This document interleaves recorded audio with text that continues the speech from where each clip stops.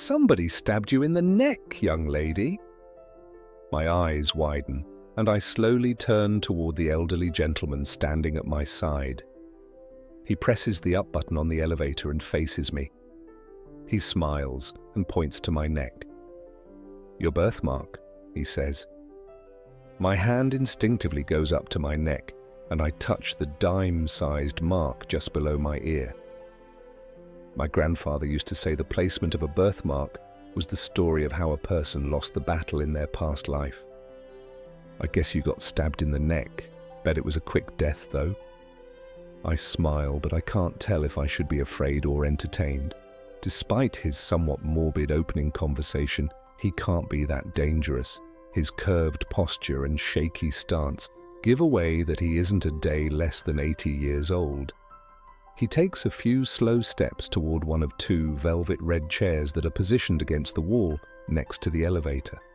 He grunts as he sinks into the chair and then looks up at me again. "You going up to floor 18? My eyes narrow as I process his question. He somehow knows what floor I'm going to, even though this is the first time I've ever set foot in this apartment complex. And it's definitely the first time I've ever laid eyes on this man. "Yes, sir," I say cautiously. "Do you work here?" "I do indeed." He nods his head toward the elevator, and my eyes move to the illuminated numbers overhead. 11 floors to go before it arrives. I pray it gets here quickly. I push the button for the elevator, he says. I don't think there's an official title for my position, but I like to refer to myself as a flight captain, considering I do send people as high as 20 stories up in the air. I smile at his words, since my brother and father are both pilots. "How long have you been flight captain of this elevator?" I ask as I wait. I swear this is the slowest damn elevator I've ever encountered. Since I got too old to do maintenance on this building, worked here 32 years before I became captain, been sending people on flights now for more than 15 years, I think. Owner gave me a pity job to keep me busy till I died. He smiles to himself. What he didn't realize is that God gave me a lot of great things to accomplish in my life, and right now, I'm so far behind, I ain't ever gonna die. I find myself laughing when the elevator doors finally open. I reach down to grab the handle of my suitcase and turn to him one more time before I step inside. "What's your name?" "Samuel, but call me Cap," he says. Everybody else does. "You got any birthmarks, Cap?" He grins. "As a matter of fact, I do. Seems in my past life I was shot right in the arse. Must have bled out." I smile and bring my hand to my forehead, giving him a proper captain salute. I step into the elevator and turn around to face the open doors, admiring the extravagance of the lobby. This place seems more like a historic hotel than an apartment complex, with its expansive columns and marble floors. When Corbin said I could stay with him until I found a job, I had no idea he lived like an actual adult. I thought it would be similar to the last time I visited him, right after I graduated from high school, back when he had first started working toward his pilot's license. That was 4 years in a 2-story sketchy complex ago. That's kind of what I was expecting. I certainly wasn't anticipating a high-rise smackdown in the middle of downtown San Francisco. I find the panel and press the button for the 18th floor, then look up at the mirrored view of the elevator. I spent all day yesterday, and most of this morning, packing up everything I own from my apartment back in San Diego. Luckily, I don't own much, but after making the solo 500-mile drive today, my exhaustion is pretty evident in my reflection. My hair is in a loose knot on top of my head, secured with a pencil, since I couldn't find a hair tie while I was driving. My eyes are usually as brown as my hazelnut hair, but right now they look 10 shades darker thanks to the bags under them. I reach into my purse to find a tube of chapstick, hoping to salvage my lips before they end up as weary-looking as the rest of me. As soon as the elevator doors begin to close, they open again.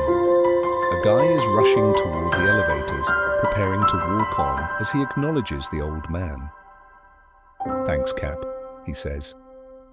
I can't see Cap from inside the elevator, but I hear him grunt something in return.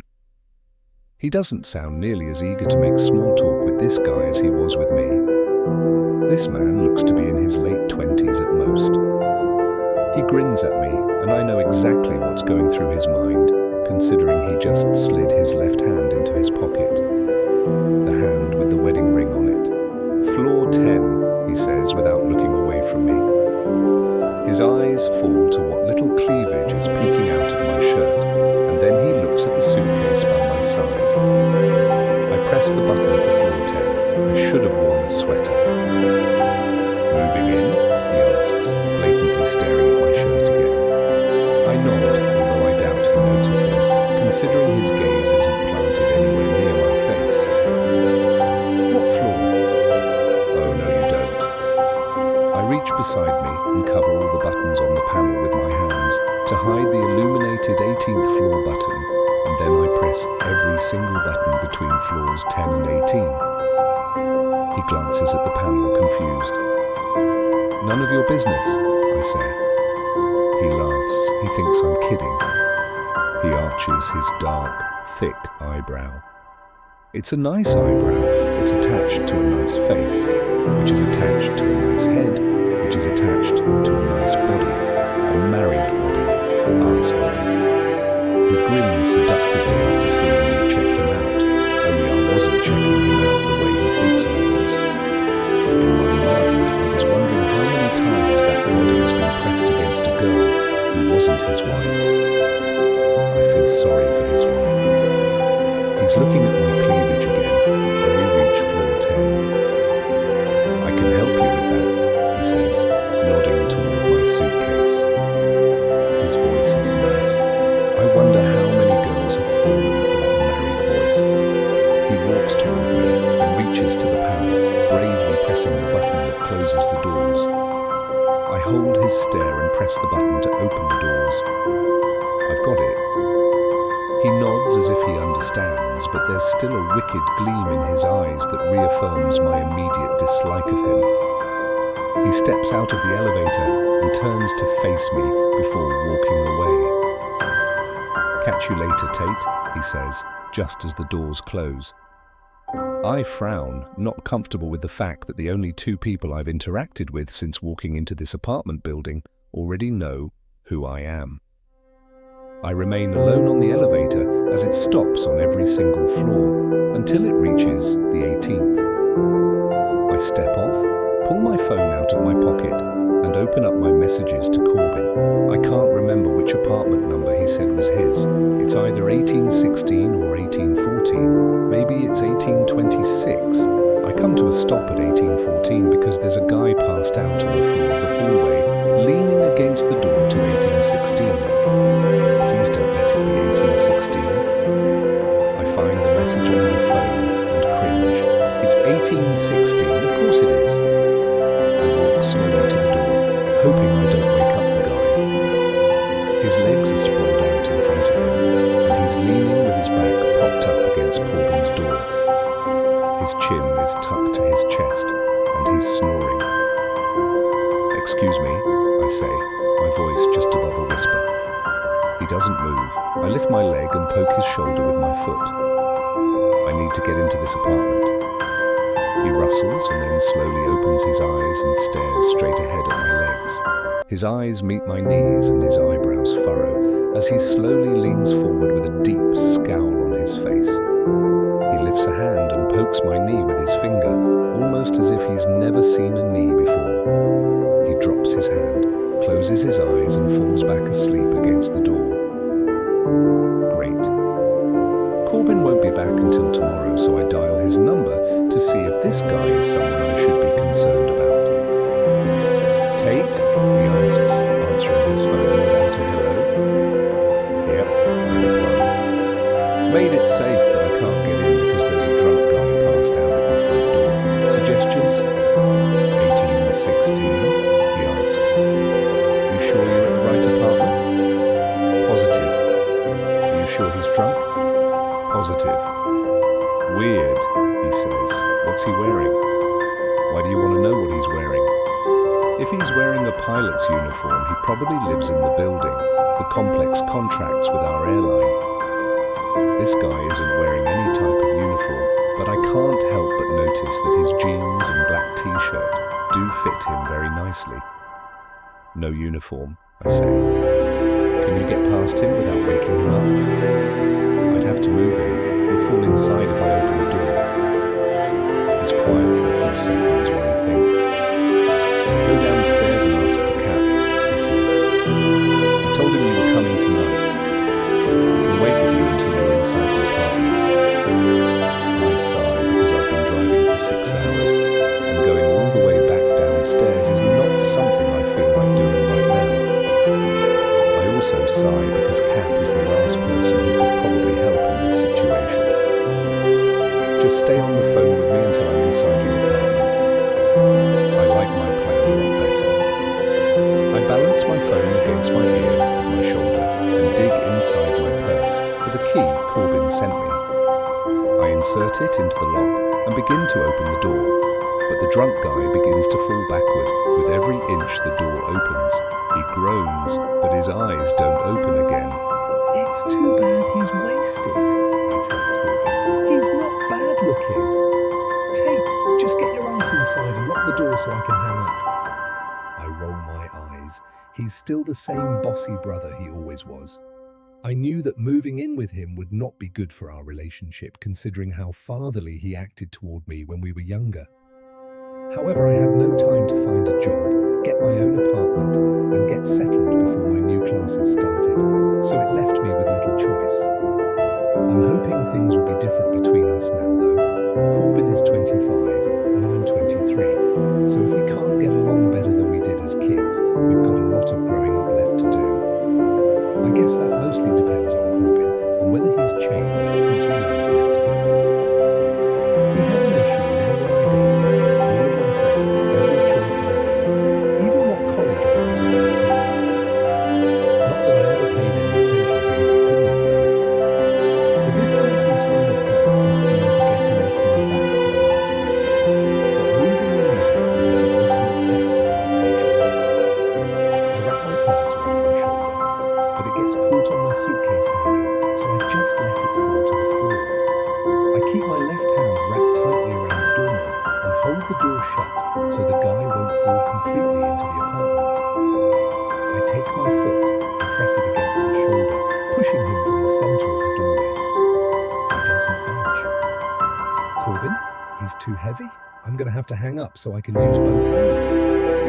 No, don't hang up. Just put the phone in your pocket, but don't hang up. I look down at my oversized shirt and leggings. No pockets? Corbin makes a gagging sound as I pull the phone from my ear and shove it inside my ear. I remove the key from my ear and drop it toward my purse. He listens and falls to the floor. I reach down to grab the drunk guy so I can move him out of the way. All right, buddy, I say, struggling to pull him away from the center of the doorway. Sorry to interrupt you, but I need inside something. I somehow manage to prop him up against the door frame to prevent him from falling into the apartment, and then I push the door open farther and turn to get my things. Something warm wraps around my ankle. I freeze. I look down. Let go of me, I yell, kicking at the hand that's gripping my ankle so tightly I'm pretty sure it might bruise. The drunk guy is looking up at me now, and his grip sends me falling backward into the apartment when I try to pull away from him. I need to get in there, he mutters, just as my butt meets the floor. He makes an attempt to push the apartment door open with his other hand, and this immediately sends me into panic mode. I pull my legs the rest of the way inside, and his hand comes with me. I use my free leg to kick the door shut, slamming it directly onto his wrist. Shit! He yells. He's trying to pull his hand back into the hallway with him, but my foot is still pressing against the door. I release enough pressure for him to have his hand back, and then I immediately kick the door all the way shut. I pull myself up and lock the door, the deadbolt, and the chain lock as quickly as I can. As soon as my heart rate begins to calm down, it starts to scream at me. My heart is actually screaming at me, in a deep male voice. It sounds like it's yelling, "Tate! Tate! Corbin!" I immediately look down at my chest and pull my phone out of my bra, then bring it up to my ear. "Tate, answer me!" I wince, then pull the phone several inches from my ear. "I'm fine," I say, out of breath. "I'm inside. I locked the door." "Jesus Christ," he says, relieved. "You scared me to death. What the hell happened?" He was trying to get inside. I locked the door though. I flip on the living room light and take no more than 3 steps inside before I come to a halt. Good going, Tate. I slowly turn back toward the door after realizing what I've done. Corbin? I pause. I might have left a few things outside that I need. I would just grab them. The drunk guy thinks he needs to get inside the apartment for some reason, so there's no way I'm opening that door again. Any suggestions? He's silent for a few seconds. What did you leave in the hallway? I don't want to answer him, but I do. My suitcase. Christ, Tate, he mutters. And my purse. Why the hell is your purse outside? I might have also left the key to your apartment on the hallway floor. He doesn't even respond to that one. He just groans. I'll call Miles and see if he's home yet. Give me 2 minutes. Wait, who's Miles? He lives across the hall. Whatever you do, don't open the door again until I call you back. Corbin hangs up, and I lean against his front door. I've lived in San Francisco all of 30 minutes, and I'm already being a pain in his ass. Figures, I'll be lucky if he lets me stay here until I find a job. I hope that doesn't take long, considering I applied for 3 RN positions at the closest hospital. It might mean working nights, weekends, or both, but I'll take what I can get if it prevents me from having to dip into savings while I'm back in school. My phone rings. I slide my thumb across the screen and answer it. Hey. Tate?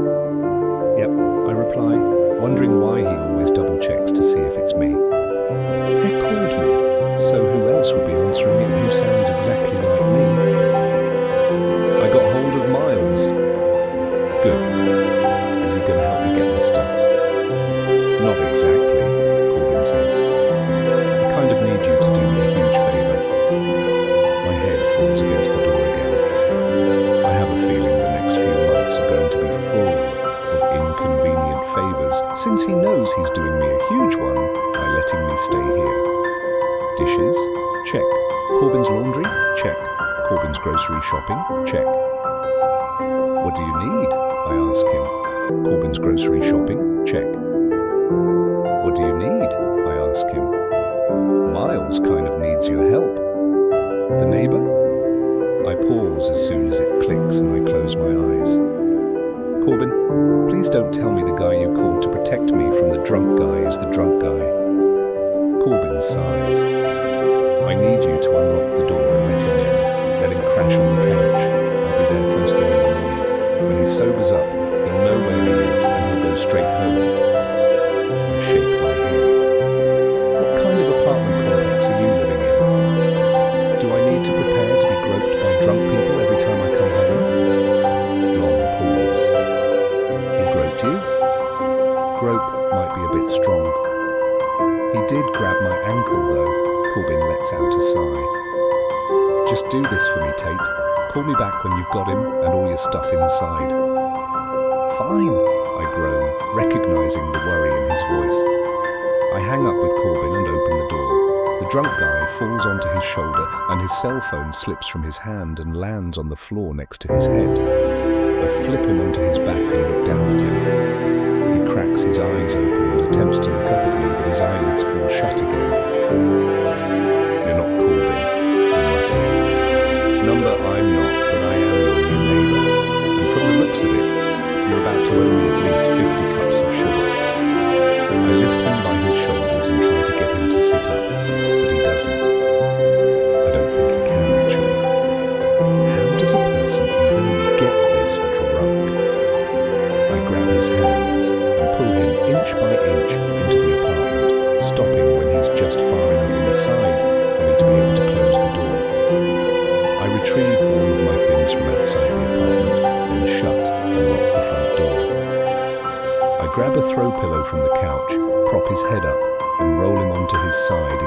pukes in his sleep. And that's all the help he's getting from me.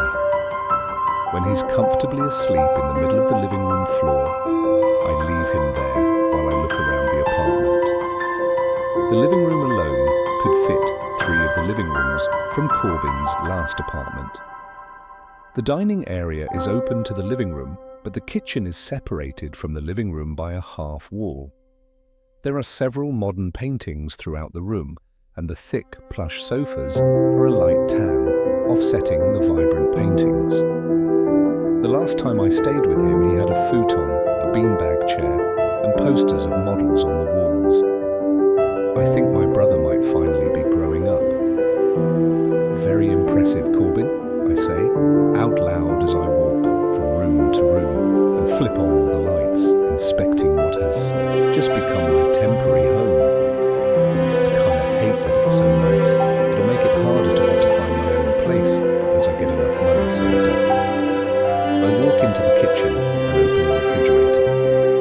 There's a row of condiments in the door, a box of leftover pizza on the middle shelf, and a completely empty gallon of milk still sitting on the top shelf. Of course he doesn't have groceries. I can't have expected him to change completely. I grab a bottle of water and exit the kitchen to go search for the room I'll be living in for the next few months. There are 2 bedrooms, so I take the one that isn't Corbin's and set my suitcase on top of the bed. I have about 3 more suitcases and at least 6 boxes down in the car, not to mention all my clothes on hangers, but I am not about to attempt those tonight. Corbin said he'd be back in the morning, so I'll leave that to him. I change into a pair of sweats and a tank top, then brush my teeth and get ready for bed. Normally I would be nervous about the fact that there's a stranger in the same apartment I'm in, but I have a feeling I don't need to worry.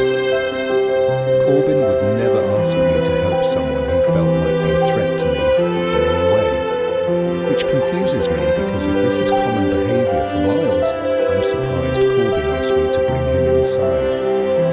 Corbin has never trusted guys with me, and I blame Blake for that. He was my first serious boyfriend when I was 15, and he was Corbin's best friend.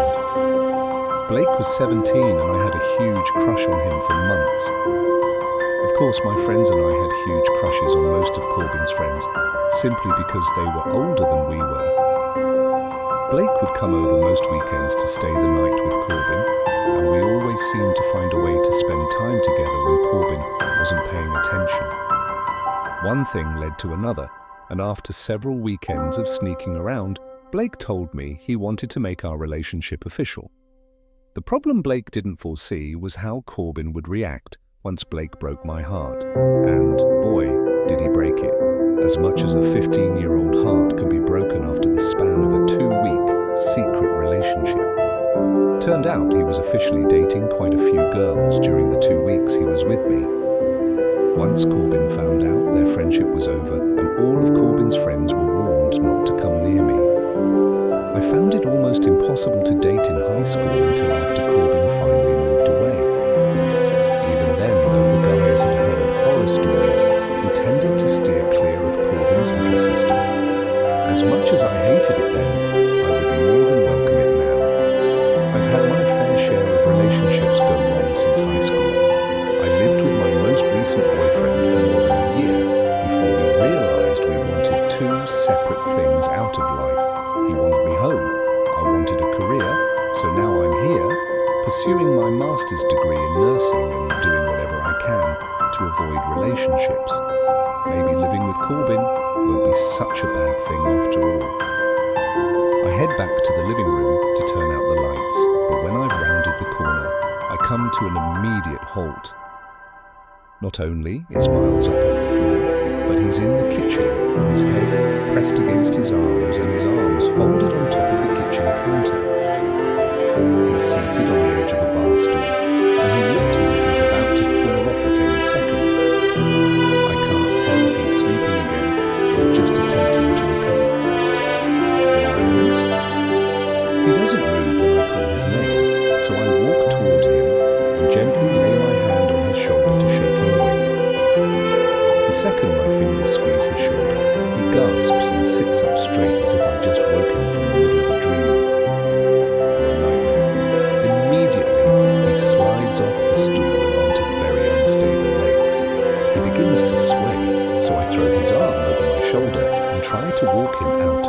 attention. "Let's go to the couch, buddy." He drops his forehead to the side of my head and stumbles along with me, making it even harder to hold him up. "My name isn't Buddy," he slurs. "It's Miles." We make it to the front of the couch and I start to peel him off me. "Okay, Miles, whoever you are, just go to sleep."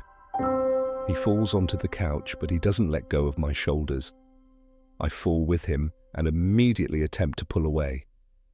"Rachel, don't," he begs, grabbing me by the arm, trying to pull me to the couch with him. "My name isn't Rachel," I say, freeing myself from his iron grip. "It's Tate."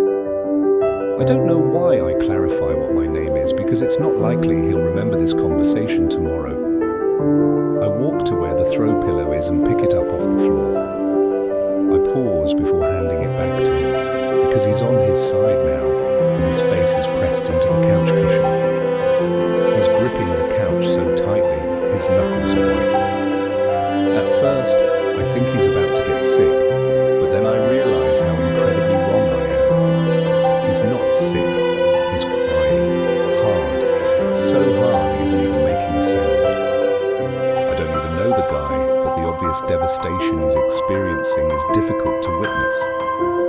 I look down the hallway and back to him, wondering if I should leave him alone in order to give him privacy. The last thing I want to do is get tangled up in someone's issues. I've successfully avoided most forms of drama in my circle of friends up to this point, and I sure as hell don't want to start now. My first instinct is to walk away, but for some reason, I find myself oddly sympathetic toward him. His pain actually appears genuine and not just the result of an overconsumption of alcohol. I lower myself to my knees in front of him and touch his shoulder. "Miles?" He inhales a huge breath, slowly lifting his face to look at me. His eyes are mere slits and bloodshot red. I'm not sure if that's a result of the crying or the alcohol. "I'm so sorry, Rachel," he says, lifting a hand out toward me. He wraps it around the back of my neck and pulls me forward toward him, burying his face in the crevice between my neck and shoulder. "I'm so sorry." I have no idea who Rachel is or what he did to her, but if he's hurting this bad, I shudder to think what she's feeling. I'm tempted to find his phone and search for her name and call her so she can come rectify this. Instead, I gently push him back into the couch. I lay his pillow down and urge him onto it. "Go to sleep, Miles," I say, gently. His eyes are so full of hurt when he drops to the pillow. "You hate me so much," he says as he grabs my hand.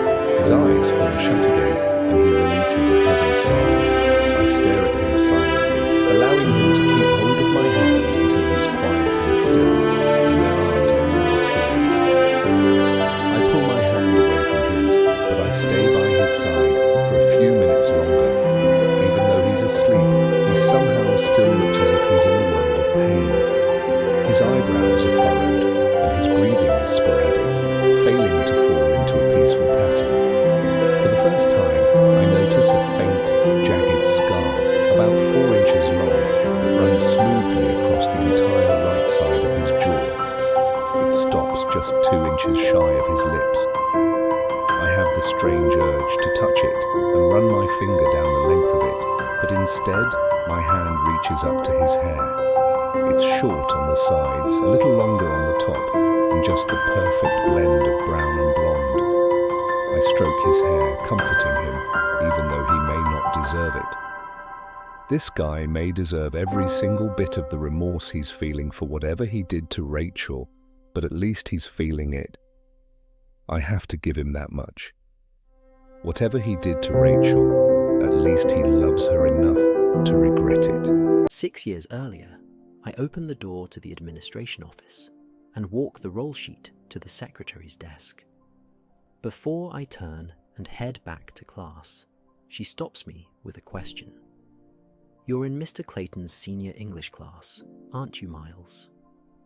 "Yep," I reply to Mrs. Borden. "Need me to take something to him?" The phone on her desk rings, and she nods, picking up the receiver.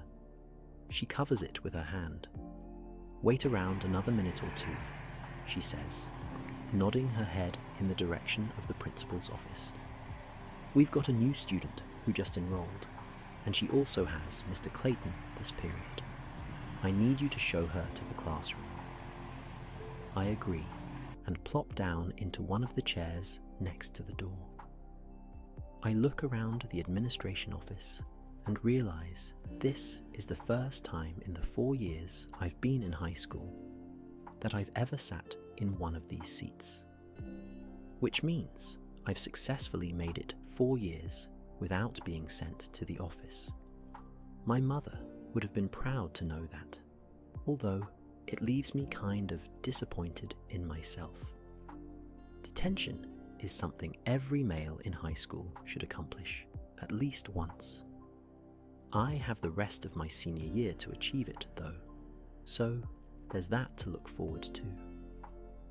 I retrieve my phone from my pocket, secretly hoping Mrs. Borden sees me with it, and decides to slap me with a detention slip.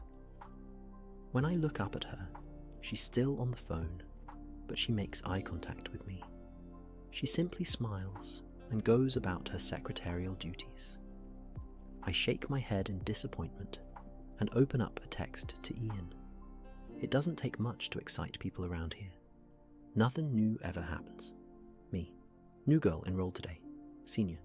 Anne. Is she hot? Me. Haven't seen her yet. About to walk her to class. Anne. Take a picture if she's hot. Me. Will do.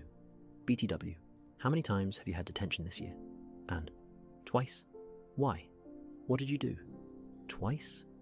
Yeah. I need to rebel it up a little before graduation. I should definitely turn in some homework late this year. I'm pathetic. The door to the principal's office opens, so I close my phone. I slide it into my pocket and look up. I never want to look down again. Miles is going to show you the way to Mr. Clayton's class, Rachel. Mrs. Borden points Rachel in my direction, and she begins to walk toward me. I instantly become aware of my legs and their inability to stand. My mouth forgets how to speak. My arms forget how to reach out to introduce the person they're attached to. My heart forgets to wait and get to know a girl before it starts to claw its way out of my chest to get to her. Rachel, Rachel, Rachel, Rachel, Rachel. She's like poetry, like prose and love letters and lyrics cascading down the center of a page. Rachel, Rachel, Rachel. I say her name over and over in my head, because I'm positive it's the name of the next girl I'll fall in love with. I'm suddenly standing, walking toward her. I might be smiling, pretending I'm not affected by those green eyes that I hope will one day be smiling just for me. Or that readers my heart hair that doesn't look like it's been tampered with, since God created it specifically with her in mind. I'm talking to her. I tell her my name is Miles. I tell her she can follow me and I'll show her the way to Mr. Clayton's class. I'm staring at her because she hasn't spoken yet, but her nod is the nicest thing a girl has ever said to me. I ask her where she's from, and she tells me Arizona. Phoenix, she specifies.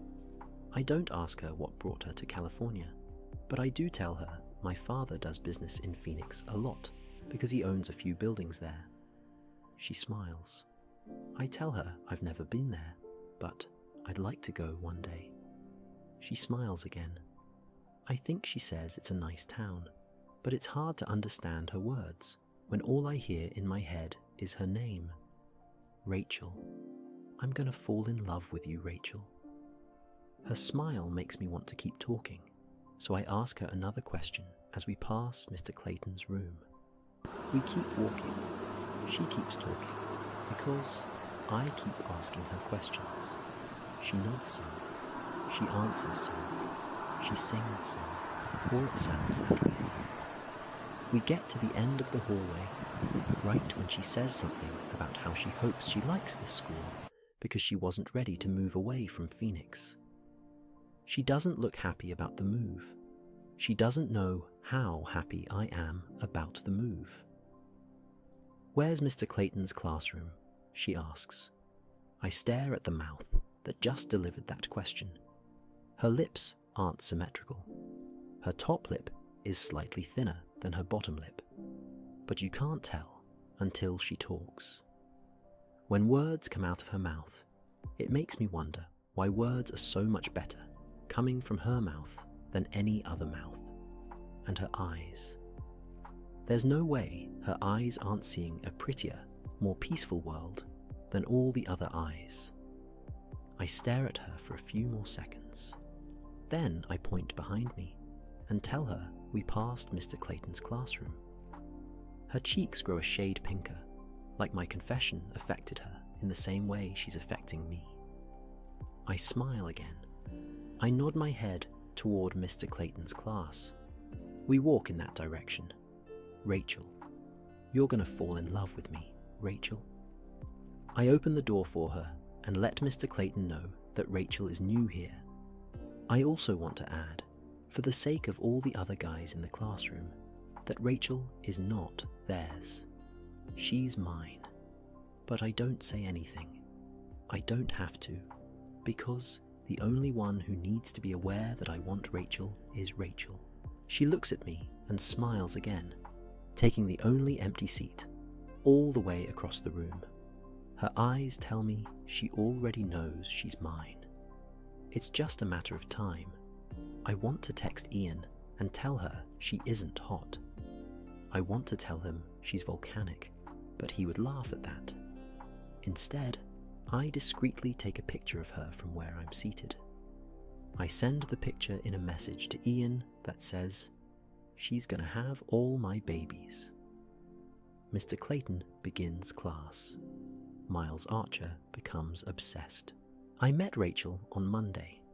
It's Friday. I've said nothing to her since the day we met. I don't know why.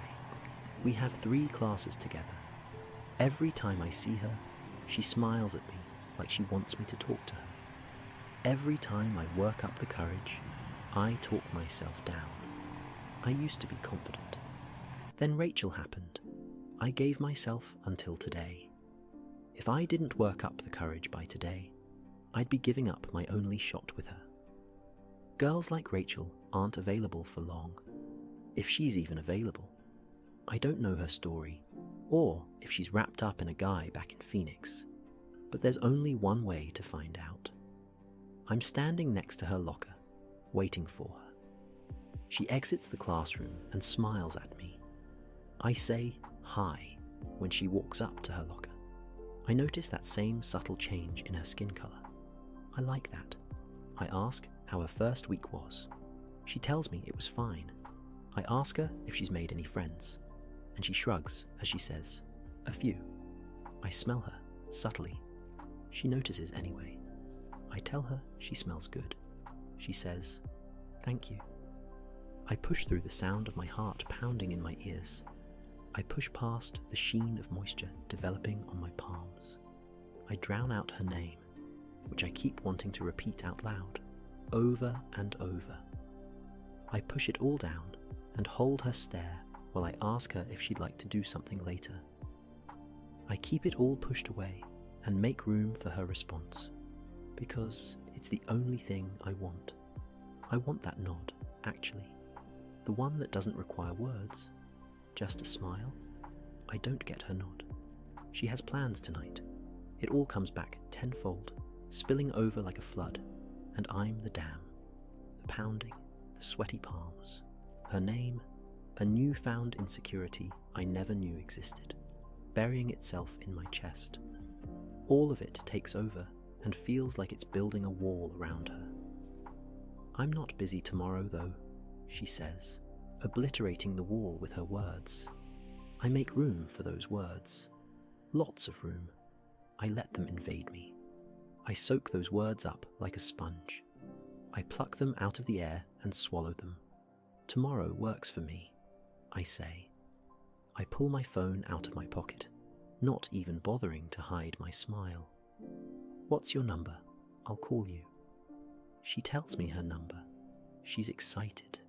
She's excited. I save her contact in my phone, knowing it'll be there for a long, long time. And I'm going to use it. A lot. Chapter 3. Tate. Normally, if I were to wake up, open my eyes, and see an angry man staring me down from a bedroom doorway, I might scream. I might throw things. I might run to the bathroom and lock myself inside. I don't do any of these things, though. I stare back because I'm confused about how this is the same guy who was passed out drunk in the hallway. How is this the same guy who cried himself to sleep last night? This guy is intimidating. This guy is angry. This guy is watching me like I should be giving him an apology or explaining myself. It is the same guy, though, because he's wearing the same pair of jeans and the same black t-shirt he fell asleep in last night. The only difference in his appearance between last night and this morning is that he's now able to stand up without assistance. What happened to my hand, Tate? He knows my name. Does he know it because Corbin told him I was moving in, or because he actually remembers my telling him last night? I'm hoping Corbin told him, because I don't really want him to remember last night. I suddenly feel embarrassed that he might recall my consoling him while he cried himself to sleep. He apparently doesn't have a clue what happened to his hand, though, so I hope that means he has no recollection of anything beyond that. He's leaning against my bedroom door with his arms folded across his chest. He looks defensive, like I'm the one responsible for his bad night. I roll over, still not quite finished with sleeping, even though he thinks I owe him some sort of explanation. I pull the covers over my head. "Lock the front door on your way out," I say, hoping he'll take the hint that he is more than welcome to go back to his place now. "Where's my phone?" I squeeze my eyes shut and try to drown out the smooth sound of his voice as it slides into my ears and makes its way through every nerve in my body, warming me in places this flimsy blanket failed to do all night. I remind myself that the person that sultry voice belongs to is now standing in the doorway, rudely demanding things without even acknowledging the fact that I helped him last night. I'd like to know where my thank you is, or my, "Hey, I'm Miles. Nice to meet you."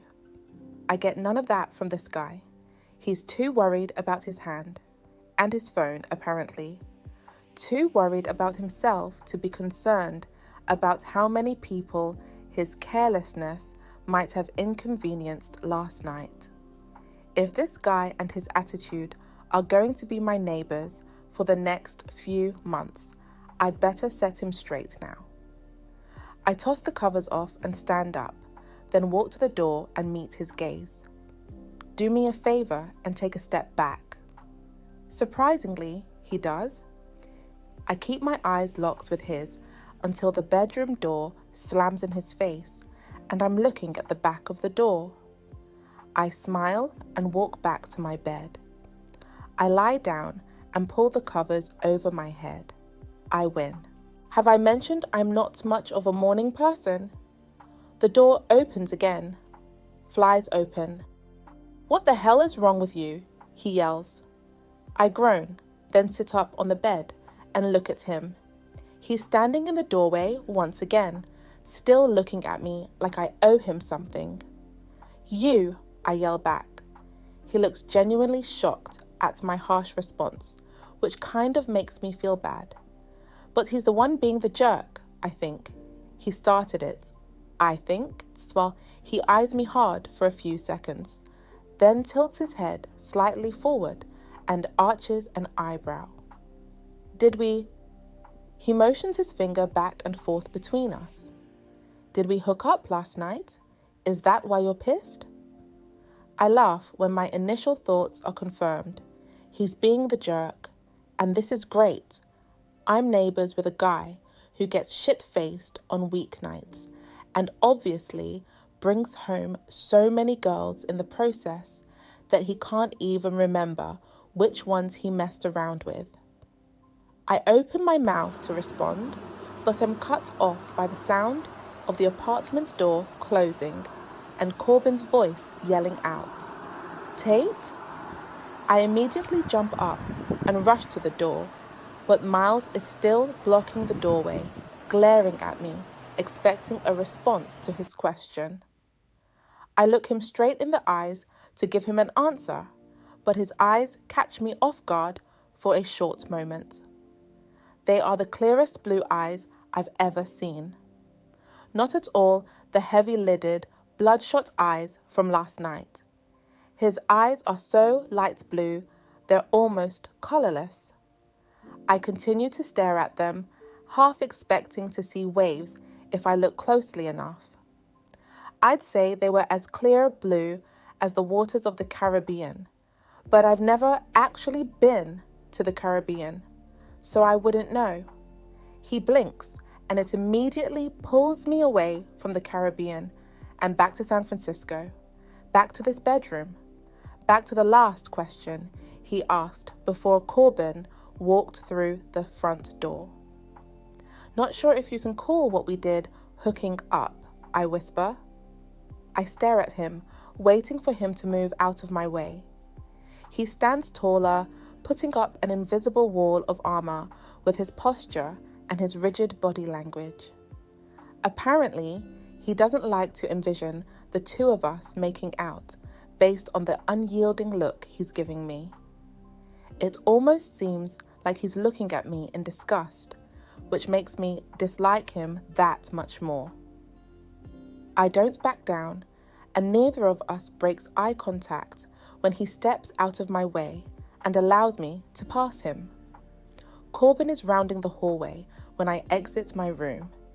He glances back and forth between me and Miles, so I quickly shoot him a look to let him know that's not even remotely a possibility. "Hey sis," he says, pulling me in for a hug.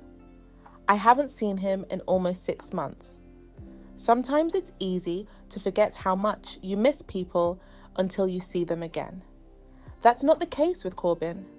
I always miss him. As much as his protectiveness can get old at times, it's also a testament to how close we are. Corbin releases me and pulls at a lock of my hair. "It's longer," he says. "I like it." This may be the longest we've gone without seeing each other. I reach up and flick the hair hanging across his forehead. "So is yours," I say, "and I don't like it." I smile to let him know I'm kidding. I actually like the shaggier look on him. People have always said we look a lot alike, but I don't see it. His skin is a lot darker than mine, which I've always envied. Our hair is the same rich hue of brown, but our facial features are nothing alike, specifically our eyes. Mom used to tell us that if we put our eyes together, they would look just like a tree. His were as green as the leaves, and mine were as brown as the trunk. I always envied that he got to be the leaves of the tree, because green was my favorite color growing up. Corbin acknowledges Miles with a nod of his head. "Hey man, rough night?" He asks the question with a laugh, as he knows exactly what kind of night Miles had last night. Miles walks past both of us. "I don't know," he says in response. "I don't remember it." He walks into the kitchen and opens a cabinet, retrieving a cup like he's comfortable enough here to do so. I don't like that. I don't like Comfortable Miles. Comfortable Miles opens another cabinet and takes out a bottle of aspirin, fills his cup with water, and pops 2 of the aspirin into his mouth. "Did you get all your stuff brought up?" Corbin asks me. Nope, I say, glancing at Miles when I respond. I was kind of preoccupied with your neighbour most of the night. Miles nervously clears his throat as he washes the glass and places it back in the cabinet. His discomfort with his lapse in memory makes me laugh. I like that he has no idea what happened last night. I even kind of like that the thought of being with me seems to unnerve him. I might keep this facade going for a while, for my own sick enjoyment. Corbin looks at me as if he knows what I'm trying to pull. Miles steps out of the kitchen and glances my way, then looks back to Corbin. I would have gone back to my place by now, but I can't find my keys. You have my spare set? Corbin nods and walks to a drawer in the kitchen.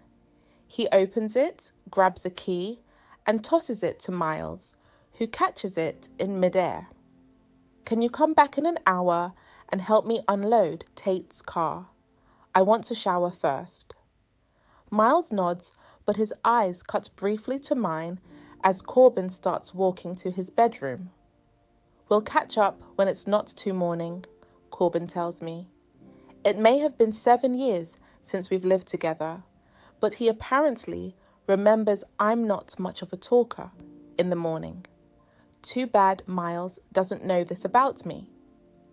After Corbin disappears into his bedroom, I turn and face Miles again. He's already looking at me expectantly, like he's still waiting for me to answer whatever questions he asked me earlier. I just want him to leave, so I answer them all at once. You were passed out in the hallway last night when I got here. I didn't know who you were, so when you tried to get inside the apartment, I might have slammed the door on your hand. It's not broken. I checked it out, and it's bruised at best. Just put some ice on it and wrap it for a few hours. And no, we didn't hook up. I helped you into the apartment, and then I went to bed. Your phone is on the floor by the front door where you dropped it last night because you were too shit-faced to walk. I turned to head to my room, just wanting to get away from the intensity in his eyes. I spin around when I reach my bedroom door. When you come back in an hour and I've had a chance to wake up, we can try this again. His jaw is firm. Try what again? He asks, getting off on the right foot. I close my bedroom door, putting up a barrier between me and that voice, that stare. How many boxes do you have? Corbin asks. He's slipping on his shoes by the door. I grab my keys off the bar. 6 plus 3 suitcases and all my clothes on hangers. Corbin walks to the door directly across the hall and bangs on it, then turns and heads toward the elevators. He pushes the down button. Did you tell Mum you made it? Yeah, I texted her last night. I hear his apartment door open just as the elevator arrives, but I don't turn to watch him walk out of it. I step in, and Corbin holds the elevator for Miles. As soon as he comes into view, I lose the war. The war I didn't even know I was fighting. It doesn't happen often, but when I do find a guy attractive, it's better when it happens with a person I want it to happen with. Miles is not the person I want to be feeling this for. I don't want to be attracted to a guy who drinks himself into oblivion, cries over other girls, and can't even remember if he screwed you the night before. But it's hard not to notice his presence when his presence becomes everything. Should just be 2 trips, Corbin says to Miles as he presses the button for the ground floor. Miles is staring at me, and I can't quite judge his demeanor because he still looks pissed. I stare back because no matter how good looking he may be with that attitude, I'm still waiting for the thank you I never got. "Hi," Miles finally says. He steps forward and completely ignores unspoken elevator etiquette by stepping too close and holding out his hand. "Miles Archer, I live across the hall from you." And I'm confused. "I think we've established that," I say, looking down at his outstretched hand. "Starting over," he says, arching a brow. "On the right foot." Yes. I did tell him that, and I take his hand and shake it. "Tate Collins. I'm Corbin's sister." The way he steps back and keeps his eyes locked with mine makes me a little uncomfortable, since Corbin is standing only a foot away. Corbin doesn't seem to care, though. He's ignoring both of us, preoccupied with his phone. Miles finally breaks his stare and pulls his phone out of his pocket. I take the opportunity to study him while his attention is off of me. I come to the conclusion that his appearance is completely contradictory. It's as if two different creators were at war when he was envisioned.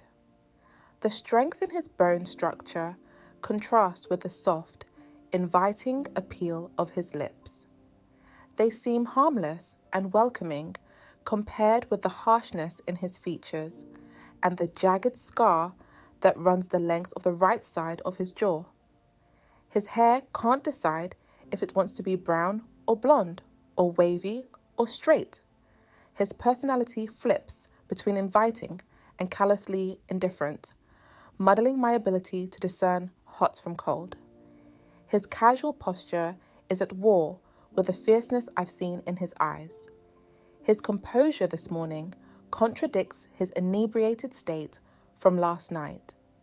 His eyes can't decide if they want to look at his phone or at me, because they waver back and forth several times before the elevator doors open. I stop staring and step off the elevator first. Cap is seated in his chair, ever so vigilant. He glances at the three of us exiting the elevator and pushes up on the arms of his chair, coming to a slow, shaky stand.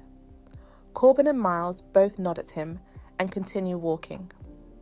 "How was your first night, Tate?" he asks with a smile, stopping me mid-stride. The fact that he already knows my name doesn't surprise me, since he knew what floor I was going to last night. I look at the back of Miles's head as they continue without me. Kind of eventful, actually. I think my brother might have made a poor choice in the company he keeps. I look at Cap, and he's staring at Miles now, too. His wrinkle-lined lips purse into a thin line, and he gives a slight shake of his head. That boy probably can't help it none, he says, dismissing my comment. I'm not sure if he's referring to Corbin or Miles when he says, "that boy," but I don't ask. Cap turns away from me and begins shuffling in the direction of the lobby restrooms. "I think I just pissed on myself," he mutters. I watch him disappear through the restroom door, wondering at what point in a person's life he becomes old enough to lose his filter. Although Cap doesn't seem like the type of man who ever even had a filter, I kind of like that about him. "Tate, let's go," Corbin yells from the far end of the lobby.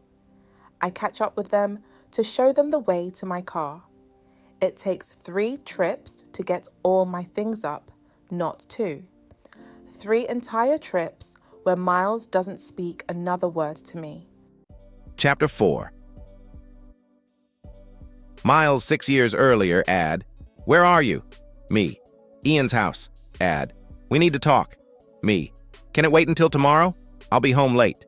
Add, "No. I need you home now. I've been waiting for you since school let out." Me. "Fine. On my way." That was the conversation that led to this moment. Me sitting in front of my dad on the couch. My dad telling me something I don't care to hear. "I would have told you sooner, Miles. I just felt guilty," I interrupt. "Like you're doing something wrong?" His eyes meet mine, and I begin to feel bad for saying what I said. But I push the feeling down and keep going. She's been dead less than a year. As soon as the words leave my mouth, I want to throw up. He doesn't like being judged, especially by me. He's used to my supporting his decisions. Hell, I'm used to supporting his decisions. Until now, I always thought he made good ones. Look, I know this is hard for you to accept, but I need your support.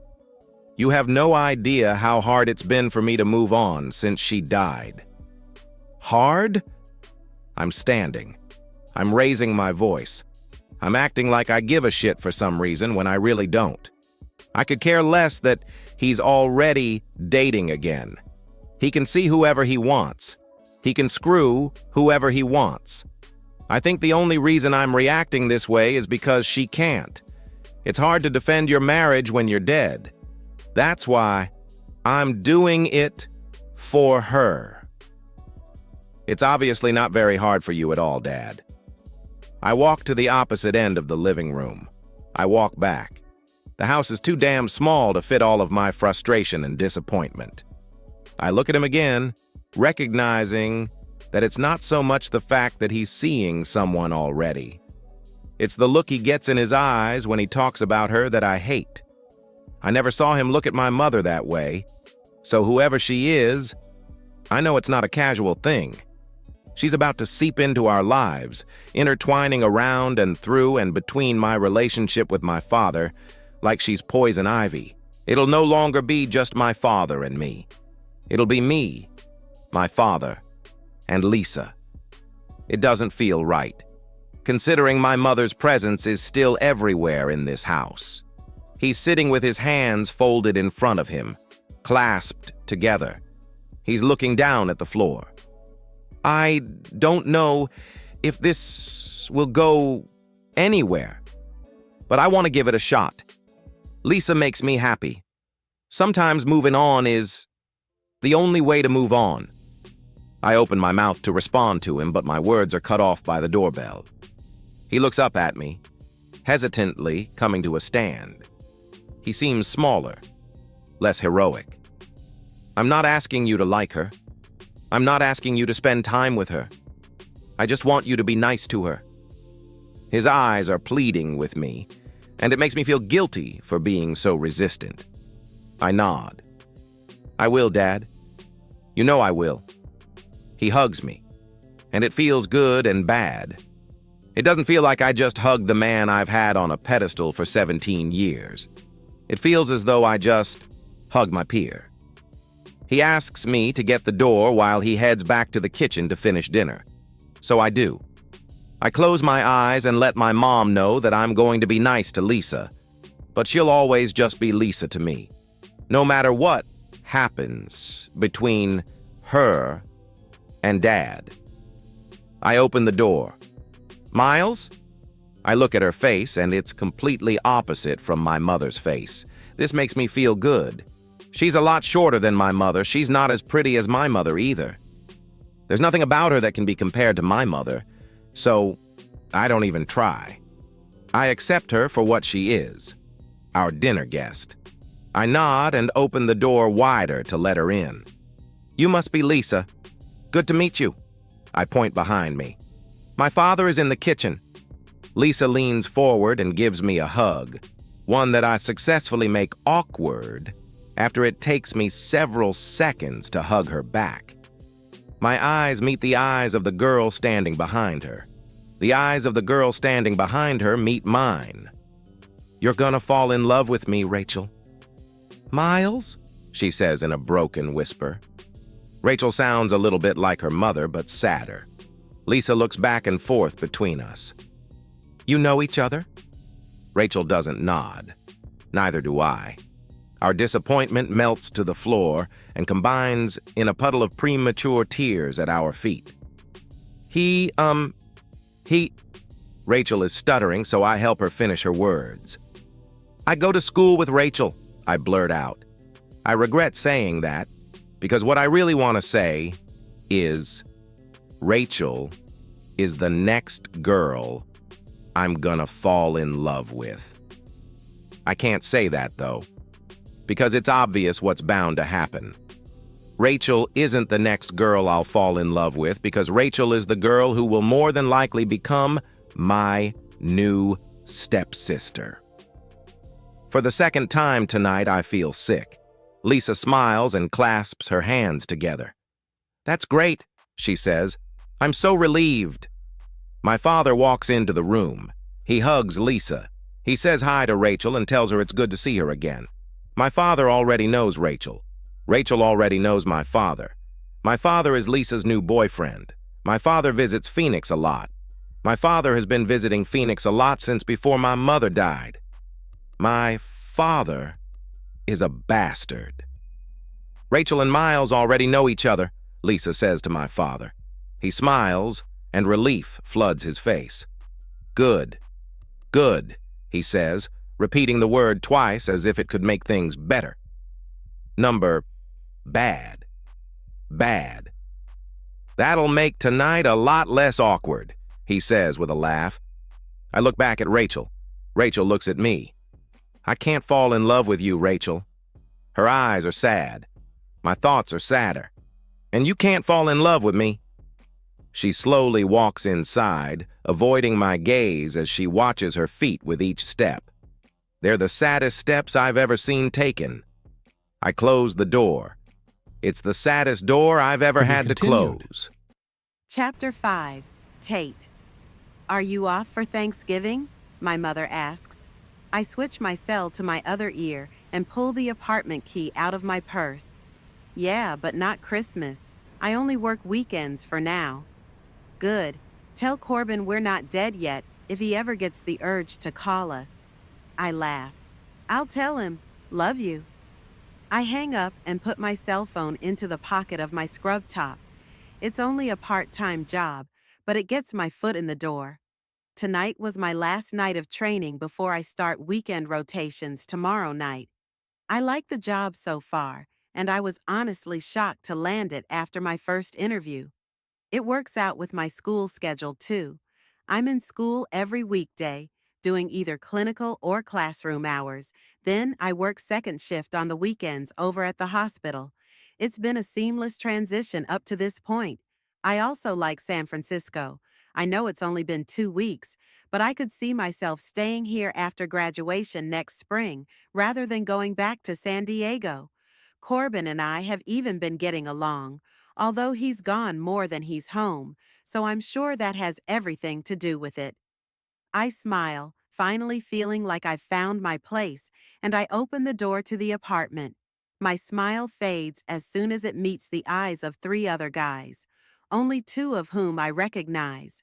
Miles is standing in the kitchen, and the married asshole from the elevator is sitting on the couch. Why the hell is Miles here? Why the hell are any of them here? I glare at Miles as I kick off my shoes and drop my purse on the counter. Corbin isn't due back for 2 more days, and I was looking forward to the peace and quiet tonight so I could get some studying done. It's Thursday, Miles says when he sees the scowl on my face, like the day of the week is supposed to be some sort of explanation. He's watching me from his position in the kitchen. He can see I'm not happy. So it is, I reply, and tomorrow is Friday. I turn to the other 2 guys sitting on Corbin's couch. Why are you all in my apartment? The blonde, lanky guy immediately stands up and walks over to me. He extends his hand. Tate? He asks. I'm Ian. I grew up with Miles. I'm a friend of your brother's. He points to the elevator guy, who is still seated on the couch. This is Dylan.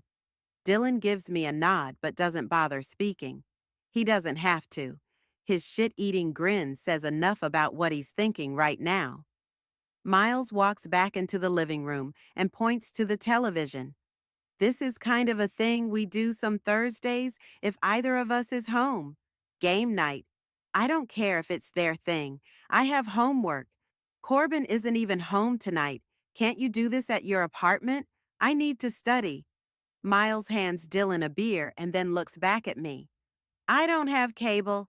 Of course you don't. And Dylan's wife doesn't let us use his place. Of course she doesn't. I roll my eyes and walk to my bedroom, slamming the door unintentionally. I change out of my scrubs and pull on a pair of jeans. I grab the shirt I slept in last night and just get it over my head when someone knocks on the door. I swing it open almost as dramatically as I slammed it earlier.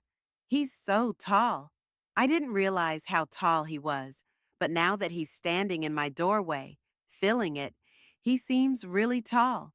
If he were to wrap his arms around me right now, my ear would press against his heart. Then his cheek would rest comfortably on top of my head.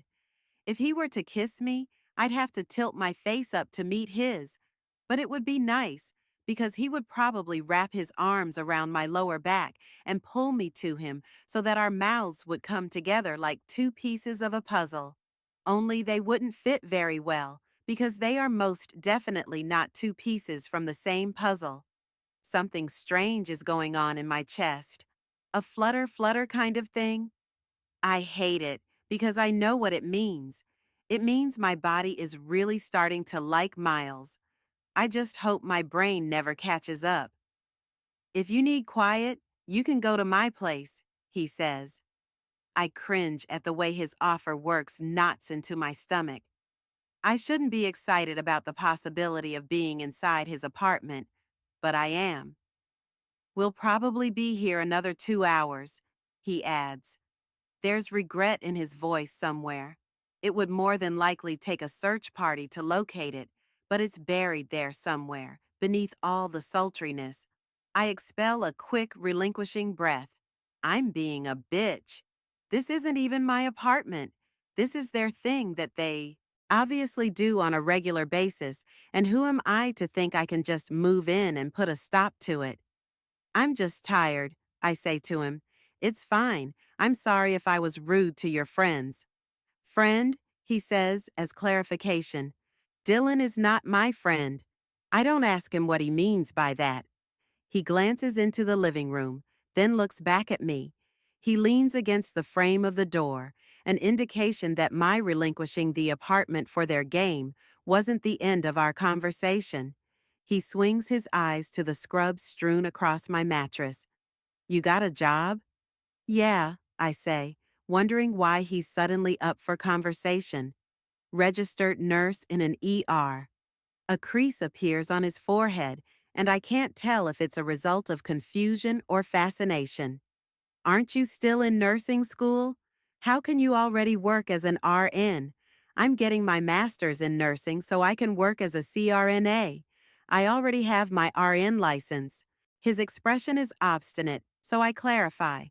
It allows me to administer anesthesia. He stares at me for a few seconds before standing up straight and pushing off the door frame. Good for you, he says. There's no smile, though. Why doesn't he ever smile? He walks back to the living room. I step out of the doorway and watch him. Miles takes his seat on the couch and gives the TV his full attention. Dylan is giving me his full attention, but I look away and head to the kitchen to find something to eat. There isn't much, considering I haven't cooked all week, so I grab all the stuff I need from the refrigerator in order to make a sandwich. When I turn around, Dylan is still staring. Only now he's staring from about a foot away, instead of all the way from the living room. He smiles, then steps forward and reaches into the refrigerator, coming inches from my face. So, you're Corbin's little sis? I think I'm with Miles on this one. I don't much like Dylan either. Dylan's eyes aren't anything like Miles's eyes. When Miles looks at me, his eyes hide everything. Dylan's eyes don't hide anything, and right now, they're clearly undressing me. Yes, I say simply as I make my way around him. I walk to the pantry and open it to look for the bread. Once I find it, I set it on the bar and begin making my sandwich. I lay out bread for an extra sandwich to take to Cap. He's kind of grown on me in the little time I've lived here. I found out he works up to 14 hours a day sometimes, but only because he lives in the building alone and doesn't have anything better to do. He seems to appreciate my company, and especially gifts in the form of food, so until I make more friends here, I guess I'll be spending my downtime with an 80-year-old. Dylan casually leans against the counter. You a nurse or something? He opens his beer and brings it to his mouth, but pauses before taking a drink. He wants me to answer him first. Yep, I say with a clipped voice. He smiles and takes a swig of his beer. I continue making my sandwiches, intentionally trying to appear closed off, but Dylan doesn't seem to take the hint. He just continues to stare at me until my sandwiches are made. I'm not offering to make him a damn sandwich if that's why he's still here. I'm a pilot, he says. He doesn't say it in a smug way, but when no one's asking you what your occupation is, voluntarily contributing it to the conversation naturally comes off as smug. I work at the same airline as Corbin. He's staring at me, waiting for me to be impressed by the fact that he's a pilot. What he doesn't realize is that all the men in my life are pilots.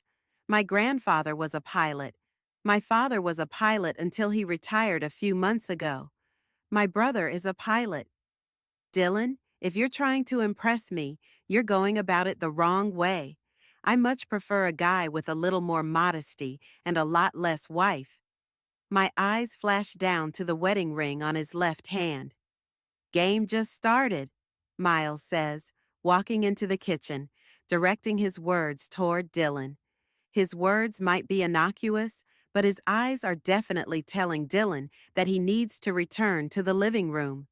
Dylan sighs as if Miles just stripped away all his fun. It's good to see you again, Tate, he says, acting as if the conversation would have come to an end, whether Miles decided it should or not. You should join us in the living room. His eyes scroll over Miles, even though he's speaking to me. Apparently, the game just started. Dylan straightens up and shoulders past Miles, heading back into the living room. Miles ignores Dylan's display of annoyance and slides his hand into his back pocket, pulling out a key. He hands it to me. Go study at my place. It's not a request. It's a demand. I'm fine studying here. I set the key on the counter and put the lid back on the mayonnaise, refusing to be displaced from my own apartment by 3 boys. I wrap both sandwiches in a paper towel. The TV isn't even that loud. He takes a step forward until he's close enough to whisper. I'm pretty sure I'm leaving finger indentations on the bread, considering every single part of me, right down to my toes, just tensed. I'm not fine with you studying here, not until everyone leaves. Go, take your sandwiches with you. I look down at my sandwiches. I don't know why I feel like he just insulted them. They aren't both for me, I say. She left, so I'm assuming girls just never walk into this apartment. It makes me wonder about Corbin, too. All our years growing up together, he's never been open about his relationships, but I'm pretty sure that's because he's never been in a relationship. Every time I've ever been introduced to a girl in his past, she never seems to make it through an entire week with him. I don't know if that's because he doesn't like keeping someone around, or if it's a sign that he's too difficult to bear around. I'm sure it's the former, based on the number of random phone calls he receives from women. Considering his abundance of one-night stands and lack of commitment, it confuses me how he could be so protective of me growing up. I guess he just knew himself too well. He didn't want me dating guys like him. I wonder if Miles is a guy like Corbin. Are you washing my dishes? His voice catches me completely off guard, making me jump in my skin. I spin around and catch sight of a looming Miles, almost dropping the glass in my hands in the process. It slips, but I somehow manage to catch it before it crashes to the floor. I take a calming breath and set it down gently in the sink.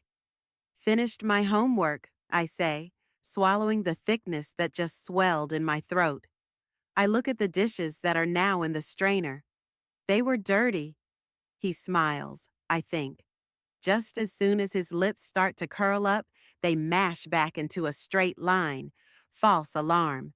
Everyone's gone, Miles says, giving me the all clear to vacate his premises. He notices the orange juice still out on the counter, so he picks it up and puts it back in the refrigerator. Sorry, I mutter. I was thirsty. He turns to face me and leans his shoulder into the refrigerator, folding his arms over his chest. I don't care if you drink my juice, Tate. Oh, wow. That was an oddly sexy sentence. So was his presence in delivering it. Still no smile, though. Jesus Christ, this man. Does he not realize that facial expressions are supposed to accompany speech? I don't want him to see my disappointment, so I turn back toward the sink. I use the sprayer to wash the remaining suds down the drain. I find it quite fitting, considering the weird vibes floating around his kitchen. How long have you lived here? I ask, attempting to alleviate the awkward silence as I turn and face him again. 4 years. I don't know why I laugh, but I do. He raises an eyebrow, confused about why his answer caused me to laugh. It's just that your apartment. I glance toward the living room, then back to him. It's kind of bland. I thought maybe you just moved in and haven't had a chance to decorate. I didn't mean for that to come out like an insult, but that's exactly how it sounded. I'm just trying to make conversation, but I think I'm only making this awkwardness worse. His eyes move slowly around his apartment as he processes my comment. I wish I could take it back, but I don't even try. I'd probably just make it worse. I work a lot, he says. I never have company, so I guess it just hasn't been a priority. I want to ask him why he never has company, but certain questions seem off limits to him. Speaking of company, what's up with Dylan? Miles shrugs his shoulders, leaning his back completely against the refrigerator. Dylan's an asshole who has no respect for his wife, he says flatly. He turns around completely and walks out of the kitchen, heading toward his bedroom. He pushes his bedroom door closed, but leaves it open just enough so that I can still hear him speak. Thought I'd warn you before you fell for his act. I don't fall for acts, I say, especially acts like Dylan's. Good, he says. Good? Ha. Miles doesn't want me to like Dylan. I love that Miles doesn't want me to like Dylan. Corbin wouldn't like it if you started something up with him. He hates Dylan. Oh, he doesn't want me to like Dylan for Corbin's sake. Why did that just disappoint me? He walks back out of his bedroom, and he's no longer in his jeans and t-shirt. He's in a familiar pair of slacks and a crisp white shirt, unbuttoned and open. He's putting on a pilot's uniform. You're a pilot? I ask, somewhat perplexed. My voice makes me sound oddly impressed. He nods and walks into the laundry room adjacent to the kitchen. That's how I know Corbin, he says. We were in flight school together. He walks back into his kitchen with a laundry basket and sets it on the counter. He's a good guy. His shirt isn't buttoned. I'm staring at his stomach. Stop staring at his stomach. Oh my word, he has the V, those beautiful indentations on men that run the length of their outer abdominal muscles, disappearing beneath their jeans as if the indentations are pointing to a secret bull's eye. Jesus Christ, Tate, you're staring at his damn crotch. He's buttoning his shirt now, so I somehow gain superhuman strength and force my eyes to look back up at his face. Thoughts. I should have some of those, but I can't find them. Maybe it's because I just found out he's an airline pilot. But why would that impress me? It doesn't impress me that Dylan's a pilot. But then again, I didn't find out Dylan was a pilot while he was doing laundry and flaunting his abs. A guy folding laundry while flaunting his abs and being a pilot is seriously impressive. Miles is fully dressed now. He's putting on his shoes, and I'm watching him like I'm in a theater, and he's the main attraction. Is that safe? I ask, finding a coherent thought somehow. You've been drinking with the guys, and now you're about. To be at the controls of a commercial jet? Miles zips his jacket, then picks up an already packed duffel bag from the floor. "I've only had water tonight," he says, right before exiting the kitchen. "I'm not much of a drinker, and I definitely don't drink on work nights." I laugh and follow him toward the living room. I walk to the table to grab my things. "I think you're forgetting how we met," I say. "Move-in day? Someone passed out drunk in the hallway day?" He opens the front door to let me out. "I have no idea what you're talking about, Tate," he says. "We met on an elevator, remember?" I can't tell if he's kidding because there's no smile or gleam in his eyes. He closes the door behind us. I hand him back his apartment key, and he locks his door. I walk to mine and open it. "Tate?" I almost pretend I don't hear him just so he'll have to say my name again. Instead, I turn around and face him, pretending to be completely unaffected by this man. "That night you found me in the hallway? That was an exception, a very rare exception." There's something unspoken in his eyes, and maybe even in his voice. He stands paused at his front door, poised to walk toward the elevators. He's waiting to see if I have anything to say in response. I should tell him goodbye. Maybe I should tell him to have a safe flight. That could be considered bad luck, though. I should just say goodnight. Was the exception because of what happened with Rachel? Yes, I really just chose to say that instead. Why did I just say that? His posture changes. His expression freezes, as if my words jolted him with a bolt of lightning. He's more than likely confused that I said that, because he obviously doesn't remember anything about that night. "Quick, Tate, recover." "You thought I was someone named Rachel," I blurt out, explaining away the awkwardness as best I can. "I just thought maybe something happened between the two of you, and that's why, you know." Miles inhales a deep breath, but he tries to hide it. I hit a nerve. We don't talk about Rachel, apparently. "Good night, Tate," he says, turning away. I can't tell what just happened. Did I embarrass him? Piss him off? Make him sad? Whatever I did, I hate this thing now. This awkwardness that's filling the space between my door and the elevator he's now standing in front of. I walk inside my apartment and close my door, but the awkwardness is everywhere. It didn't remain out in the hallway. Chapter 6. Miles, 6 years earlier. We eat dinner, but it's awkward. Lisa and Dad try to include us in the conversation, but neither of us is in the mood to talk. We stare at our plates. We push around the food with our forks. We don't want to eat. Dad asks Lisa if she wants to go sit out back. Lisa says yes. Lisa asks Rachel to help me clear the table. Rachel says, okay. We take the plates to the kitchen. We're quiet. Rachel leans against the counter while I load the dishwasher.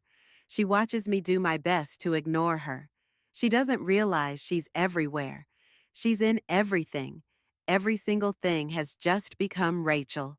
It's consuming me. My thoughts aren't thoughts anymore. My thoughts are Rachel. I can't fall in love with you, Rachel. I look at the sink. I want to look at Rachel. I breathe in air. I want to breathe in Rachel. I close my eyes. I only see Rachel. I wash my hands. I want to touch Rachel. I dry my hands on a towel before turning around to face her. Her hands are gripping the counter behind her. Mine are folded across my chest. "They're the worst parents in the world," she whispers. Her voice cracks. My heart cracks. "Despicable," I say to her. She laughs. "I'm not supposed to fall in love with your laugh, Rachel." She sighs. I fall in love with that too. "How long have they been seeing each other?" I ask her. She'll be honest. She shrugs. "About a year. It's been long distance until she moved us here to be closer to him." I feel my mother's heart breaking. We hate him. "A year?" I ask. "Are you sure?" She nods. She doesn't know about my mother. I can tell. "Rachel?" I say her name out loud, just like I've wanted to do since the second I met her. She continues to look directly at me. She swallows, then breathes out a shallow, "Yeah?" I step toward her. Her body reacts.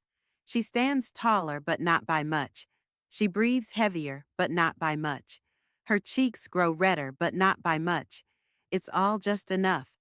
My hand fits her waist. My eyes search hers. They don't tell me no, so I do. When my lips touch hers, it's so many things. It's good and bad and right and wrong and revenge. She inhales, stealing some of my breaths. I breathe into her, giving her more. Our tongues touch and our guilt intertwines, and my fingers slide through the hair God made specifically for her. My new favorite flavor is Rachel. My new favorite thing is Rachel. I want Rachel for my birthday. I want Rachel for Christmas. I want Rachel for graduation. Rachel, Rachel, Rachel. I'm gonna fall in love with you anyway, Rachel. The back door opens. I release Rachel. She releases me, but only physically. I can still feel her in every other way. I look away from her, but everything is still Rachel. Lisa walks into the kitchen. She looks happy.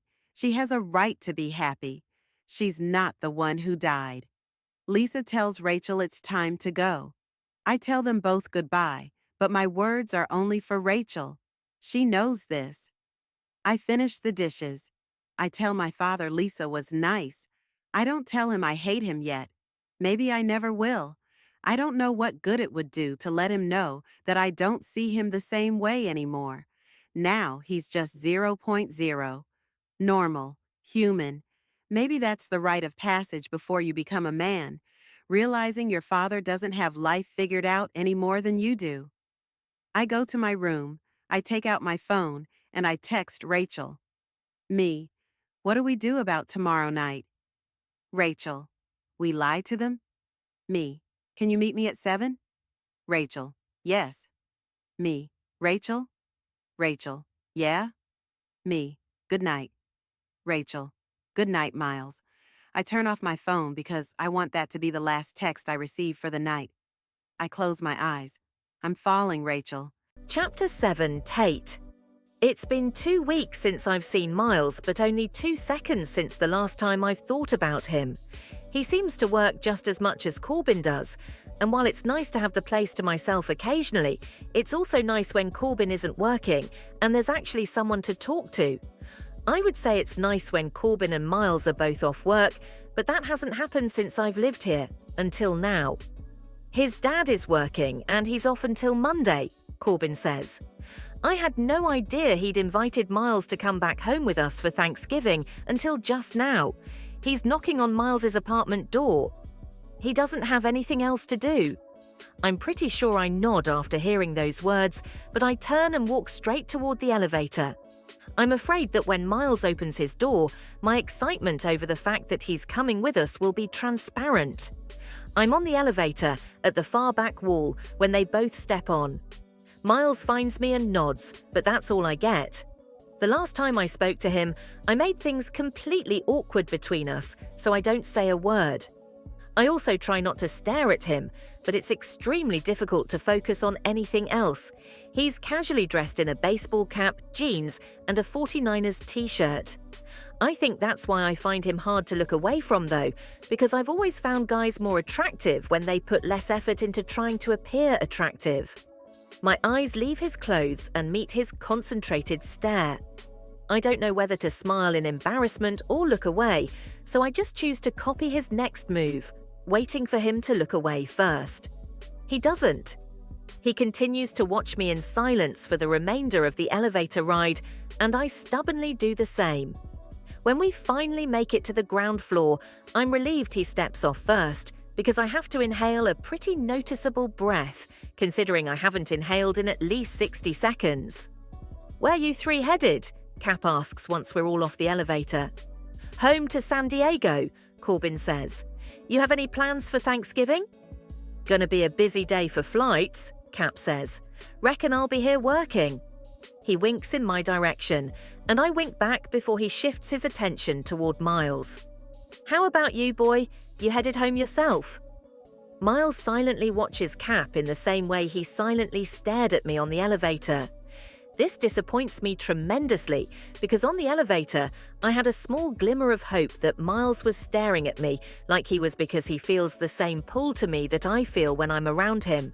But now, watching his visual standoff with Cap, I'm almost certain it doesn't mean Miles is attracted to a person simply because he stares unabashedly. Miles apparently just looks at everyone this way. A very silent and awkward 5 seconds follows, with neither of them speaking. Maybe Miles doesn't like being referred to as boy. "Have a good Thanksgiving, Cap," Miles finally utters, not even bothering to answer Cap's question. He turns and begins walking through the lobby with Corbin. I look at Cap and shrug my shoulders. "Wish me luck," I say quietly. "Seems Mr. Archer might be having another bad day." Cap smiles. "Nah," he says, backing up a step toward his chair. "Some people just don't like questions is all." He falls into his chair. He gives me a farewell salute, and I salute him back before walking toward the exit. I can't tell if Cap excuses Miles's rude behavior because he likes Miles, or if he just makes excuses for everyone. "I'll drive there if you want," Miles says to Corbin when we all reach the car. "I know you haven't slept yet. You can drive back tomorrow." Corbin agrees, and Miles opens the driver's side door. I climb into the back seat and try to figure out where to sit. I don't know if I should sit directly behind Miles, in the middle, or behind Corbin. Anywhere I sit, I'll feel him. He's everywhere. Everything is Miles. That's how it is when a person develops an attraction towards someone. He's nowhere, then suddenly he's everywhere, whether you want him to be or not. It makes me wonder if I'm anywhere to him, but the thought doesn't last long. I can tell when a guy's attracted to me, and Miles definitely does not fall into that category, which is why I need to figure out how to stop whatever this is I feel when I'm around him. The last thing I want right now is a silly crush on a guy when I've barely got time to focus on both work and school. I pull a paperback out of my purse and begin to read. Miles turns on the radio, and Corbin lays his seat back and kicks his feet up on the dash. "Don't wake me up until we're there," he says, pulling his cap over his eyes. I glance at Miles, and he's adjusting his rearview mirror. He turns around and looks behind us to back out of the spot, and his eyes briefly meet mine. "You comfortable?" he asks. He turns around before getting my answer and puts the car in drive, then glances at me in the rearview mirror. "Yep," I say. I make sure to tack a smile onto the end of that word. I don't want him to think I'm upset that he came, but it's hard for me not to appear closed off when I'm around him, since I'm trying so hard to be. He looks straight ahead, and I look back down at my book. 30 minutes pass, and the movement of the car accompanied by my attempt to read is making my head hurt.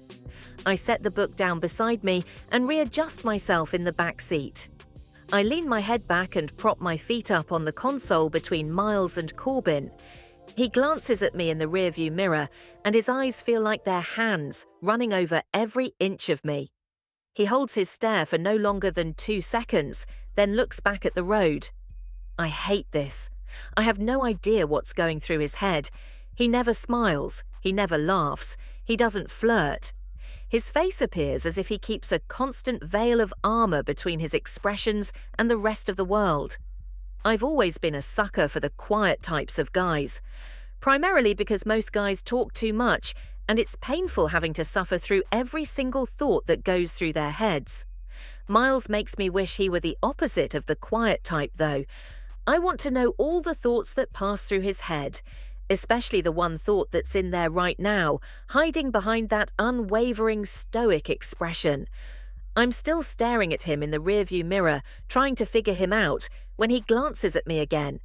I look down at my phone, a little embarrassed that he caught me staring at him. But that mirror is like a magnet, and damn it if my eyes don't shoot back up to it. The second I look into the mirror again, so does he. I look back down. Shit. This drive is about to be the longest drive of my entire life. I make it 3 minutes, then I look again. Shit, so does he. I smile, amused by whatever game this is we're playing. He smiles too. He smiles too. Miles looks back at the road, but his smile remains for several seconds. I know, because I can't stop staring at it. I want to take a picture of it before it disappears again, but that would be weird. He lowers his arm to rest it on the console, but my feet are in his way. I push up on my hands. Sorry, I say, as I begin to pull them back. His fingers wrap around my bare foot, stopping me. You're fine, he says. His hand is still wrapped around my foot. I'm staring at it. Holy hell, his thumb just moved. Deliberately moved, stroking the side of my foot. My thighs clench together, and my breath halts in my lungs, and my legs tense. Because I'll be damned if his hand didn't just caress my foot before he pulled it away. I have to chew on the inside of my cheek to keep from smiling. I think you're attracted to me, Miles. As soon as we arrive at my parents' place, my father puts Corbin and Miles to work hanging Christmas lights. I take our things into the house and give Corbin and Miles my room, since it's the only one with 2 beds. I take Corbin's old bedroom, then head to the kitchen to help my mum finish prepping dinner. Thanksgiving has always been a small affair at our house. Mum and Dad didn't like having to choose between families, and my dad was hardly ever home, since a pilot's busiest times of year are the holidays.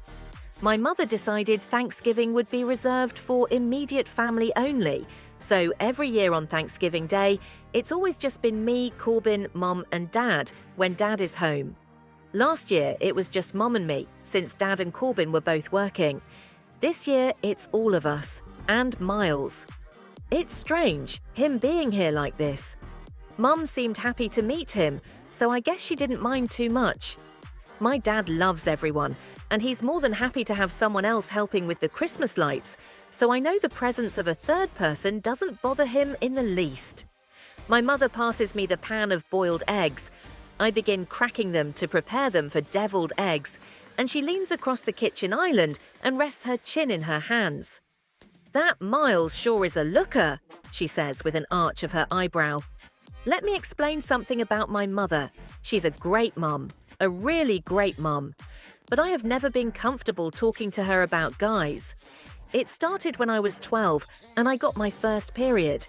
She was so excited she called 3 of her friends to tell them before she even explained what the hell was happening to me. I learned pretty early on that secrets aren't secrets once they reach her ears. He's not bad, I say, completely lying. I'm absolutely lying because he is a looker. His golden brown hair paired with those mesmerizing blue eyes, his broad shoulders, the scruff that lines his firm jaw when he's had a couple of days off work, the way he always smells so fantastically delicious, like he just stepped out of the shower and hasn't even towel dried yet. Oh my God, who the hell am I right now? Does he have a girlfriend? I shrug. I don't really know him, Mum. I take the pan to the sink and run water over the eggs to loosen the shells. How is Dad liking retirement? I ask, attempting to change the subject. My mother grins. It's a knowing grin, and I absolutely hate it. I guess I never have to tell her anything because she's my mum. She already knows. I blush, then turn around and finish cracking the damn eggs. Chapter 8, Miles, 6 years earlier. I'm going to Ian's tonight, I tell him. My father doesn't care. He's going out with Lisa. His mind is on Lisa. His everything is Lisa. His everything used to be Carol. Sometimes his everything was Carol and Miles. Now his everything is Lisa. That's okay, because my everything used to be him and Carol. Not anymore. I text her to see if she can meet me somewhere. She says Lisa just left to come to my house. She says I can come to her house and pick her up. When I get there, I don't know if I should get out of the car. I don't know if she wants me to. I do. I walk to her door and I knock. I'm not sure what to say when she opens the door. Part of me wants to tell her I'm sorry, that I shouldn't have kissed her. Part of me wants to ask her a million questions until I know everything about her. Most of me wants to kiss her again, especially now that the door's open and she's standing right in front of me. Want to come in for a little while, she asks. She won't be back for a few hours at least. I nod. I wonder if she loves my nod as much as I love hers. She shuts the door behind me, and I look around. Their apartment is small. I've never lived in a place this small. I think I like it. The smaller the house, the more a family is forced to love one another. They have no extra space not to. It makes me wish my dad and I would get a smaller place. A place where we'd be forced to interact. A place where we'd stop having to pretend that my mother didn't leave way too much space in our house after she died. Rachel walks to the kitchen. She asks me if I want something to drink. I follow her and ask her what she has. She tells me she has pretty much everything except milk, tea, soda, coffee, juice, and alcohol. I hope you like water, she says. She laughs at herself. I laugh with her. Water's perfect. Would have been my first choice. She gets us each a glass of water. We lean against opposite counters. We stare at each other. I shouldn't have kissed her last night. I shouldn't have kissed you, Rachel. I shouldn't have let you, she tells me. We stare at each other some more. I'm wondering if she would let me kiss her again. I'm wondering if I should leave. It'll be easy to stop this, I say. I'm lying. No, it won't, she says. She's telling the truth. You think they'll get married? She nods. For some reason, I don't love this nod as much. I don't love the question it's answering. Miles? She looks down at her feet. She says my name like it's a gun, and she's firing a warning shot, and I'm supposed to run. I sprint. What? We only rented the apartment for a month. I overheard her on the phone with him yesterday. She looks back up at me. We're moving in with you in 2 weeks. I trip over the hurdle. She's moving in with me. She'll be living in my house. Her mother is going to fill all my mother's empty spaces. I close my eyes. I still see Rachel. I open my eyes. I stare at Rachel. I turn around and grip the counter. I let my head fall between my shoulders. I don't know what to do. I don't want to like her. I don't want to fall in love with you, Rachel. I'm not stupid. I know how lust works. Lust wants what lust can't have. Reasoning wants Rachel to go away. I take reasoning's side and I turn to face Rachel again. This won't go anywhere, I tell her. This thing with us. It won't end well. I know, she whispers. How do we stop it? I ask her. She looks at me, hoping I'll answer my own question. I can't. Silence. Silence. Silence. Loud, deafening silence. I want to cover my ears with my hands. I want to cover my heart with armor. I don't even know you, Rachel. I should leave, I say. She tells me okay. I can't, I whisper. She tells me okay. We stare at each other. Maybe if I stare at her enough, I'll get tired of staring at her. I want to taste her again. Maybe if I taste her enough, I'll get tired of tasting her. She doesn't wait for me to reach her. She meets me halfway. I grab her face and she grabs my arms, and our guilt collides when our mouths collide. We lie to ourselves about the truth. We tell ourselves we've got this, when we don't have it at all. My skin feels better with her touching it. My hair feels better with her hands in it. My mouth feels better with her tongue inside of it. I wish we could breathe like this, live like this. Life would feel better with her like this. Her back is against the refrigerator now. My hands are beside her head. I pull away and look at her. I want to ask you a million questions, I say to her. She smiles. I guess you'd better get started. Where are you going to college? Michigan, she says. What about you? Staying here to get my bachelor's, and then my best friend Ian and I are going to flight school. I want to be a pilot. What do you want to be? Happy, she says with a smile. That's the perfect answer. When's your birthday? I ask her. January 3rd, she says. I'll be 18. When's yours? Tomorrow, I tell her. I'll be 18. She doesn't believe that my birthday is tomorrow. I show her my ID. She tells me happy early birthday. She kisses me again. What happens if they get married? I ask her. They'll never approve of us being together, even if they don't get married. She's right. It would be hard to explain to their friends, hard to explain to the rest of the family. So what's the point of continuing this if we know it won't end well? I ask her. Because we don't know how to stop. She's right. You're going to Michigan in 7 months, and I'll be here in San Francisco. Maybe that's our answer. She nods. 7 months? I nod. I touch her lips with my finger, because her lips are the kind of lips that need appreciating, even when they aren't being kissed. We do this for 7 months. We don't tell anyone. Then I stop talking, because I don't know how to say the words, we stop. Then we stop, she whispers. Then we stop, I agree. She nods and I can actually hear our countdown begin. I kiss her, and it feels even better now that we have a plan. We've got this, Rachel. She smiles in agreement. We've got this, Miles. I give her mouth the appreciation it deserves. I'm gonna love you for 7 months, Rachel. Chapter 9. Tate. "Nurse!" Corbin yells. He walks into the kitchen, and Miles is following behind him. Corbin steps aside and points toward Miles. His hand is covered in blood. It's dripping. Miles is looking at me like I'm supposed to know what to do. This isn't an ER. This is my mom's kitchen. "A little help here?" Miles says, gripping his wrist tightly. His blood is dripping all over the floor. "Mom!" I yell. "Where's your first aid kit?" I'm opening cabinets, trying to find it. "Downstairs bathroom, under the sink," she yells. I point toward the bathroom, and Miles follows me. I open the cabinet and pull out the kit. Closing the lid on the toilet, I direct Miles to take a seat. Then I sit on the edge of the tub and pull his hand to me. "What did you do?" I begin to clean it and inspect the cut. It's deep, right across the center of his palm. Grabbed the ladder. It was falling. I shake my head. "You should have just let it fall." "I couldn't," he says. "Corbin was on it." I look up at him, and he's watching me with those contrastingly intense blue eyes of his. I look back down at his hand. "You need stitches." "You sure?" "Yeah," I say. "I can drive you to the ER. Can't you just stitch it up here?" I shake my head. "I don't have the right supplies. I need sutures. It's pretty deep."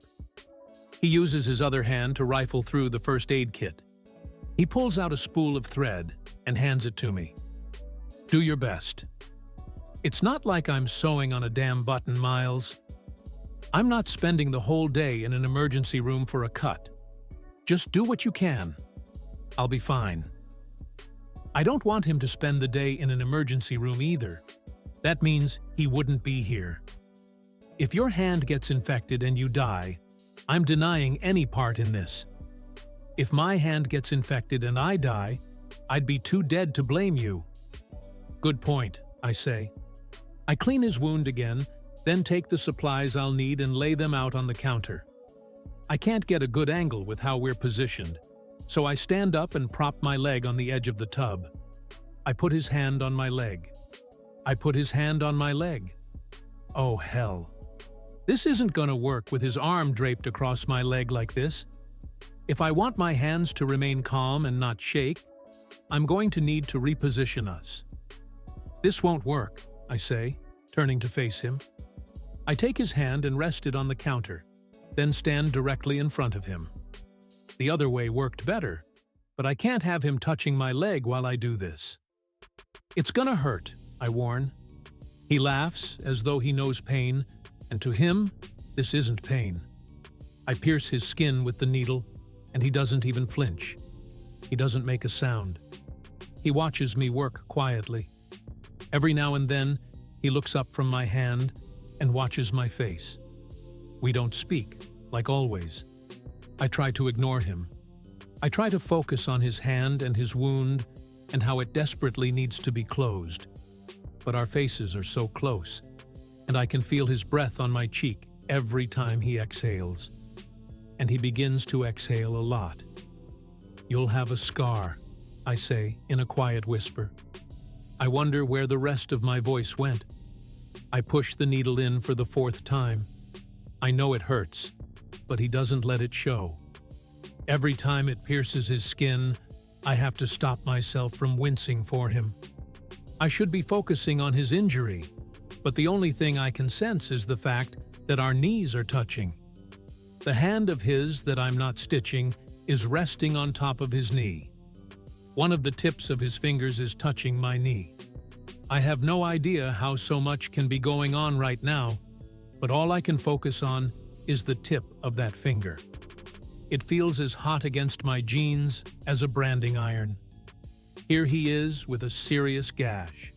blood soaking into the towel beneath his hand, my needle piercing his skin, and all I can focus on is that tiny little contact between my knee and his finger.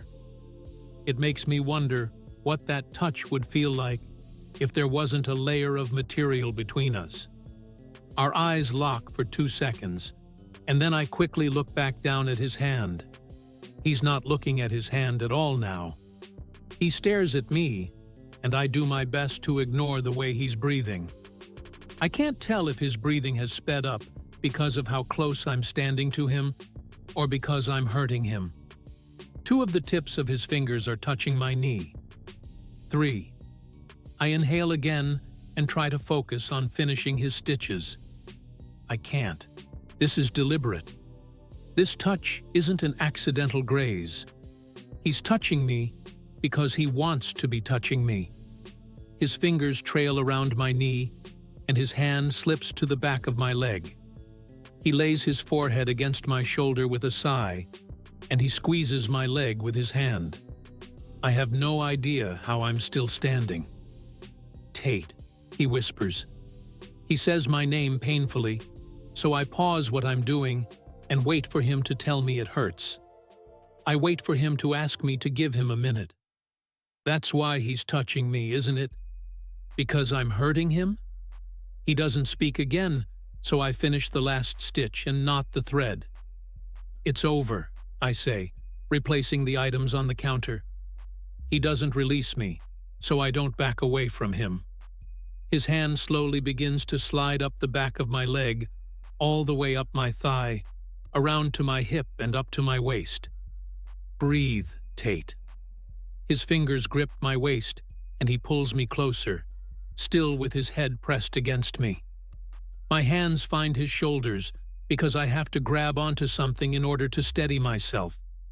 Every muscle in my body somehow just forgot how to do its job. I'm still standing, and he's still sitting. But I'm positioned between his legs now that he's pulled me so close. He slowly begins to lift his face from my shoulder, and I have to close my eyes because he's making me so nervous I can't look at him. I feel him tilt his face up to look at me, but my eyes are still closed. I squeeze them a little tighter. I don't know why.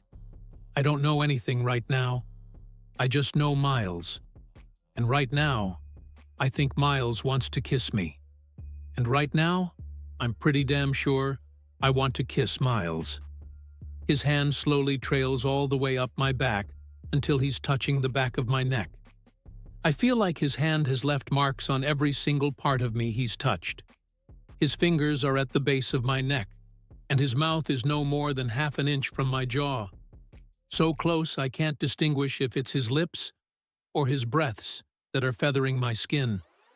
I feel like I'm about to die, and there isn't a damn thing in that first aid kit that could save me. He tightens his grip on my neck, and then he kills me. Or he kisses me. I can't tell which, since I'm pretty sure they would feel the same.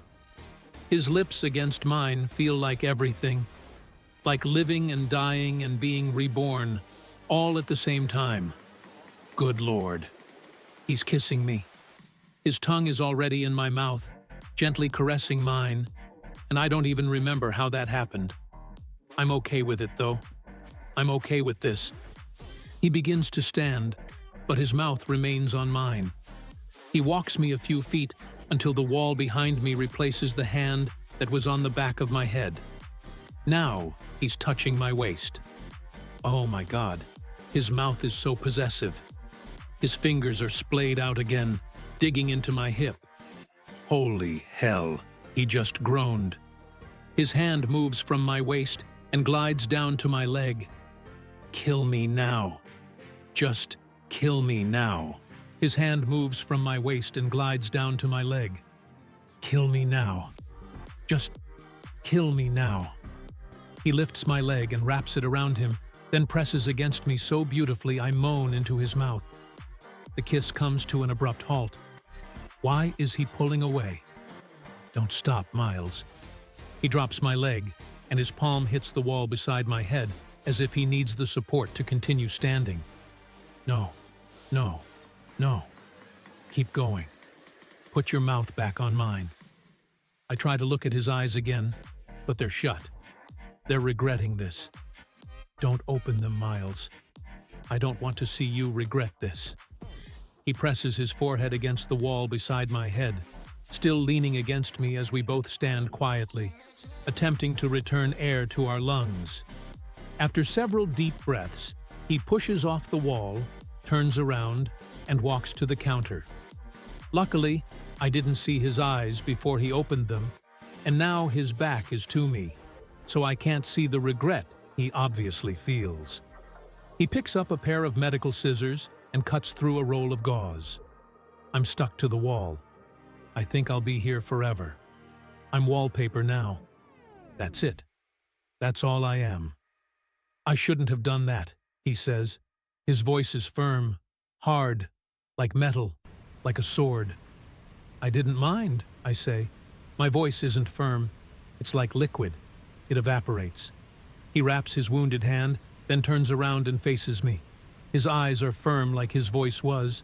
They're also hard, like metal, like swords, slicing through the ropes that held what little dangling hope I had for him and me and that kiss. Don't let me do that again, he says. I want him to do that again more than I want Thanksgiving dinner. But I don't tell him that. I can't speak because his regret is caught in my throat. He opens the bathroom door and leaves. I'm still stuck to the wall. What? The hell? I'm no longer stuck to the bathroom wall.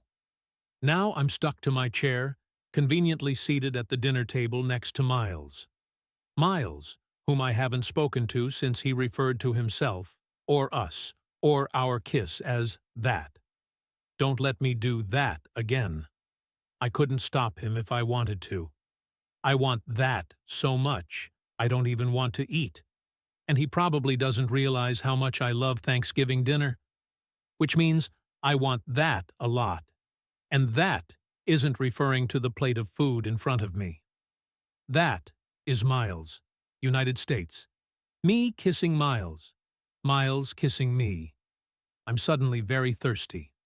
I grab my glass and down half of my water in 3 huge gulps. Do you have a girlfriend, Miles? My mother asks.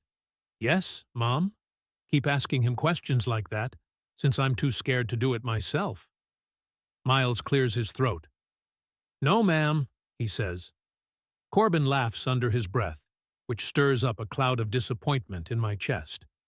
Apparently, Miles has the same view on relationships as Corbin does, and Corbin finds it amusing that my mother would assume he's capable of commitment. I suddenly find the kiss we shared earlier a lot less impactful. Well, aren't you quite the catch then, she says. Airline pilot, single, handsome, polite. Miles doesn't respond. He smiles faintly and shovels a bite of potatoes into his mouth. He doesn't want to talk about himself. That's too bad. Miles hasn't had a girlfriend in a long time, Mom, Corbin says, confirming my suspicion. Doesn't mean he's single, though. My mom tilts her head in confusion. So do I. So does Miles. What do you mean? She says. Her eyes immediately grow wide, though. Oh, I'm so sorry. That's what I get for being nosy. She says the last part of her sentence like she just came to some realization that I still haven't come to. She's apologizing to Miles now. She's embarrassed, still confused. Am I missing something? My dad asks. My mother points her fork at Miles. He's gay, honey, she says. Ponto. Is not, my dad says firmly, laughing at her assumption. I'm shaking my head. Don't shake your head, Tate. Miles isn't gay, I say defensively, looking at my mother. Why did I say that out loud? Now Corbin looks confused. He looks at Miles. A spoonful of potatoes is paused in midair in front of Miles, and his eyebrow is cocked. He's staring at Corbin. Oh, shit, Corbin says. I didn't know it was a secret. Dude, I'm so sorry. Miles lowers his spoonful of mashed potatoes to his plate, still eyeing Corbin with a perplexed look about him. I'm not gay. Corbin nods. He holds up his palms and mouths. I'm sorry. Like he didn't mean to reveal such a big secret. Miles shakes his head. Corbin, I'm not gay. Never have been. And pretty sure I never will be. What the hell, man? Corbin and Miles are staring at each other, and everyone else is watching Miles. But, Corbin stutters, you said? One time you told me? Miles drops his spoon and covers his mouth with his hand, stifling his loud laughter. Oh my God, Miles. Laugh, laugh, laugh, laugh. Please think this is the funniest thing that's ever happened, because your laugh is also so much better than Thanksgiving dinner. What did I say to you that made you think I was gay? Corbin sits back in his chair. I don't remember exactly. You said something about not being with a girl in more than 3 years. I just thought that was your way of telling me you were gay. Everyone is laughing now. Even me. That was more than 3 years ago. This whole time you've thought I was gay? Corbin is still confused. But tears. Miles has tears. He's laughing so hard. It's beautiful. I feel bad for Corbin. He's kind of embarrassed. I do like how Miles thinks it's funny, though. I like that it didn't embarrass him. 3 years, my dad says, still stuck on the same thought I'm still kind of stuck on. That was 3 years ago, Corbin says, finally laughing along with Miles. It's probably been 6 by now. The table slowly grows quiet. This embarrasses Miles. I keep thinking about that kiss in the bathroom earlier, and how I know for a fact it hasn't been 6 years since he's been with a girl. A guy with a mouth as possessive as that one knows how to use it, and I'm sure it gets used a lot. I don't want to think about it. I don't want my family thinking about it. You're bleeding again, I say, looking down at the blood-soaked gauze that's still wrapped around his hand. I turn to my mother. Do you have any liquid bandage? No, she says. That stuff scares me. I look at Miles. After we eat, I'll check it, I say. Miles nods but never looks at me. My mother asks me about work, and Miles is no longer the center of attention. I think he's relieved about that. I turn off my light and crawl into bed, not sure what to make of today. We never spoke again after dinner, even though I spent a good 10 minutes redressing his wound in the living room. We didn't speak through the entire process. Our legs didn't touch. His finger didn't touch my knee. He didn't even look up at me. He just watched his hand the entire time, focused on it like it would fall off if he looked away. I don't know what to think about Miles or that kiss. He's obviously attracted to me, or he wouldn't have kissed me. Sadly, that's enough for me. I don't even care if he likes me. I just want him to be attracted to me, because the liking can come later.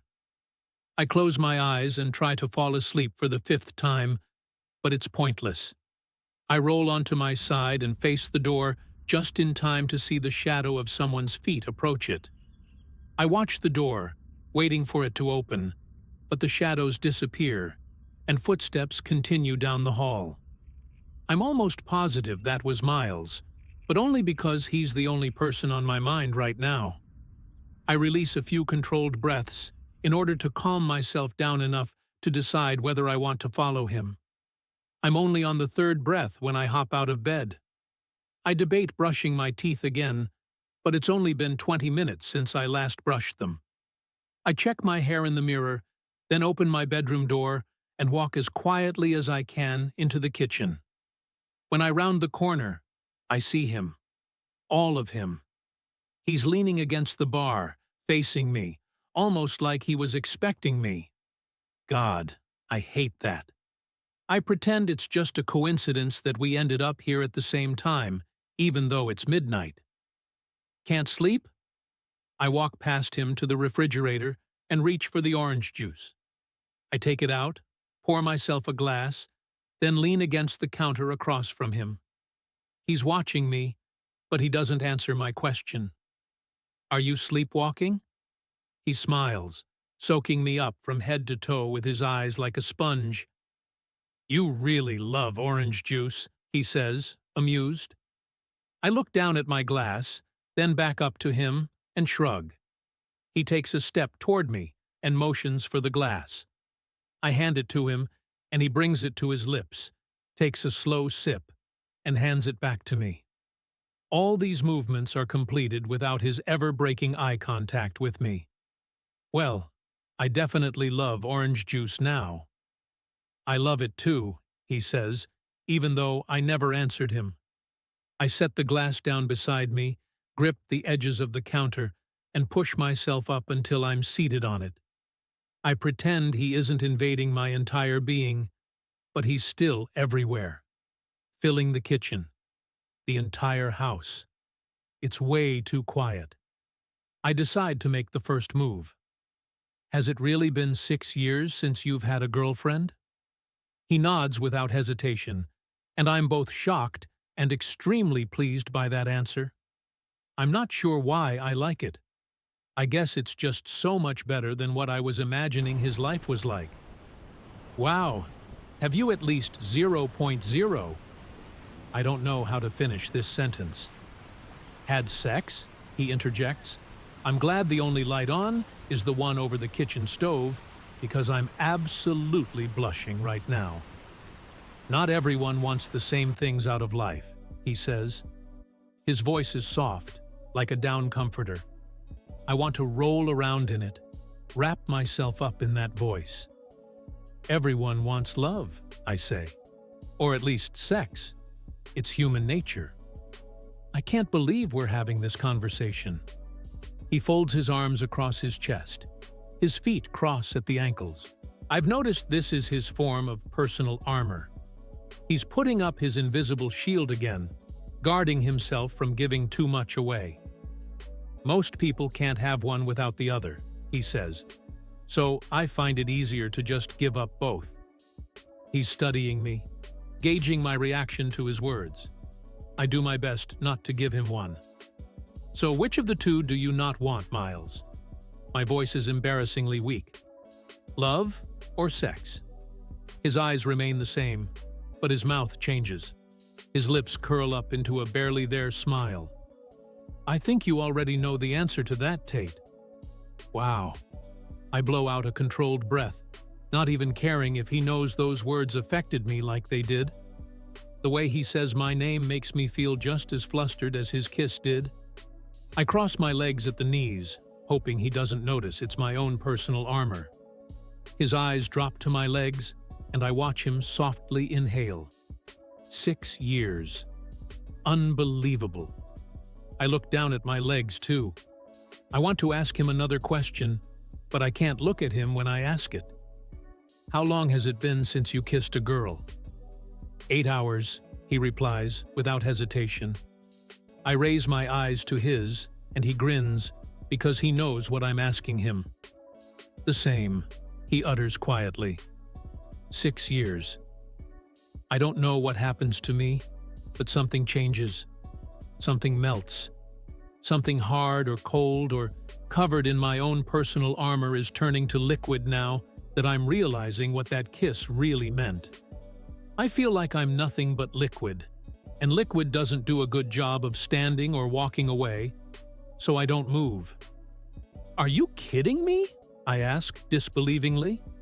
I think he's the one blushing now. I'm so confused. I don't understand how I've pegged him so wrong, or how what he's saying is even possible. He's good-looking.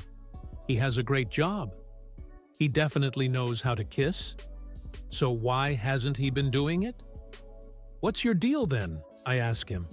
You have STDs? It's the nurse in me. I have no medical filter. He laughs. Pretty damn clean, he says. He still doesn't explain himself, though. If it's been 6 years since you kissed a girl, then why did you kiss me? I was under the impression you didn't even really like me. You're really hard to read. He doesn't ask me why I'm under the impression that he doesn't like me. I think if it's obvious to me that he's different when he's around me, it's been intentional on his part. It's not that I don't like you, Tate. He sighs heavily and runs his hands through his hair, gripping the back of his neck. I just don't want to like you. I don't want to like anyone. I don't want to date anyone. I don't want to love anyone. He folds his arms back across his chest and looks down at the floor. You just what? I ask, urging him to finish that sentence. His eyes slowly lift back to mine, and it takes all I have to stay seated on this counter with the way he's looking at me right now, like I'm Thanksgiving dinner. I'm attracted to you, Tate, he says, his voice low. I want you, but I want you without any of that other stuff. I have no thoughts left. Brain equals liquid. Heart equals butter. I can still sigh, though, so I do. I wait until I can think again. Then I think a lot. He just admitted that he wants to have sex with me. He just doesn't want it to lead to anything. I don't know why this flatters me. It should make me want to punch him. But the fact that he chose to kiss me after not having kissed anyone for 6 straight years makes this new confession seem like I just won a Pulitzer. We're staring at each other again, and he looks a little bit nervous. I'm sure he's wondering if he just pissed me off. I don't want him to think that, because, honestly, I want to yell, "I won!" at the top of my lungs. I have no idea what to say. We've had the strangest and most awkward conversations since I met him, and this one definitely takes the cake. Our conversations are so weird, I say. He laughs with relief. Yes. The word yes is so much more beautiful coming from his mouth, laced with that voice. He could probably make any word beautiful. I try to think of a word I hate. I kind of hate the word ox. It's an ugly word, too short and clipped. I wonder if his voice could make me love that word. Say the word ox. His eyebrow rises, like he's wondering if he heard me right. He thinks I'm weird. I don't care. Just say it, I tell him. Ox, he says, with slight hesitation. I smile. I love the word ox. It's my new favorite word. You're so weird, he says, amused. I uncross my legs. He notices. So, Miles, I say, let me see if I've got this straight. You haven't had sex in 6 years. You haven't had a girlfriend in 6 years. You haven't kissed a girl in 8 hours. You don't like relationships, obviously, or love. But you're a guy. Guys have needs. He's watching me, still amused. Go on, he says with that unintentionally sexy smirk. You don't want to be attracted to me, but you are. You want to have sex with me, but you don't want to date me. You also don't want to love me. You also don't want me to want to love you. I'm still amusing him. He's still smiling. I didn't realize I was so transparent. You're not, Miles. Believe me. If we do this, I think we should take it slow, I say teasingly. I don't want to pressure you into anything you aren't ready for. You're practically a virgin. He loses his smile and takes 3 deliberately slow steps toward me. I stop smiling because he is seriously intimidating. When he reaches me, he places his hands on either side of me, then leans in close to my neck. It's been 6 years, Tate. Believe me when I tell you, I'm ready. Those all just became my new favorite words, too. Believe and me and when and I and tell and you and I'm and ready. Favorites. All of them. He pulls back and can more than likely tell I'm not breathing at the moment. He steps back to his spot opposite from me. He's shaking his head like he can't believe what just happened. I can't believe I just asked you for sex. What kind of guy does that? I swallow. Pretty much all of them. He laughs, but I can tell he feels guilty. Maybe he's afraid I can't handle this. He might be right, but I'm not about to let him know that. If he thinks I can't handle this, he'll retract everything he's saying. If he retracts everything he's saying, that means I don't get to experience another kiss like the one he gave me earlier. I'd agree to anything if it means I get to be kissed by him again, especially if it means I get to experience more than just his kiss. Simply thinking about it makes my throat dry. I pick up my glass and take another slow sip of my juice while I silently work this out in my head. He wants me for sex. I kind of miss sex. It's been a while. I know I'm definitely attracted to him and can't think of anyone else in my life I'd rather have casual, meaningless sex with than my airline pilot, laundry-folding neighbor. I set the cup of juice back down, then press my palms into the counter and lean slightly forward. Listen to me, Miles. You're single. I'm single.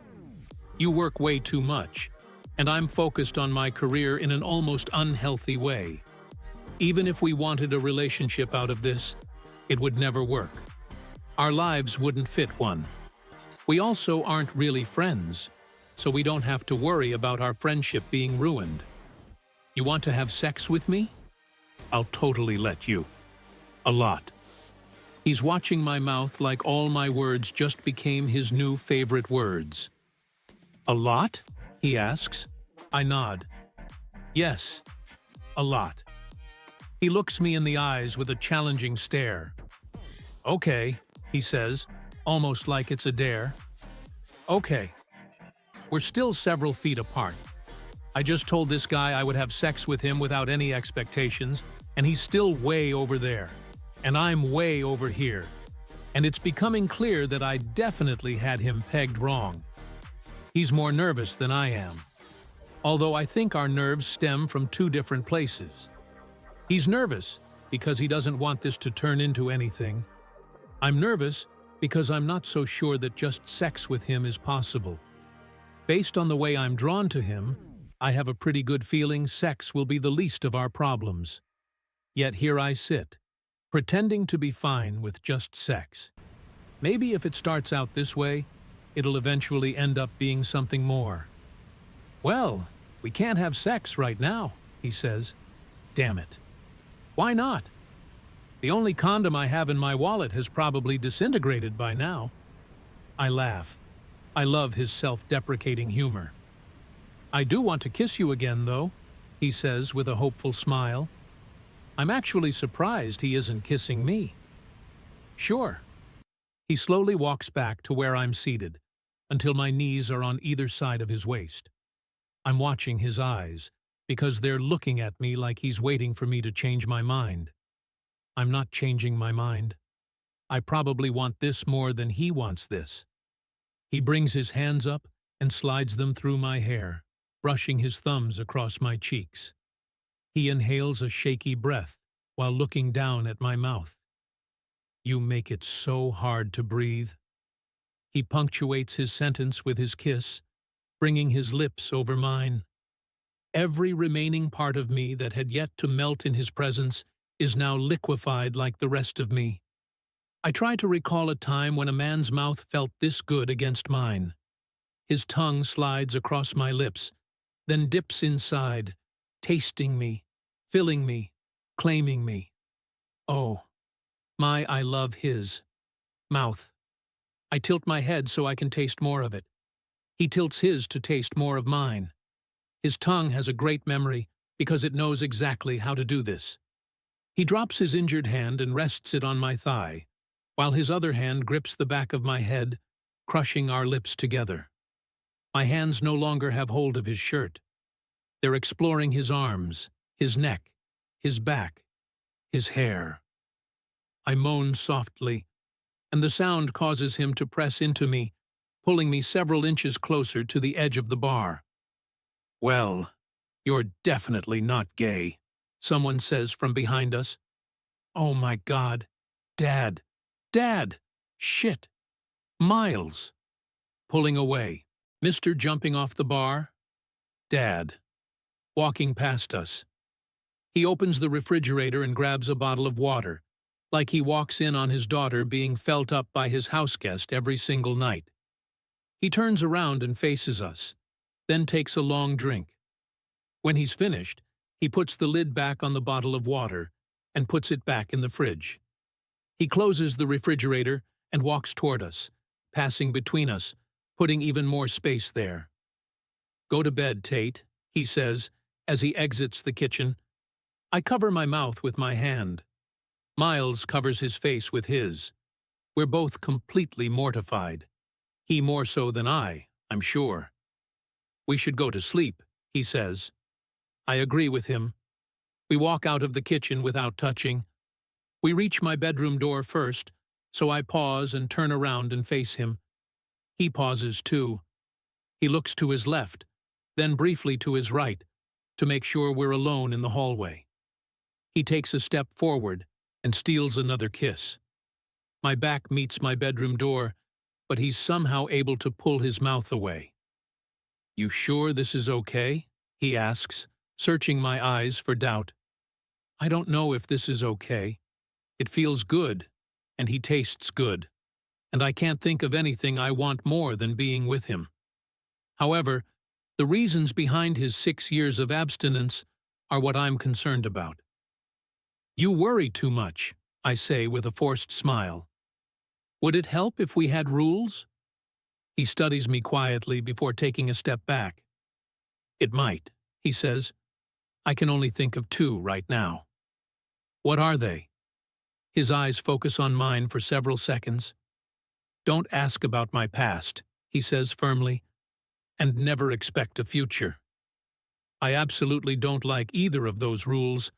They both make me want to change my mind about this arrangement and turn and run away. But instead, I'm nodding. I'm nodding because I'll take what I can get. I'm not Tate when I'm near Miles. I'm Liquid, and Liquid doesn't know how to be firm or stand up for itself. Liquid flows. That's all I want to do with Miles. Flow. "Well, I only have one rule," I say quietly. He waits for my rule. I can't think of a rule. I don't have any rules. Why don't I have rules? He's still waiting. I don't know what it is yet, but when I think of it, you have to follow it. Miles laughs. He leans forward and kisses me on the forehead, then walks toward his room. He opens the door but glances back at me for a brief second before disappearing into the room. I'm not positive, but I'm pretty sure the expression I just saw on his face was fear. I just wish I knew what he was scared of, because Lord knows I know exactly what I'm afraid of. I'm afraid of how this is going to end. Chapter 10, while 6 years earlier, Ian knows. I had to tell him. After the first week of school, he knew everything became Rachel. Rachel knows Ian knows. Rachel knows he won't say anything. I give Rachel my room when she moves in, and I take the spare bedroom. My room is the only spare bedroom with its own bathroom. I want Rachel to have the better room. "Do you want this box in here?" Ian asks Rachel. Rachel asks what it is, and he tells her it's all her bras and underwear. I thought maybe I should just go ahead and put it in Miles's room. Rachel rolls her eyes at Ian. "Hush," she tells him. He laughs. He likes that he's in on such a private thing. That's why he would never tell. He knows the power of secrets. Ian leaves after all the boxes are unloaded. My father passes me in the hallway and pauses. His pause means I should pause too. "Thank you, Miles." He thinks I'm okay with this, with the fact that he's allowing another woman to push out the last reminders of my mother. I'm not okay with it. I'm just pretending to be okay with it, because none of it matters. Rachel matters, not him. "No problem," I say. He begins walking, then pauses again. He tells me he appreciates that I'm being nice to Rachel. He says he wishes he and Mom could have given me a sibling when I was younger. He says I make a good brother. Words are awful when they come out of his mouth. I walk back to Rachel's room. I close the door. It's just the two of us. We smile. I walk to her and wrap my arms around her, then I kiss her neck. It's been 3 weeks since the first night I kissed her. I can count the times I've kissed her since then. We can't interact like this at school. We can't interact like this in public. We can't interact like this in front of our parents. I can only touch her when we're alone, and we haven't been able to be alone much in the last 3 weeks. Now, Now I kiss her. We need a few guidelines so we don't get ourselves in trouble, she says. She separates herself from me. She sits at my desk and I sit on my bed. Well, she sits at her desk and I sit on her bed. First, she says, no making out when they're home. It's too risky. I don't want to agree to that rule, but I'm nodding my head. Second, no sex. I'm not nodding anymore. Ever? I ask her. She's nodding. Oh, I really hate that nod. Why? She sighs heavily. Sex will make it that much harder when our time is up. You know that. She's right. She's also completely wrong, but I have a feeling she'll figure that out later. Can I ask what rule number 3 is before I agree to rule number 2? She grins. There is no rule number 3. I grin. So sex is the only thing off limits? And we're talking penetration, right? Not oral? She covers her face with her hands. Oh my God, do you have to get so specific? She's cute when she's embarrassed. Just clarifying. I have a lifetime of things I want to do to you and only 6 months left to do them all. Let's leave the specifics up to the situation, she says. Fair enough, I say, admiring the blush in her cheeks. Rachel, are you a virgin? Her cheeks grow even redder. She shakes her head and tells me no. She asks if that bothers me. Not at all, I say, being honest. She asks if I'm a virgin, but her voice is timid when she asks it. No, I say. But now that I've met you, I kind of wish I was. She likes that I said this to her. I stand up and prepare to head to my new bedroom to begin rearranging. Before I walk out, I lock her bedroom door from the inside, and then I turn around and smile at her. I slowly walk to her. I take her by the hands and pull her up. I wrap my arm around her lower back and pull her against me. I kiss her. Chapter 11. Tate. I have to pee. Corbin groans. Again? I haven't been in 2 hours, I say defensively. I really don't have to use the bathroom, but I do need to get out of this car. After the conversation I had with Miles last night, the car feels different with him in it. It feels like there's more of him, and every minute that passes and he's not talking, I'm wondering what's going through his head. I'm wondering if he regrets our conversation. I'm wondering if he's going to pretend it never happened. I wish my dad would have pretended it never happened. Before we left this morning, I was seated at the kitchen table with him when Miles walked in. "Sleep well, Miles?" he asked as Miles took a seat at the table. I thought he was going to flush with embarrassment, but instead, he regarded my dad with a shake of his head. "Not too well," Miles replied. "Your son talks in his sleep." My father picked up his glass and lifted it in Miles's direction. "Good to know you were in the room with Corbin last night." Luckily, Corbin had yet to sit down and hear that comment from my father. Miles was quiet through the rest of breakfast, and the only time I noticed him speaking after that was when Corbin and I were both in the car. Miles stepped over to my father and shook his hand, saying something that only my father could hear. I tried to read my father's expression, but he kept a tight lid on it. My father is almost as good at hiding his thoughts as Miles is. I really want to know what Miles said to my father this morning before we left. I also want to know about a dozen other answers to questions I have about Miles. When we were younger, Corbin and I always agreed that if we could have any superpower, it would be the ability to fly. Now that I know Miles, I've changed my mind. If I had a superpower, it would be infiltration. I would infiltrate his mind so I could see every single one of his thoughts. I would infiltrate his heart and spread myself around like a virus. I would call myself the Infiltrator. Yeah, that has a nice ring to it. "Go pee," Corbin says with agitation as he puts the car in park. I wish I were in high school again so I could call him a butthole. Adults don't call their brothers buttholes, though. I get out of the car and feel a little more like I can breathe again until Miles opens his door and steps out of the car and into the world. Now, Miles seems even bigger and my lungs seem smaller. We walk together into the gas station, but we don't speak. It's funny how that works. Sometimes not speaking says more than all the words in the world. Sometimes my silence is saying, "I don't know how to speak to you. I don't know what you're thinking. Talk to me. Tell me everything you've ever said. All the words, starting from your very first one." I wonder what his silence is saying. Once we're inside, he spots the sign for the bathrooms first, so he nods his head and steps in front of me. He leads, I let him. Because he's a solid and I'm a liquid, and right now, I'm just his wake. When we reach the bathrooms, he walks into the men's restroom without pause. He doesn't turn and look at me. He doesn't wait for me to walk into the women's first. I push the door open, but I don't need to use the restroom. I just wanted to breathe, but he's not letting me. He's invading. I don't think he means to. He's just invading my thoughts and my stomach and my lungs and my world. That's his superpower. Invasion, the invader, and the infiltrator. They pretty much have the same meaning, so I guess we make one screwed up team. I wash my hands and waste enough time to make it seem like I actually needed Corbin to stop here. I open the door to the bathroom, and he's invading again. He's in my way, standing in front of the doorway that I'm trying to exit. He doesn't move, even though he's invading. I don't really want him to, though, so I let him stay. "You want something to drink?" he asks. I shake my head. "I have water in the car." "Hungry?" I tell him I'm not. He seems slightly disappointed that I don't want anything. Maybe he doesn't want to go back to the car yet. "I might want some candy, though," I say. One of his rare and treasured smiles slowly appears. "I'll buy you some candy then." He turns and walks toward the candy aisle. I stop next to him and look at my options. We stare at the candy for way too long. I don't even really want any, but we both stare at it anyway and pretend we do. "This is weird," I whisper. "What's weird?" he asks. "Picking out candy or having to pretend we don't both want to be in the back seat right now?" Wow, I feel like I really did infiltrate his thoughts somehow. Only they were words that he willingly spoke, words that made me feel really good. "Both," I say steadily. I turn to face him.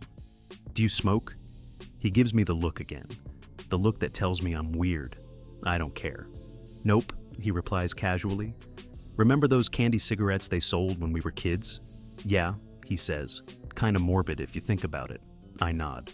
"Corbin and I used to get those all the time. There's no way in hell I'd let my child buy those things." "I doubt they make them anymore," Miles says. We face the candy again. "Do you?" he asks. "Do I what?" "Smoke?" I shake my head. "Nope." "Good," he says. We stare at the candy a little bit longer. He turns to face me, and I glance up at him. "Do you even want any candy, Tate?" "Nope."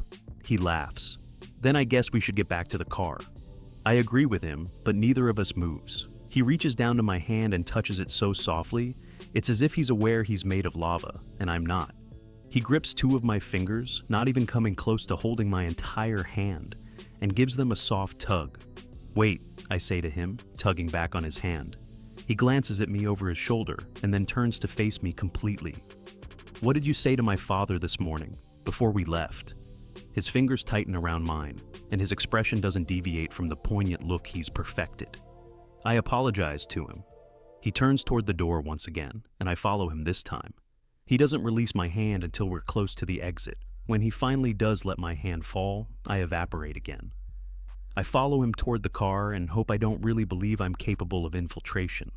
I remind myself he's made of armor. He's impenetrable. I don't know if I can do this, Miles. I don't know if I can follow rule number 2, because I suddenly want to climb into your future more than I want to climb into the back seat with you. "Long line?" Miles says to Corbin once we're both inside the car.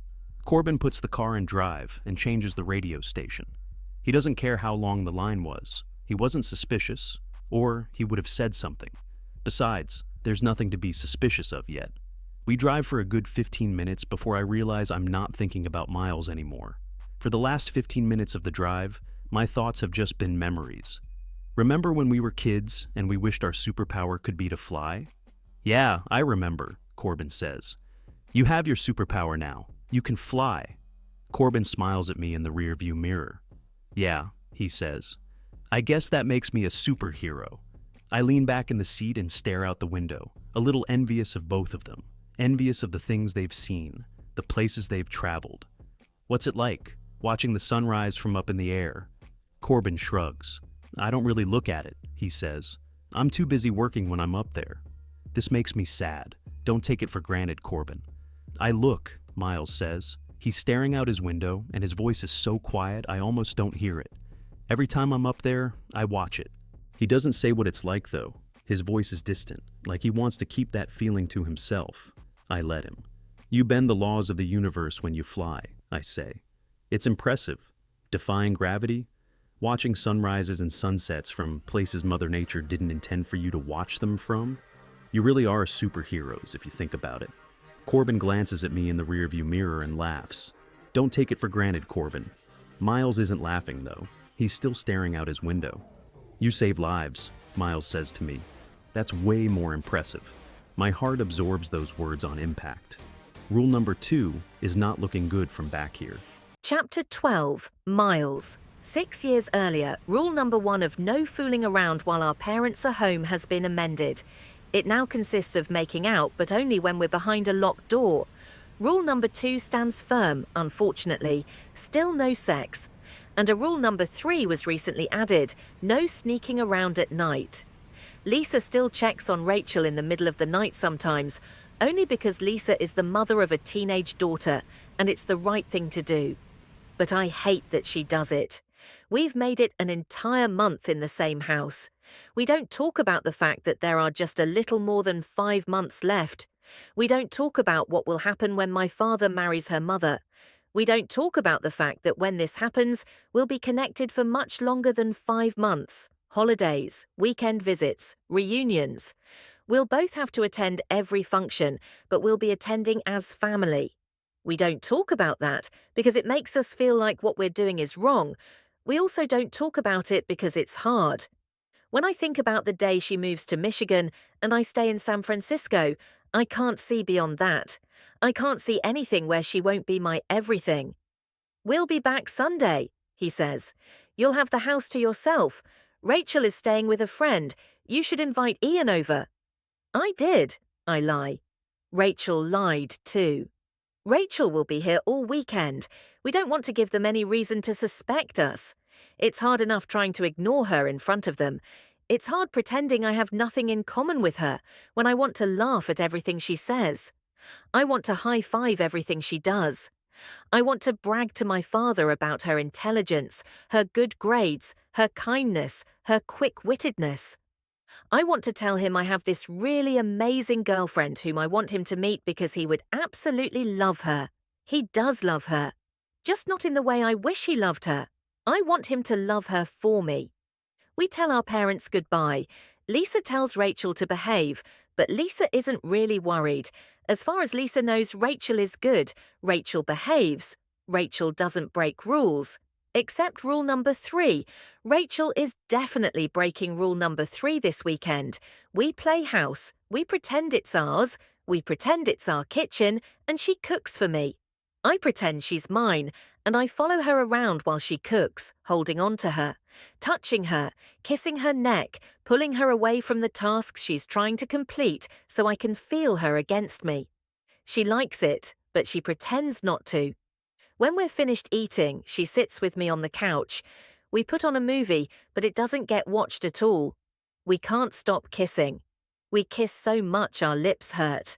Our hands hurt, our stomachs hurt, because our bodies want to break rule number 2 so bad. It's going to be a long weekend. I decide I need a shower, or I'll be begging for an amendment to rule number 2. I take a shower in her bathroom. I like this shower. I like it more than I liked it back when it was just my shower. I like seeing her things in here. I like looking at her razor and imagining what she looks like when she uses it. I like looking at her shampoo bottles and thinking about her with her head tilted back beneath the stream of water as she rinses it out of her hair. I love that my shower is her shower too. Miles, she says. She's knocking, but she's already inside the bathroom. The water is hot on my skin, but her voice just made it even hotter. I open the shower curtain. Maybe I open it too far because I want her to want to break rule number 2. She inhales a soft breath, but her eyes fall where I want them to. Rachel, I say, grinning at the embarrassed look on her face. She looks me in the eyes. She wants to take a shower with me. She's just too shy to ask. Get in, I say. My voice is hoarse, like I've been screaming. My voice was fine 5 seconds ago. I close the shower curtain to hide what she's doing to me, but also to give her privacy while she undresses. I haven't seen her without her clothes on. I've felt what's underneath them. I'm suddenly nervous. She turns the light off. Is that fine? She asks timidly. I say it is, but I wish she were more confident. I need to make her more confident. She opens the shower curtain, and I see one of her legs make its way in first. I swallow when the rest of her body follows.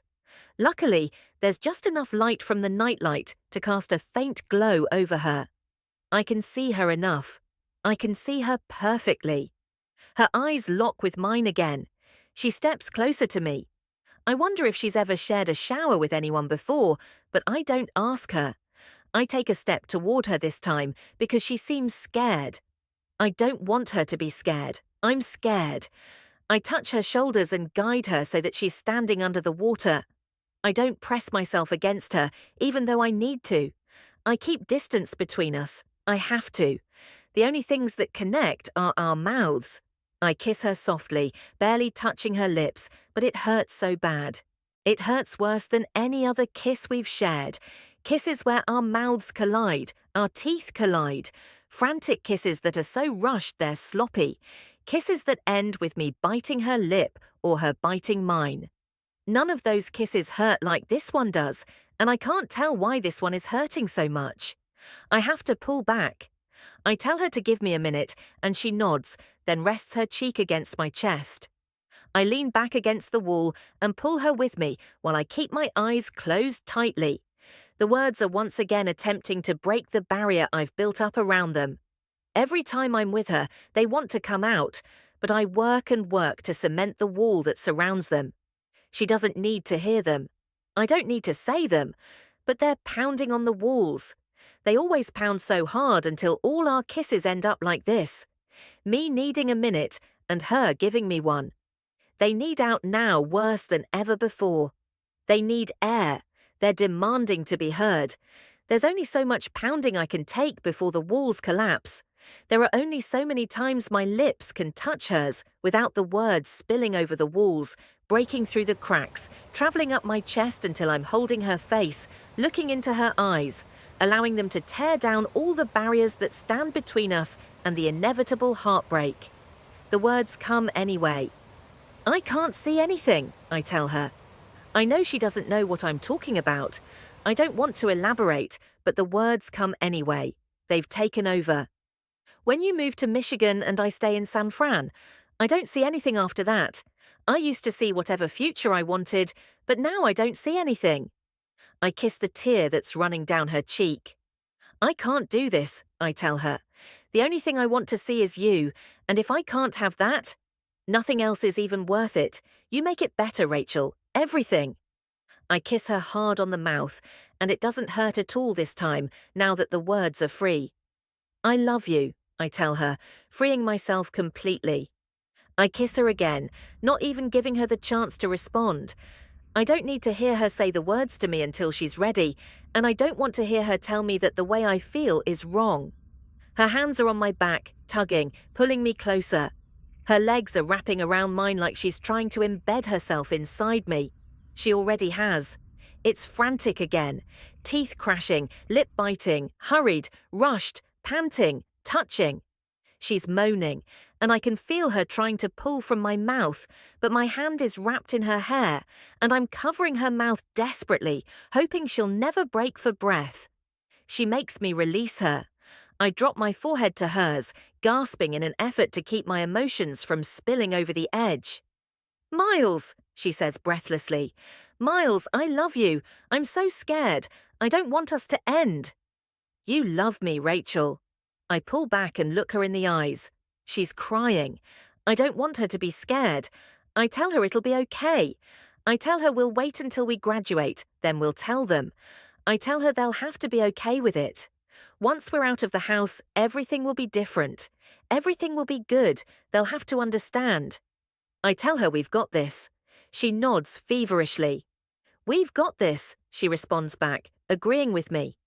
I press my forehead to hers. "We've got this, Rachel," I tell her. "I can't quit you now. No way." She takes my face between her palms and she kisses me. "You fell in love with me, Rachel." Her kiss removes a weight from my chest that is so heavy I feel like I'm floating. I feel like she's floating with me. I turn her until her back is against the wall. I bring her arms above her head and link my fingers through hers, pressing her hands into the tile wall behind her. We look into each other's eyes, and we completely shatter rule number 2. Chapter 13. Tate. Thanks for making me go, Miles says to Corbin. Aside from another hand injury and finding out you thought I was gay, I had a good time. Corbin laughs and turns to unlock our door. It's not exactly my fault I assumed you were gay. You never talk about girls, and you've apparently left sex off your schedule for 6 years straight. Corbin gets the door open and walks inside toward his bedroom. I stand in the doorway, facing Miles. He's looking straight at me, invading me. It's on the agenda now, he says with a smile. I'm an agenda now. I don't want to be an agenda. I want to be a plan, a map. I want to be on a map to his future. But that breaks rule number 2.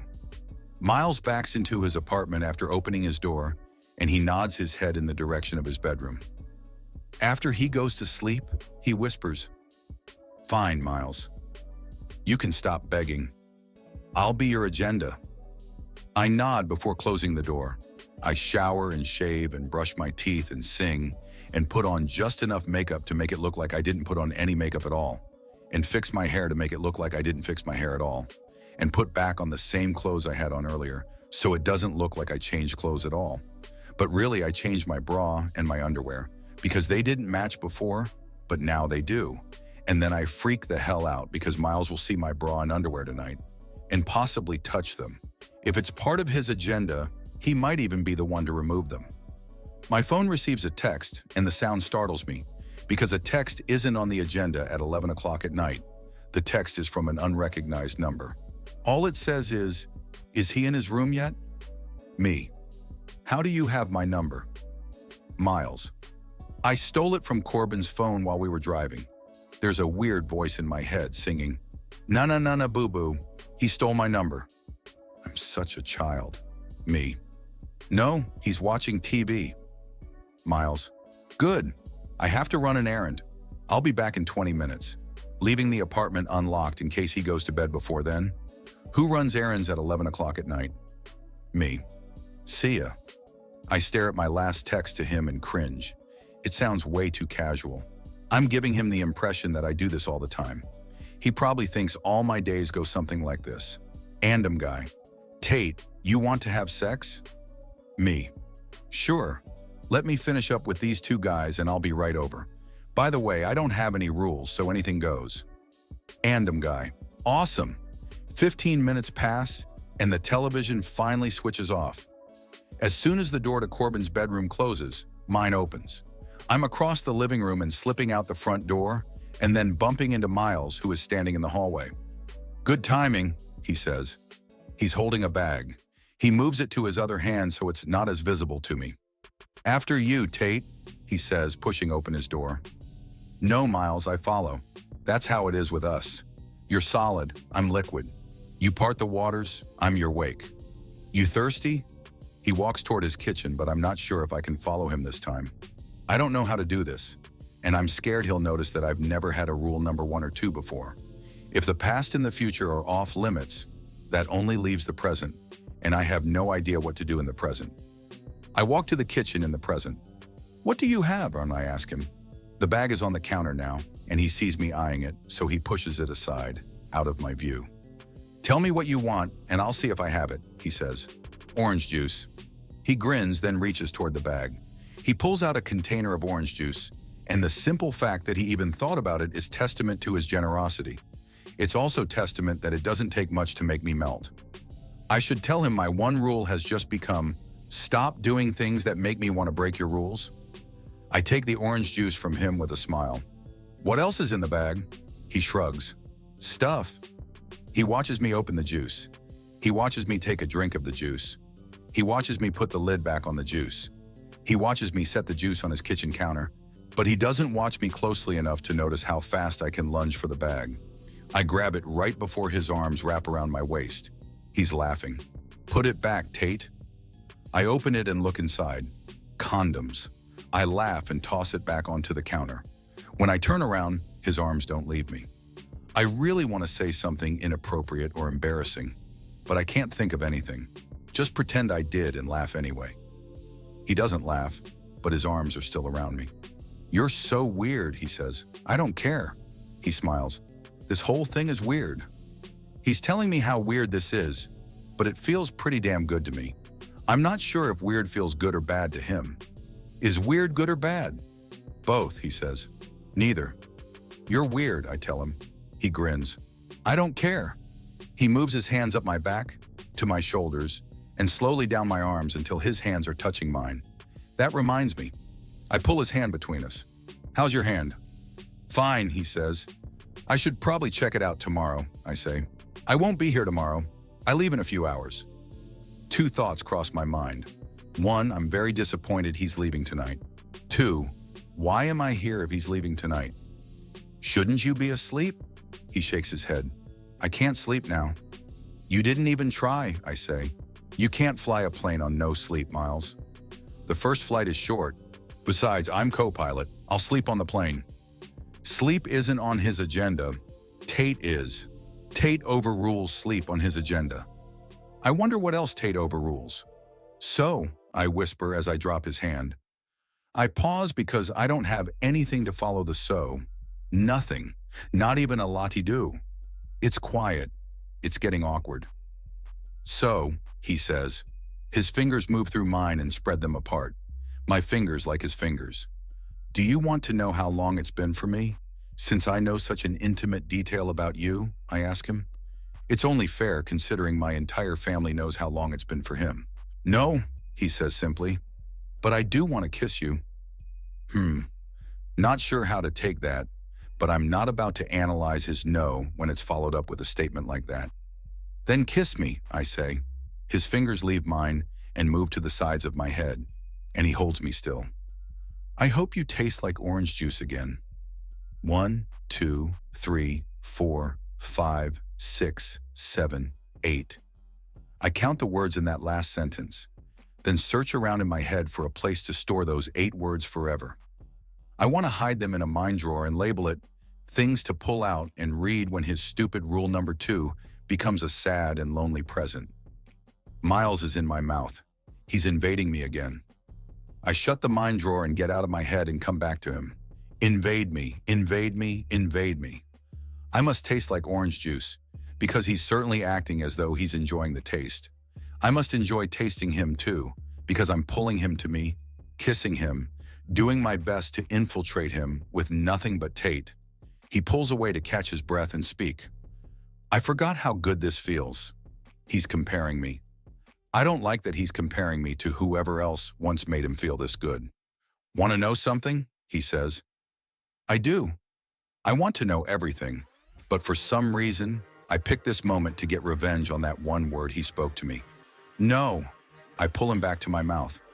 He doesn't kiss me back right away because he doesn't know what to think about what just happened. His mouth catches up pretty quickly, though. I think he hated my clip response as much as I hated his, and now he's using his hands to get his own revenge. I can't tell where he's touching me because as soon as he touches me in one spot, his hands move to another. He's touching me everywhere, nowhere, not at all at once. My favorite part about kissing Miles is the sound of his lips when they close over mine, the sound of our breaths being swallowed by each other. I love the way he groans when our bodies join together. Guys usually tend to hold back their sounds more than girls do. Not Miles. Miles wants me, and he wants me to know it, and I love that. God, I love that. Tate, he mutters against my mouth. Let's go to my bedroom. I nod, so he pulls away from my mouth. He reaches across the bar to get the box of condoms. He begins walking with me to his bedroom, but he quickly walks back into the kitchen and grabs the orange juice. When he shoulders past me to lead the way to his bedroom, he winks. The way that one little wink makes me feel leaves me terrified about what it'll feel like once he's inside me. I don't know if I can survive it. Once we're in his bedroom, I begin to grow apprehensive, mostly because this is his place, and this whole situation is pretty much on his terms, and I feel a little bit at a disadvantage. What's wrong? He asks. He's slipping off his shoes. He walks to the bathroom and flips off the light, then closes the door. I just got kind of nervous, I whisper. I'm standing in the middle of his bedroom, knowing exactly what's about to happen. Usually these things aren't discussed and prearranged like this. They're spontaneous and heated, and neither party knows what's happening until it happens. But Miles and I both know what's about to happen. He walks to the bed and sits on the edge of it. "Come here," he says. I smile, then walk a few feet to where he's seated. He cups the backs of my thighs, then presses his lips to the t-shirt covering my stomach. My hands fall to his shoulders, and I look down at him. He's looking up at me, and the calmness in his eyes is contagious. "We can go slow," he says. "It doesn't have to be tonight. That wasn't one of the rules." I laugh, but I also shake my head. "No, it's fine. You're leaving in a few hours and won't be back for, 5 days? 9 this time," he says. I hate that number. "I don't want to make you wait 9 days after getting your hopes up," I say. His hands slide up the backs of my thighs and come around to the front of my jeans. He flicks the button open effortlessly. "Being able to imagine doing this with you is in no way torture for me," he says as his fingers touch my zipper. He begins to pull it down, and my heart is hammering away in my chest so hard it feels like it's building something. Maybe my heart is building a stairway for himself all the way to heaven, since he knows he'll explode and die the second these jeans slide off. "It'll for sure be torture for me," I whisper. My zipper is undone, and his hand is sliding inside my jeans. He pushes his hand around to my hip, then begins to tug them off. I close my eyes and try not to sway, but his other hand has lifted up my shirt just enough for his lips to press against my stomach. It's overwhelming. Both his hands slip inside my jeans now, around to my backside. He pushes my jeans down slowly until they're around my knees. His tongue meets my stomach, and my hands get lost in his hair. When my jeans are finally around my ankles, I step out of both them and my shoes at the same time. His hands slide back up my thighs and to my waist. He pulls me to him so that I'm straddling him. He adjusts my legs on either side of him, then cups my rear and pulls me flush against him. I gasp. I don't know why it seems like I'm the inexperienced one here. I certainly expected him to be a little less take charge, but I'm not complaining. Not at all. I lift my arms for him when he attempts to pull off my shirt. He throws it to the floor behind me, and his lips reconnect with mine as his hands work the clasp of my bra. It's not fair. I'm about to be left with one article of clothing, and he hasn't removed anything yet. "You're so beautiful," he whispers, pulling back to slide off my bra. His fingers slip beneath the straps, and he begins to slide them down my arms. I'm holding my breath, waiting for him to take it off. I want his mouth on me so bad I can't think straight. When the bra lowers, revealing all of me, he exhales. "Wow," he says with shaky breath. He tosses the bra onto the floor and looks back up at me. He smiles and briefly presses his lips to mine, kissing them softly. When he pulls back, he brings his hands up to my cheeks and looks me in the eyes. "You having fun?" I bite my bottom lip to keep from smiling as much as I want to smile right now. He leans forward and takes my lip into his mouth, pulling it away from my teeth. He kisses it for a few seconds, then releases it. "Don't bite that again," he says. "I like seeing you smile." Of course, I smile again. My hands are on his shoulders, so I slide them lower on his back and begin to tug on his shirt. He releases my face and lifts his arm so I can take it off of him. I lean back and take him in, just as he's taking me in right now. I run my hands over his chest, touching every contour of every muscle.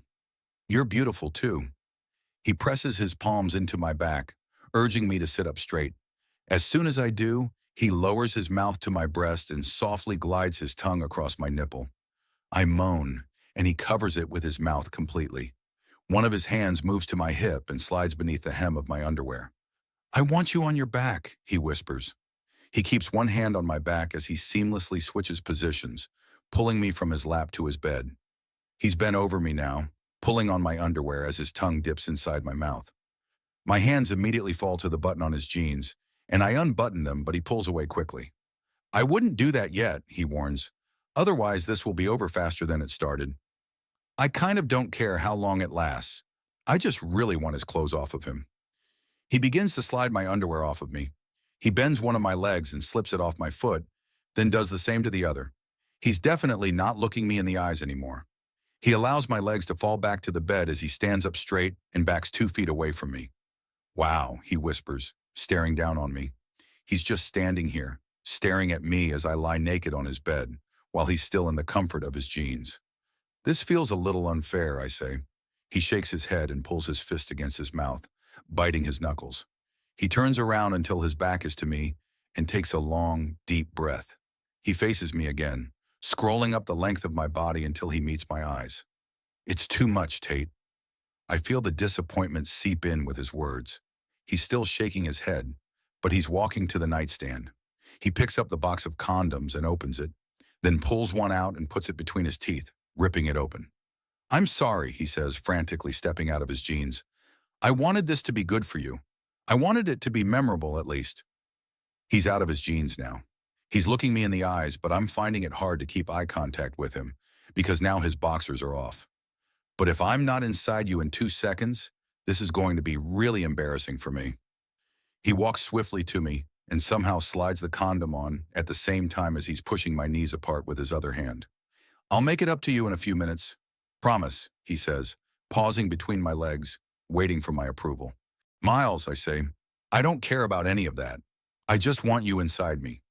Thank God, he sighs. He takes my leg behind the knee with his right hand, and then his lips meet mine.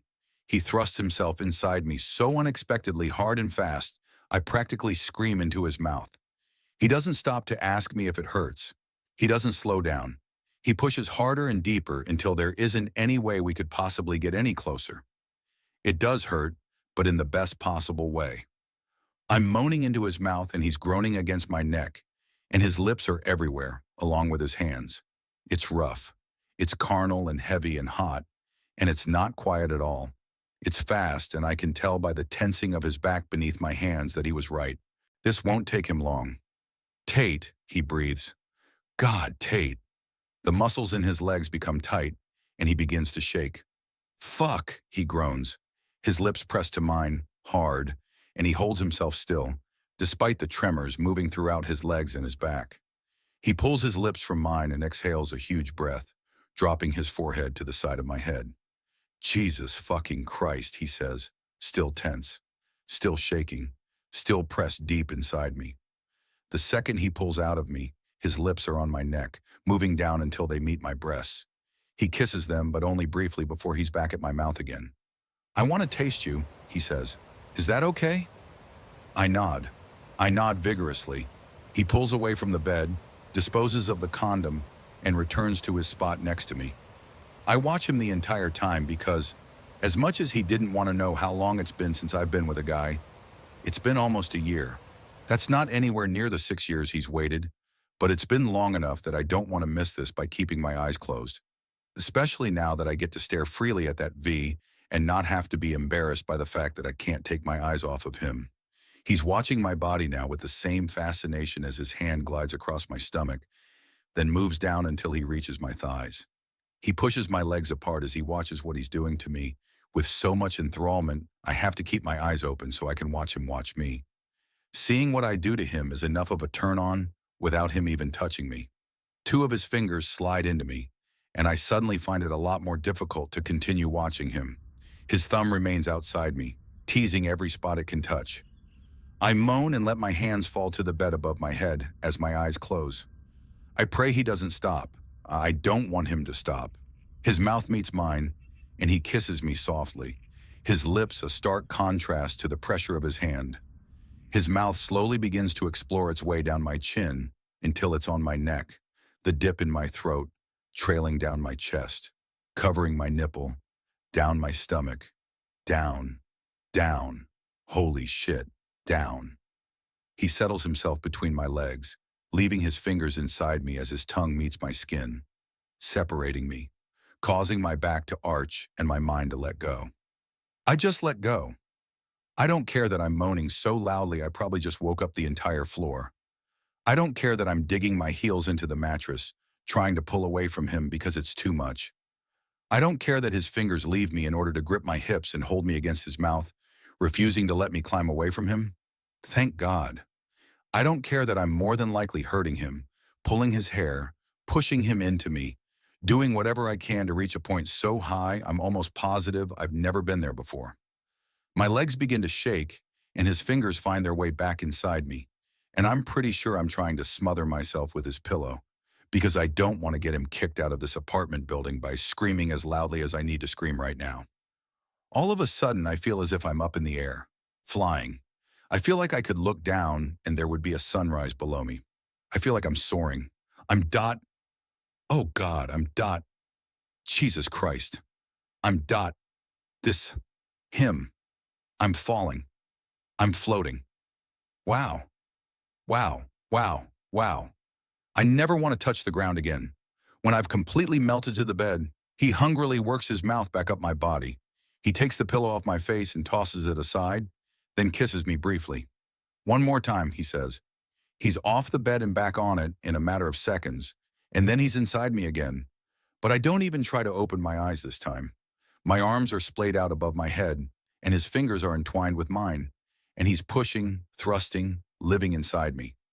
Our cheeks are pressed together, and his forehead is against my pillow, and neither of us has the energy left to even make a sound this time. He tilts his head until his lips meet my ear, and then he slows down to a gentle rhythm, pushing into me, then pulling completely out. He holds himself still, then pushes into me again, then pulls all the way out. He does this several more times, and all I can do is lie here and feel him. Tate, he whispers, his lips close to my ear. He pulls out of me and stills himself again. I can already say this with 100% certainty.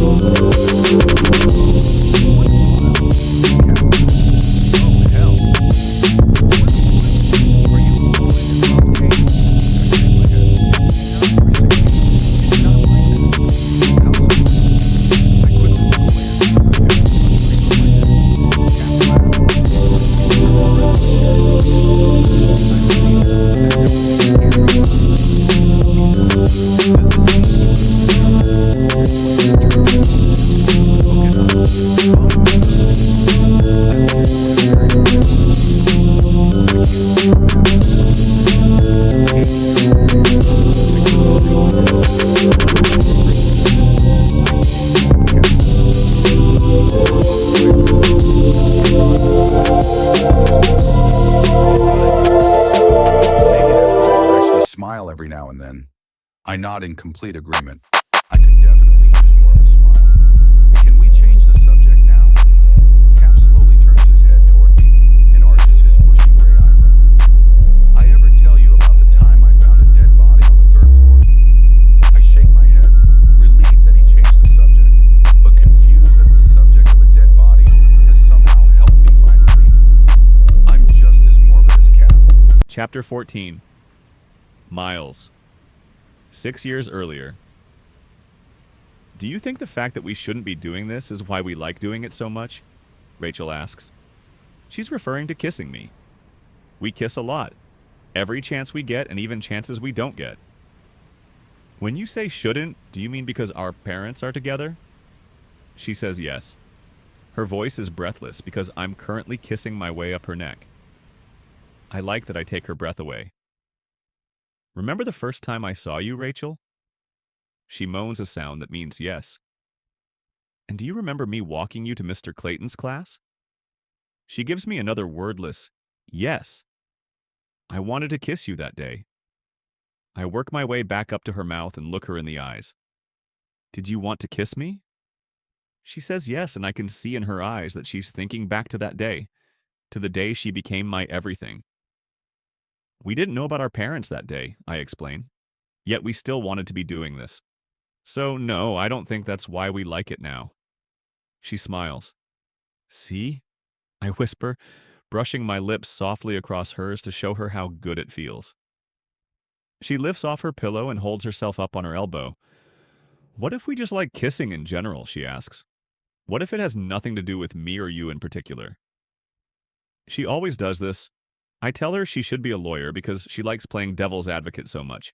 But I love it when she does it, so I always go along with it. Good point, I tell her. I do like kissing. I don't know of anyone who doesn't like it.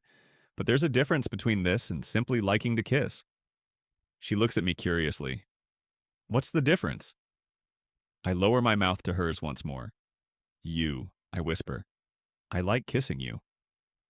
That answers her question because she shuts up and brings her mouth back to mine. I like that Rachel questions everything. It makes me look at things in a different way.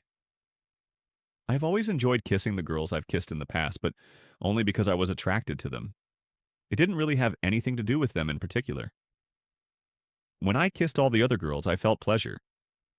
That's why people enjoy kissing, because it feels good.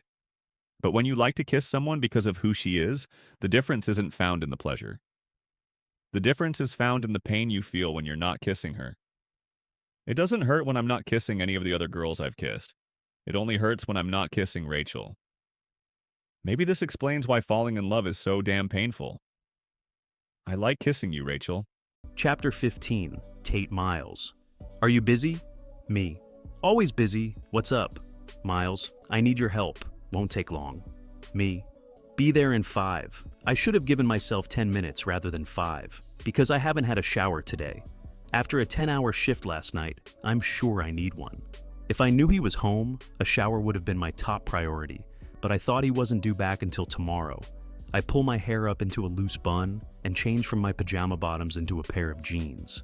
It's not quite noon yet, but I'm embarrassed to admit I was still in bed. He yells for me to come in after I knock on his door, so I push it open. He's standing on a chair next to one of the living room windows. He glances down at me, then nods his head toward a chair. Grab that chair and push it right there, he says, pointing to a spot a few feet away from him. I'm trying to measure these, but I've never bought curtains before. I don't know if I'm supposed to measure the outside frame or the actual window itself. Well, I'll be damned. He's buying curtains. I scoot the chair to the other side of the window and climb up onto it. He hands me one end of the measuring tape and begins to pull. It all depends on what kind of curtains you want, so I'd get measurements for both, I suggest. He's dressed casually again, in a pair of jeans and a dark blue t-shirt. Somehow, the dark blue in his shirt make his eyes look less blue. It makes them look clear. see-through almost, but I know that's impossible. His eyes are anything but see-through with that wall he keeps up behind them. He enters the measurement into his phone, and then we take a second measurement.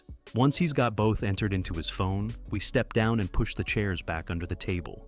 "What about a rug?" he asks, staring at the floor beneath the table. "You think I should get a rug?" I shrug. "Depends on what you like." He nods his head slowly, still staring down at the bare floor. "I don't know what I like anymore," he says quietly. He tosses the tape measure onto the couch and looks at me. "You want to come?" I refrain from immediately nodding. "Where to?"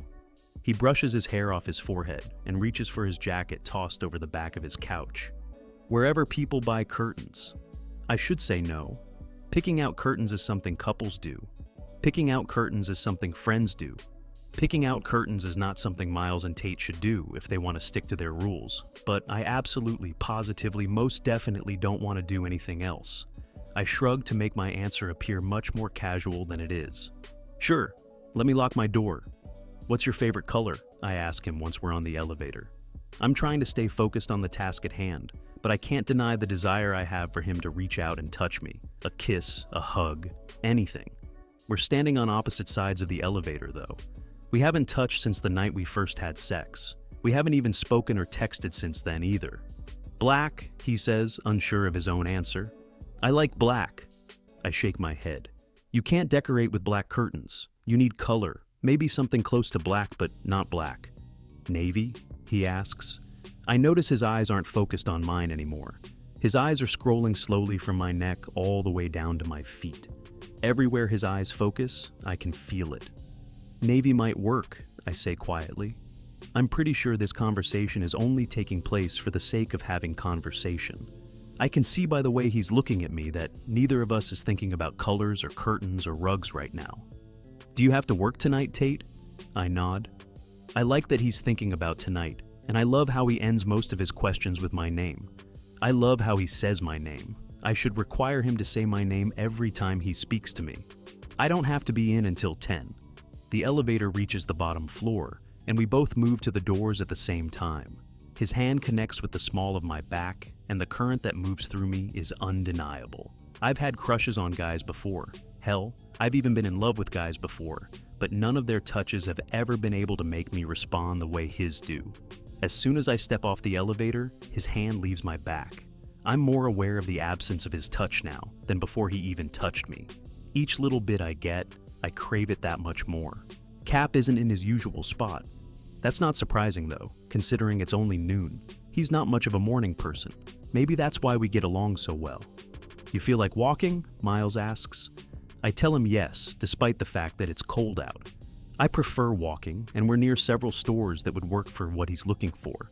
I suggest a store I passed a couple of weeks ago that's only 2 blocks from where we are. "After you," he says, holding the door open for me.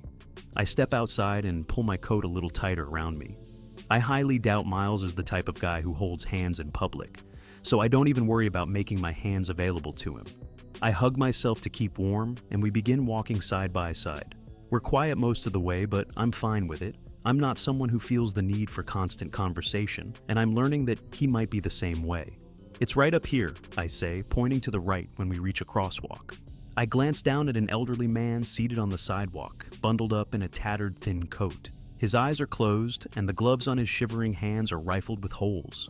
I've always been sympathetic to people who have nothing and nowhere to go.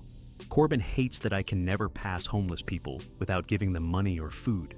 He says the majority of them are homeless because they have addictions, and that when I give them money, it only feeds those addictions. Honestly, I don't care if that's the case. If someone is homeless because he has a need for something that is stronger than his need for a home, it doesn't deter me in the least. Maybe it's because I'm a nurse, but I don't believe addiction is a choice.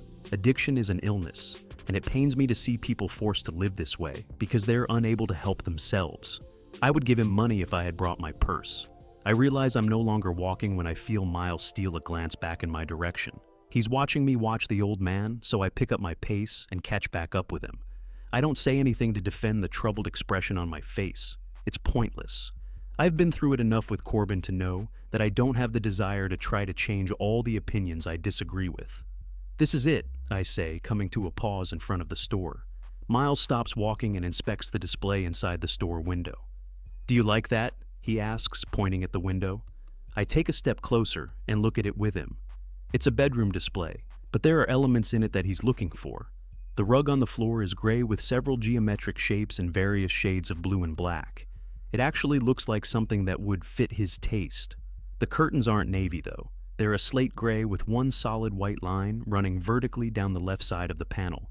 "I do like it," I reply. He steps in front of me and opens the door to let me walk in first.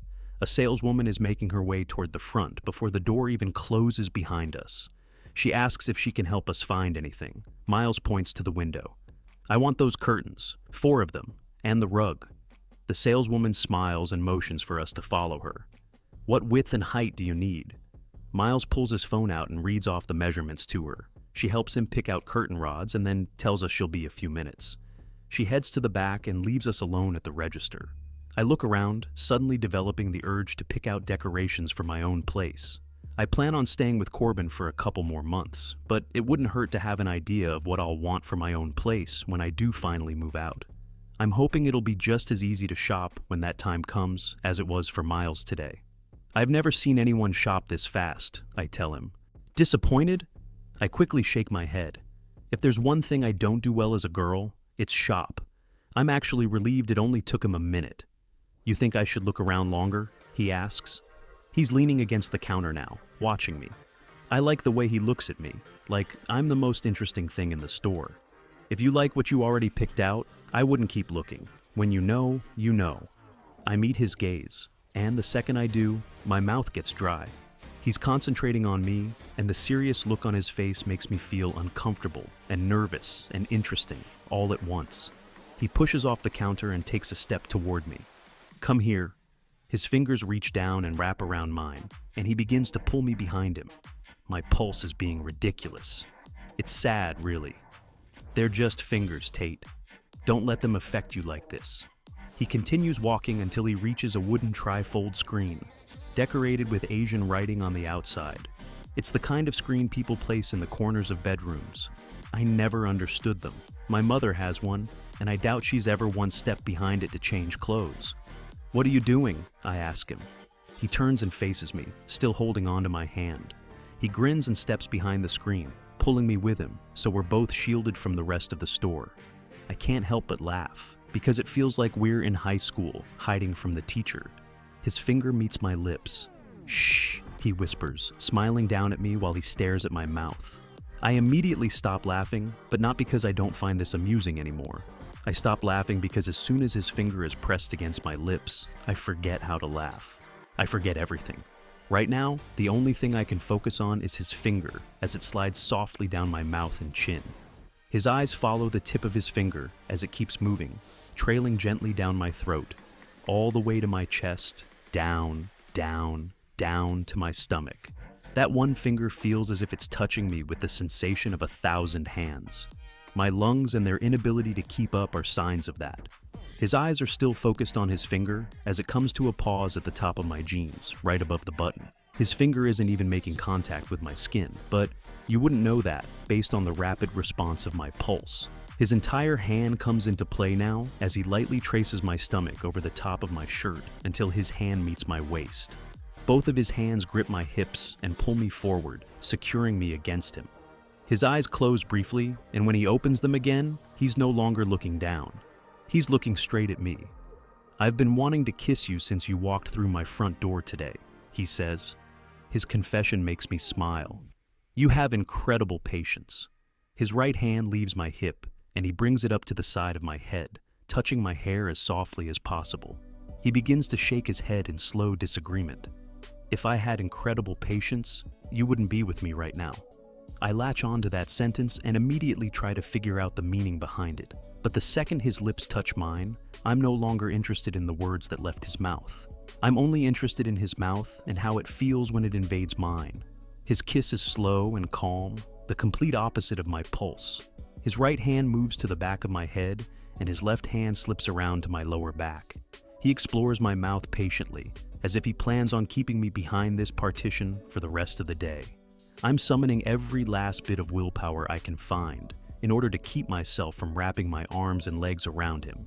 I'm trying to find the patience he somehow shows, but it's hard when his fingers and hands and lips can pull these kinds of physical reactions out of me. The door to the back room opens, and the click of the saleswoman's heels can be heard against the floor. He stops kissing me, and my heart cries out. Luckily, the cry can only be felt, not heard.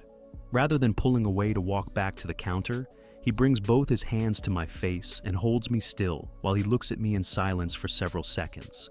His thumbs brush lightly across my jaw, and he releases a soft breath. His brows furrow and his eyes close. He presses his forehead to mine, still holding on to my face, and I can feel his internal struggle. Tate. He says my name so quietly I can feel his regret in the words he hasn't even spoken yet. I like Dot. He opens his eyes and looks at me. I like kissing you, Tate. I don't know why that sentence seemed hard for him to say, but his voice trailed off toward the end, as though he was attempting to stop himself from finishing his words. As soon as the sentence leaves his mouth, he releases me and quickly steps around the partition as if he's trying to escape from his own confession. I like kissing you, Tate. Despite the regret I think he feels for saying them, I'm pretty sure I'll be silently repeating those words for the rest of the day.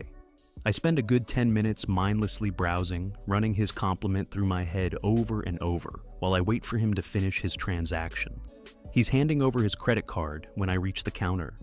We'll have these delivered within the hour, the saleswoman says. She hands him back his credit card and begins to take the bags off the counter to place them behind her. He takes one of the bags from her when she begins to lift it. I'll take this one, he says. He turns and faces me. Ready? We make our way outside, and it somehow feels as if it dropped 20 degrees since we were last out here. That may just be because he made things seem a lot warmer inside. We reach the corner, and I begin to head back in the direction of the apartment complex, but I notice he's stopped walking. I turn around, and he's pulling something out of the bag he's holding. He tears away a tag, and a blanket unfolds. No, he didn't. He holds the blanket out to the old man still there bundled up on the sidewalk. The man looks up at him and takes the blanket. Neither of them says a word. Miles walks to a nearby trash can and tosses the empty bag into it, then heads back toward me while staring down at the ground. He doesn't even make eye contact with me when we both begin walking in the direction of the apartment complex. I want to tell him thank you, but I don't. If I tell him thank you, it would seem like I assume he did that for me. I know he didn't do it for me. He did it for the man who was cold. Miles asked me to go home as soon as we returned. He said he didn't want me to see his apartment until he had everything decorated, which was good because I had a lot of homework to catch up on anyway. I didn't really have time carved out of my schedule to hang up curtains, so I appreciated that he didn't expect my help. He seemed a little bit excited about hanging up new curtains. As excited as Miles can seem anyway. It's been several hours now. I have to be at work in less than 3 hours, and as soon as I begin to wonder if he's even going to ask me to come back over, I receive a text from him. Miles, have you eaten yet? Me. Yes. I'm suddenly disappointed that I already ate dinner, but I got tired of waiting for him, and he never said anything about dinner plans. Me. Corbin made meatloaf last night before he left. You want me to bring you a plate? Miles, I'd love that. Starving. Come look now. I make him a plate and wrap it in foil before heading across the hall. He's opening the door before I even knock. He takes the plate out of my hands. Wait here, he says. He steps inside his apartment and returns seconds later without the plate. Ready? I have no idea how I know he's excited, because he's not smiling. I can hear it in his voice though. There's a subtle change, and it makes me smile. Knowing something as simple as hanging up some curtains makes him feel good. I don't know why, but it seems as if there isn't a lot in his life that makes him feel good. So I like that this does. He opens the door all the way, and I take a few steps into the apartment. The curtains are up, and even though it's a small change, it feels huge. Knowing he's lived here for 4 years and he's just now putting up curtains gives the whole apartment a different feel. You made a good choice, I tell him, admiring how well the curtains match what little I know about his personality. I look down at the rug, and he can see the confusion as it crosses my face. I know it's supposed to go under the table, he says, looking down at it. It will, eventually. It's positioned in an odd spot. It's not in the center of the room, or even in front of the couch. I'm confused about why he placed it where he did if he knows where it would look the best. I left it there because I was hoping we could christen it first. I look back up at him and see the adorably hopeful expression on his face. It makes me smile. I like that idea, I say, looking back down at the rug. A long silence passes between us. I'm not sure if he wants to christen the rug right this minute, or if he wants to eat first. I'm fine with either, as long as his plan fits within my 3-hour time frame. We're both still staring at the rug when he speaks again. "I'll eat later," he says, answering the question that was silently running through my head. He pulls off his shirt, and I kick off my shoes, and the rest of our clothes eventually end up together, next to the rug. Chapter 16. Miles, 6 years earlier. Everything is better now that I have Rachel. Falling asleep is better, knowing Rachel is falling asleep right across the hall. Waking up every morning is so much better, knowing Rachel is waking up right across the hall. Going to school is better now that we go together. Let's skip today, I tell Rachel when we pull into the parking lot of the school. I'm sure skipping school is even better with Rachel. What if we get caught? She doesn't sound like she really cares if we get caught. I hope we get caught, I tell her. That means we'd be grounded, together, in the same house. My words make Rachel smile. She leans across the seat and slides her hand around my neck. I love it when she does that. Being grounded with you sounds really fun. Let's do it. She leans forward and gives me a simple, quick peck on the lips. Simple kisses are better when they're from Rachel. You make everything better, I tell her. My life, it's better with you in it. My words make Rachel smile again. Rachel doesn't know this, but every word I speak is voiced for that sole reason, to make her smile. I pull out of the parking lot and tell Rachel we're going to the beach. She says she wants her bathing suit, so we go to the house first and get our bathing suits. We also pack a lunch and a blanket. We go to the beach. Rachel wants to sunbathe while she reads. I want to watch Rachel sunbathe while she reads. She's lying on her stomach, propped up on her elbows. I lay my head on my arms and watch her. My eyes follow the smooth curves of her shoulders, the sway in her back, the way her knees are bent and her legs are up in the air with her feet crossed at the ankles. Rachel is happy. I make Rachel happy. I make Rachel's life better. Her life is better with me in it. Rachel, I whisper. She places her bookmark inside the book and closes it, but she doesn't look at me. I want you to know something. She nods, but she closes her eyes as though she wants to focus on my voice and nothing else.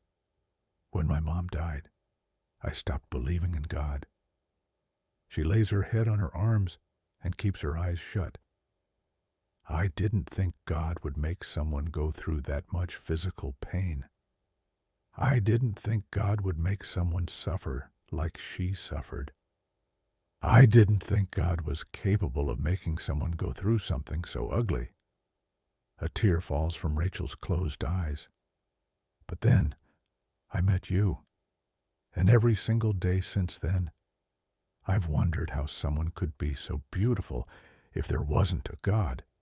I've wondered how someone could make me so incredibly happy if God didn't exist. And I realized, just now, that God gives us the ugliness so we don't take the beautiful things in life for granted. My words don't make Rachel smile. My words make Rachel frown. My words make Rachel cry. Miles, she whispers.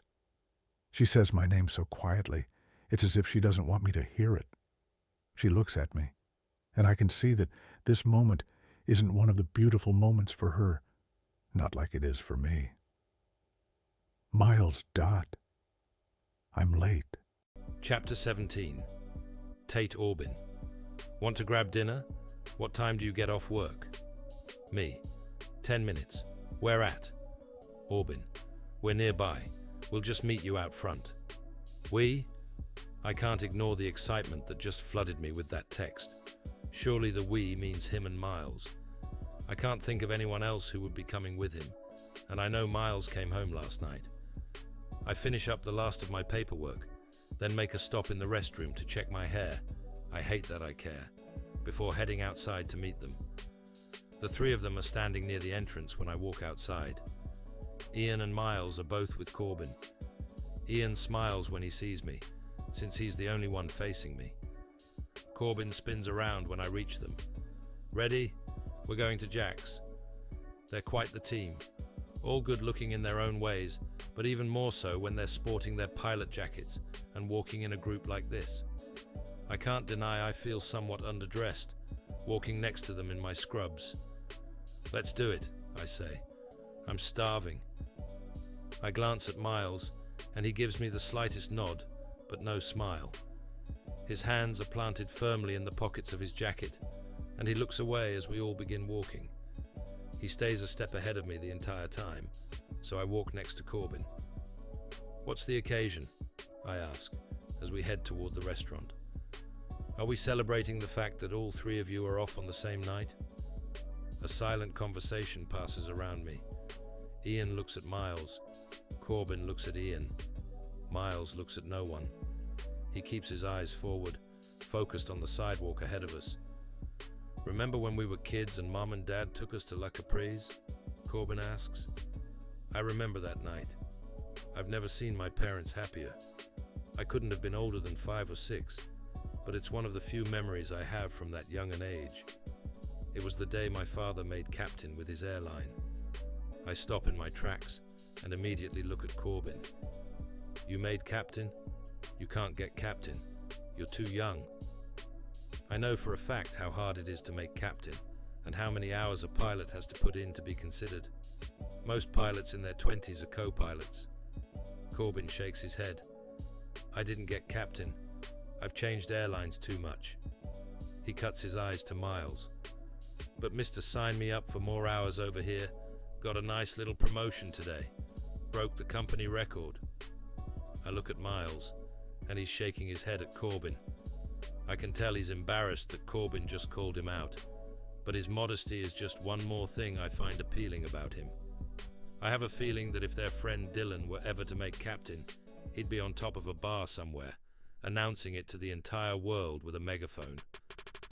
It's not that big a deal, Miles says. It's a regional airline, not many people to promote. Ian shakes his head. I didn't get promoted. Corbin didn't get promoted. Dylan didn't get promoted. You've been at this a year less than any of us, not to mention the fact that you're only 24. He spins around and walks backward, facing all three of us. Abandon the modesty for once, man. Rub it in our faces a little. We'd do it to you if the roles were reversed. I don't know how long they've been friends, but I like Ian. I can tell he and Miles are close, because Ian is genuinely proud of him and not at all jealous. I like that these are Corbin's friends.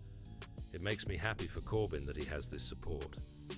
I've always pictured him living here, working too much, spending all his time alone and away from home. I don't know why, though. Our father was a pilot, and he was home a fair amount of time, so I shouldn't have misconceptions when it comes to Corbin's life as a pilot. I guess Corbin isn't the only one to worry unnecessarily about his sibling. We reach the restaurant, and Corbin holds the door open for us. Ian walks in first, and Miles steps back, allowing me to walk in ahead of him. I'm going to the restroom, Ian says. I'll find you guys. Corbin walks to the hostess stand, and Miles and I are both behind him. I steal a glance in Miles's direction. Congratulations, Captain. I say it under my breath, but I don't know why. It's not as if Corbin would become suspicious if he heard me congratulating Miles. I guess I feel if I say it in a tone only Miles can hear, there's more meaning behind it. Miles cuts his eyes to mine and smiles, then glances at Corbin. When he sees Corbin's back is still to us, he leans over and plants a quick kiss on the side of my head. I should be ashamed of my weakness. A man should not be allowed to make me feel the way that stolen kiss just made me feel. It's as if I'm suddenly floating or sinking or flying. Anything that doesn't require support from my legs, because they've just become useless to me. Thank you, he whispers, still sporting that gorgeous yet somehow modest grin. He nudges my shoulder with his and looks down at his feet. You look pretty, Tate. I want to plaster those 4 words on a billboard and require myself to pass it on my drive to work every day. I would never take another day off work again. As much as I want to believe he's being sincere with his compliment, I frown down at the scrubs I've been wearing for 12 hours straight. I'm wearing Minnie Mouse scrubs. He leans into me again until our shoulders are touching. I've kind of always had a thing for Minnie Mouse, he says quietly. Corbin turns around, so I immediately wipe the grin off my face. Booth or table? Miles and I both shrug. Either, he says to Corbin. Ian returns from the restroom just as the hostess begins to lead us to our seats. Corbin and Ian lead the way, and Miles follows close behind me. Really close. His hand grips my waist as he leans forward toward my ear from behind me. Kind of have a thing for nurses too, he whispers. I raise my shoulder to rub the ear he just whispered his admission into, because my entire neck is now covered in chills. He releases my waist and puts distance between us when we reach the booth. Corbin and Ian scoot into each side of the booth. Miles sits next to Ian, so I sit next to Corbin, directly across from Miles. Miles and I both order sodas, compared with Ian and Corbin's beer. His drink choice is just one more thing to mull over. Several weeks ago, he admitted he doesn't usually drink, but considering he was beyond wasted the first night I met him, I figured he would at least have one drink tonight. He certainly has reason to celebrate. When the drinks are brought to the table, Ian raises his glass. To showing us up, he says. Again, Corbin adds. To working twice as many hours as either of you, Miles says in mock defensiveness. Corbin and I actually have sex lives that interfere with working overtime, Ian retorts. Corbin shakes his head. No discussing my sex life in front of my sister. Why not? I pipe up. It's not like I don't notice all the random nights you spend away from the apartment when you aren't working. Corbin groans. I'm serious. Change of subject. I grant him his request gladly. How long have the 3 of you known each other? I ask the question to no one in particular, but I only care to hear the answers that involve Miles. Miles and I have known your brother since meeting him in flight school a few years back. I've known Miles since I was 9 or 10, Ian says. We were both 11, Miles corrects. We met during 5th grade. I have no idea if this conversation is breaking Rule 1 of no asking about the past, but Miles doesn't seem uncomfortable talking about it. The waitress brings us a complimentary basket of bread, but none of us has even opened a menu yet, so she tells us she'll be back to take our order. I still can't believe you're not gay, Corbin says to Miles, completely changing the subject again while he opens his menu. Miles peers at him over his menu. I thought we weren't discussing sex lives. No, Corbin says. I said we weren't discussing my sex life. Besides, you don't even have one to discuss. Corbin lays his menu flat on the table and engages Miles directly. Seriously though, why don't you ever date? Miles shrugs, more interested in the drink between his hands than in having a stare down with my brother. Relationships aren't worth the end result to me. Something in my heart cracks, and I start to worry that one of the guys might actually hear it fragmenting over the silence. Corbin leans back in the seat. Damn, she must have been a serious bitch. My eyes are suddenly glued to Miles, waiting for his reaction to a possible revelation about his past. He gives his head a slight shake, silently dismissing Corbin's assumption. Ian gently clears his throat, and his expression changes as he loses the smile normally affixed to his face. It's obvious, by Ian's reaction, that whatever issues Miles has from his past, Ian is definitely aware of them. Ian sits up straight in his seat and raises his glass, pasting a forced grin onto his lips. Miles doesn't have time for girls.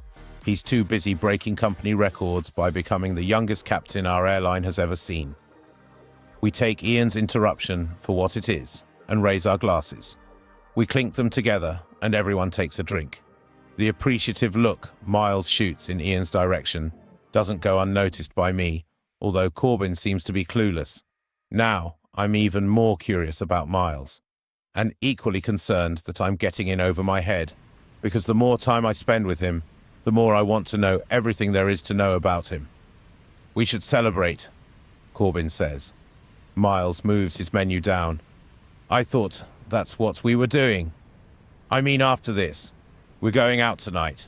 We need to find a girl to put an end to your dry spell, Corbin says. I almost spit my drink out, but luckily I'm able to contain my laugh. Miles notices my reaction and taps my ankle under the table with his foot, but he leaves his foot right next to mine. I'll be fine, Miles says. Besides, the captain needs his rest. All the letters on the menu begin to blur as my mind replaces them with words like ending and dry spell and rest. Ian looks at Corbin and nods. I'll go. Let the captain go back to his apartment and sleep off the effects of his cola. Miles pegs me with his eyes and adjusts slightly in his seat so that our knees touch. He wraps his foot around the back of my ankle. Sleep actually sounds really good, he says. He trades my stare for the menu in front of him. Let's hurry up and order so I can go back to my apartment and sleep. It feels like I haven't slept in more than 9 days, and it's all I've been able to think about. My cheeks are on fire, along with several other areas of my body. In fact, I kind of have the urge to fall asleep right now, Miles says. He lifts his eyes to meet mine. Right here at the table. Now the temperature in the rest of my body matches the heat in my cheeks. God, you're lame, Corbin says, laughing. We should have brought Dylan instead. No, we should not have, Ian immediately says, with an exaggerated roll of his eyes. What's the deal with Dylan? I ask. Why do you all hate him so much? Corbin shrugs. It's not that we hate him. We just can't stand him. And none of us realized it until after we had already invited him to our game nights. He's a prick. Corbin shoots me that all-too-familiar glare. And I don't ever want you alone with him. Being married doesn't stop him from being an asshole. And there's that possessive, brotherly love I've been missing all these years. Is he dangerous? No, Corbin says. I just know how he treats his marriage, and I don't want you getting involved with that. But I've already made it clear to him that you're off limits. I laugh at his absurdity. I'm 23, Corbin. You can stop acting like Dad now. His face pinches together, and for a second, he even starts resembling our dad. The hell I will, Corbin growls. You're my little sister. I have standards for you, and Dylan doesn't come close to meeting even one of them. He hasn't changed a bit. As annoying as it was in high school, and still kind of is, I do love that he wants the best for me. I'm just afraid his version of what's best for me doesn't exist. Corbin, no guy will ever come close to the standards you've set for me. He nods, getting all righteous. Damn right. If he warned Dylan to stay away from me, it makes me wonder if he warned Miles and Ian too. Then again, he did think Miles was gay, so he probably didn't see a possibility there. I wonder if Miles would meet Corbin's standards. My eyes want to look at Miles so incredibly much right now, but I'm afraid I'd be too obvious. Instead, I force a smile and shake my head. Why couldn't I have been born first? Wouldn't have made a difference, Corbin replies. Ian smiles at the waitress and motions for the check. It's on me tonight. He lays down enough cash to cover the bill and tip, and we all stand and stretch. So, who's going where? Miles asks. Bar, Corbin replies immediately, blurting it out like he's calling dibs. I just got off a 12-hour shift, I say. I'm beat. Mind if I catch a ride with you? Miles asks as we all make our way outside. I don't feel like going out tonight. I just want sleep. I like how he doesn't disguise the emphasis in front of Corbin when he says sleep. It's like he wants to ensure that I'm aware he has no intentions of actually sleeping. Yeah, my car is back at the hospital, I say, pointing in that general direction. All right then, Corbin says, clasping his hands together. You lame asses go sleep. Ian and I are going out. Corbin turns, and he and Ian waste no time heading in the other direction. Corbin spins around, walking backward in pace with Ian. We'll drink a shot in your honor, El Capitan. Miles and I remain motionless, boxed into a circle of light, cascading down from a street lamp as we watch them walk away. I look down at the sidewalk below us and scoot one of my shoes to the edge of the circle of light, watching as it disappears into the darkness. I look up at the street lamp, wondering why it's shining down on us with the intensity of a spotlight. Feels like we're on a stage, I say, still looking up at the light. He tilts his head back and joins my inspection of the odd lighting. The English patient, he says. I look at him questioningly. He gestures to the street lamp above our heads. If we were on a stage, it would probably be a production of The English Patient. He flicks his hand back and forth between us. We're already dressed the part. A nurse and a pilot. I mull over what he says. Probably a little too much. I know he says he's the pilot, but if this really were a stage production of The English Patient, I think he would be the soldier, rather than the pilot. The soldier is the character who is sexually involved with the nurse. Not the pilot, but the pilot is the one with the secretive past. That movie is the reason I became a nurse, I say, looking at him with a straight face. He returns his hands to his pockets, shifting his gaze from the light overhead back to me. For real? My laugh escapes. No. Miles smiles. That rhymes. We both turn at the same time to head back toward the hospital. I find myself using the lull in our conversation to construct a really bad poem in my head. Miles smiles. For no one else, Miles only smiles. For me. Why are you grinning? He asks. Because I'm reciting embarrassing third-grade level rhymes about you. I pin my lips together, forcing my smile away. When I know it's gone for good, I answer him. Just thinking about how tired I am. Looking forward to a really good... I cut my eyes to his. Sleep tonight. He's the one smiling now. I know what you mean. I don't think I've ever been this tired. I might even sleep as soon as we're inside your car. That would be nice. I smile but bow out of the metaphor-laden conversation. It's been a long day, and I actually really am tired. We walk in silence, and I can't help but notice that his hands are shoved firmly into his jacket pockets, as if he's protecting me from them. Or maybe he's protecting them from me. We're only a block away from the parking lot when his footsteps slow, then stop completely. Naturally, I stop walking and turn around to see what caught his attention. He's looking up at the sky, and my eyes focus on the scar that runs the length of his jaw. I want to ask him about it. I want to ask him about everything. I want to ask him a million questions, starting with when his birthday is, and then what his first kiss was like. After that, I want to ask him about his parents and his entire childhood and his first love. I want to ask him about Rachel. I want to know what happened with them and why whatever happened caused him to want to avoid any form of intimacy for more than 6 years. Most of all, I want to know what it was about me that finally put an end to it. Miles, I say, each question wanting to dive off the tip of my tongue. I felt a raindrop, he says. Before the sentence leaves his mouth, I feel one too. We're both looking up at the sky now, and I'm swallowing all the questions, along with the lump in my throat. The drops begin to fall faster, but we continue to stand there, with our faces tilted up toward the sky. The sporadic drops turn into sprinkles, which then turn into full-on rain, but neither of us has moved. Neither of us is making a mad dash for the car. The rain is sliding down my skin, down my neck, into my hair, and soaking my shirt. My face is still tilted towards the sky, but my eyes are closed now. There's nothing in the world that compares to the feel and smell of brand new rain.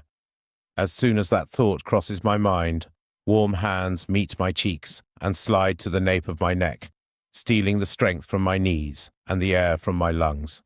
His height is shielding me from most of the rain now, but I keep my eyes closed and tilted towards the sky.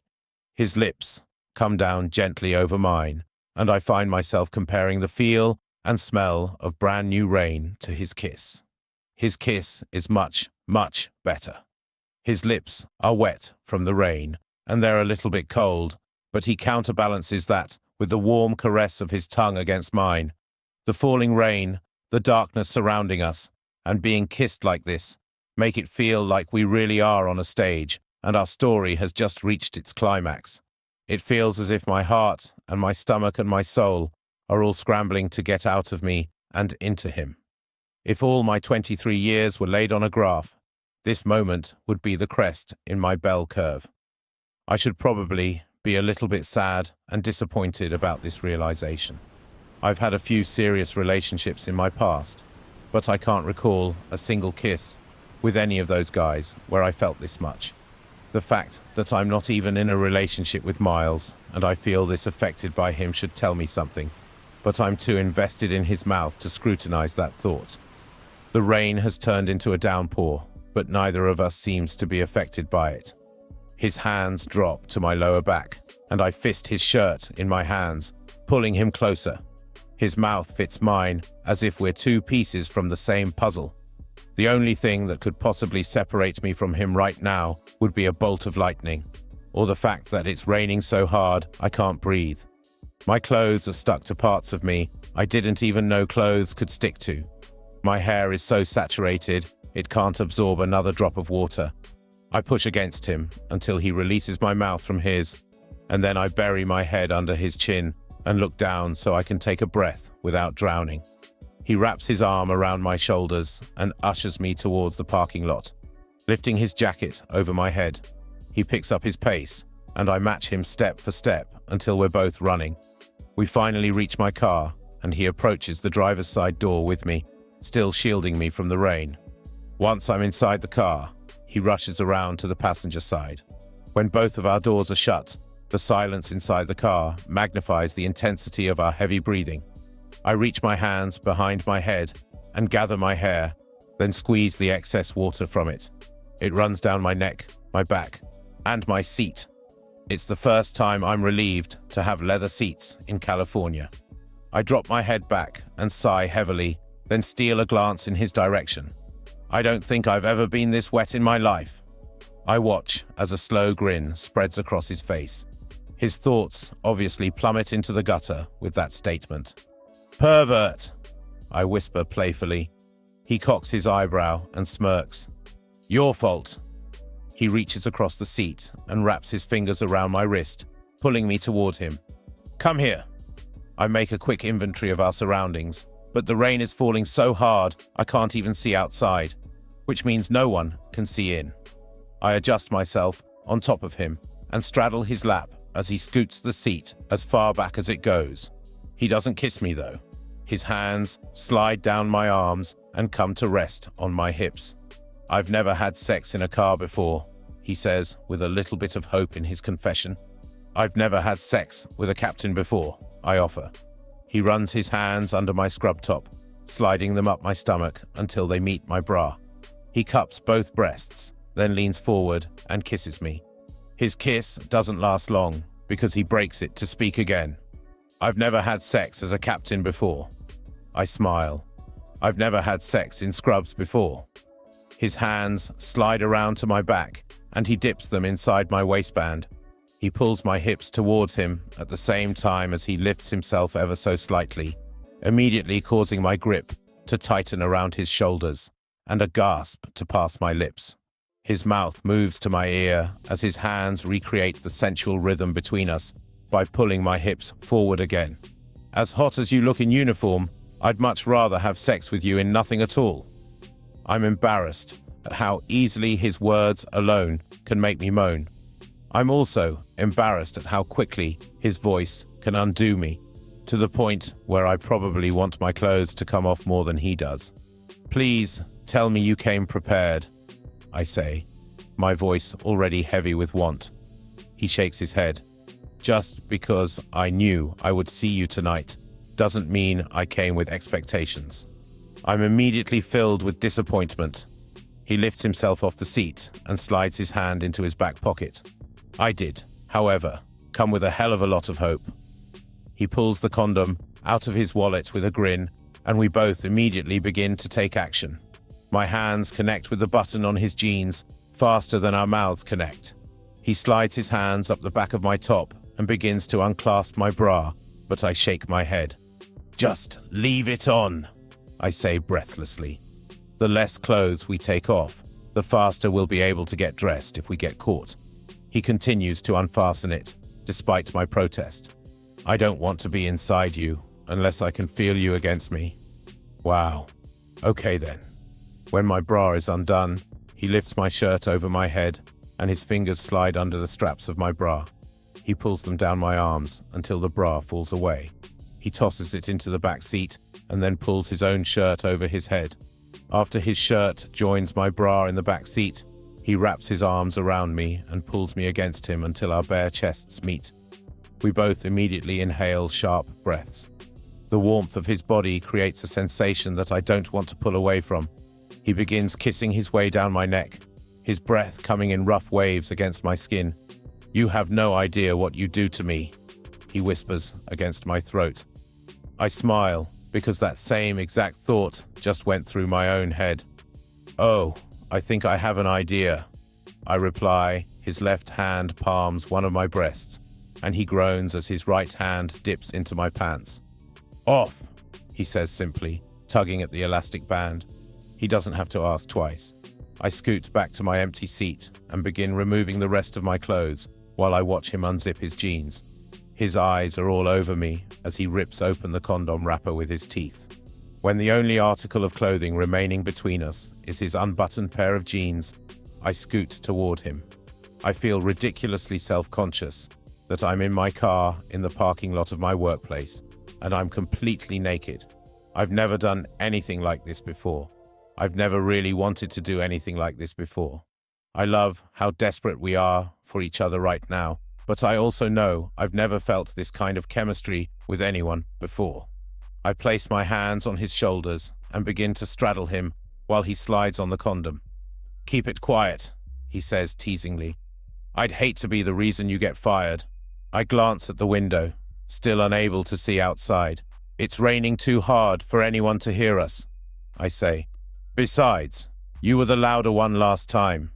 He dismisses that with a quick laugh and begins kissing me again. His hands grip my hips and he pulls me to him, readying himself against me. This position would normally cause me to moan, but I'm suddenly feeling stubborn with my noises now that he's mentioned it. "There's no way I was the louder one," he says with his lips still touching mine. "If anything, we tied." I shake my head. I don't believe in ending things with a tie. That's a cop-out for people who are too scared they might lose. His hands meet my hips, and he's positioned against me in such a way all I would have to do to take him inside me would be to allow it to happen. However, I'm refusing to lower myself onto him simply because I like competition, and I feel one about to begin. He lifts his hips, obviously ready to get things going between us. My legs tense, and I pull away just enough. He laughs at my resistance. "What's wrong, Tate? You scared now? Afraid once I'm inside you, we'll both see who the loud one really is." There's a challenging gleam in his eyes. I don't verbally accept his challenge to see who can stay quieter. Instead, I keep my eyes locked with his while I slowly ease myself onto him. Both of us gasp simultaneously, but that's the only sound that passes between us. As soon as he's all the way inside me, his hands meet my back and he pulls me against him. The only sounds we make are heavy sighs and even heavier gasps. The rain slapping against the windows and the roof magnifies the silence we're experiencing inside the car.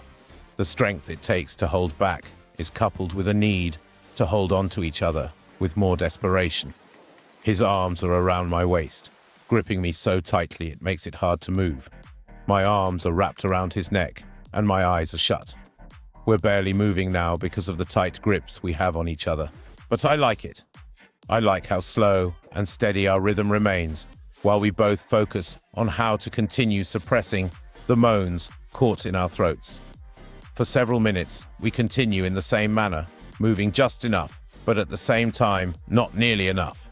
I think we're both too afraid to make any sudden movements, or the intensity will cause one of us to lose. One of his hands glides around to my lower back and the other hand meets the back of my head. He takes a handful of my hair and gently tugs until my throat is exposed to his mouth. I wince the second his lips meet my neck, because staying quiet is a lot more challenging than I imagined it would be, especially since he's at an advantage with the way we're positioned. His hands are free to roam anywhere they want, and that's exactly what they're doing right now. Roaming, caressing, trailing down my stomach so that he can touch the one place that could make me cede victory. I feel like he's cheating somehow. As soon as his fingers find the exact spot that would normally make me scream his name, I tighten my hold around his shoulders and reposition my knees so that I have more control of my movements. I want to put him through just as much torture as he's putting me through right now. As soon as I'm repositioned and able to ease myself further onto him, the slow and steady disappears. His mouth meets mine in a frantic kiss, one with more need and more force than any kiss before it. It's as if we're attempting to kiss away our natural desire to verbalize just how good this feels. I'm suddenly hit with a sensation that ripples through my entire body, and I have to lift myself off of him and hold still before I lose. Despite my need to slow things down, he does the opposite and applies more pressure to me with his hand. I bury my face against his neck and bite down gently on his shoulder in order to stop myself from moaning his name. The second my teeth meet his skin, I hear the hitch in his breath and feel the stiffening in his legs.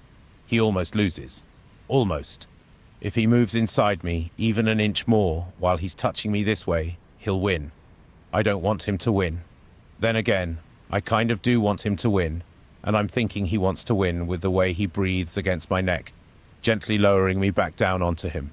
Miles, Miles, Miles. He can sense that this isn't about to end in a tie, so he adds more pressure against me with his fingers at the same time as his tongue meets my ear. Oh, wow. I'm about to lose. Any second now. Oh, my word. He lifts his hips when he pulls me against him, forcing an involuntary "Miles" out of my mouth, along with a gasp and a moan. I lift you off of him, but as soon as he realizes he just won, he exhales heavily and pulls me back onto him with more force. "Finally," he says breathlessly against my neck. I didn't think I could last another second.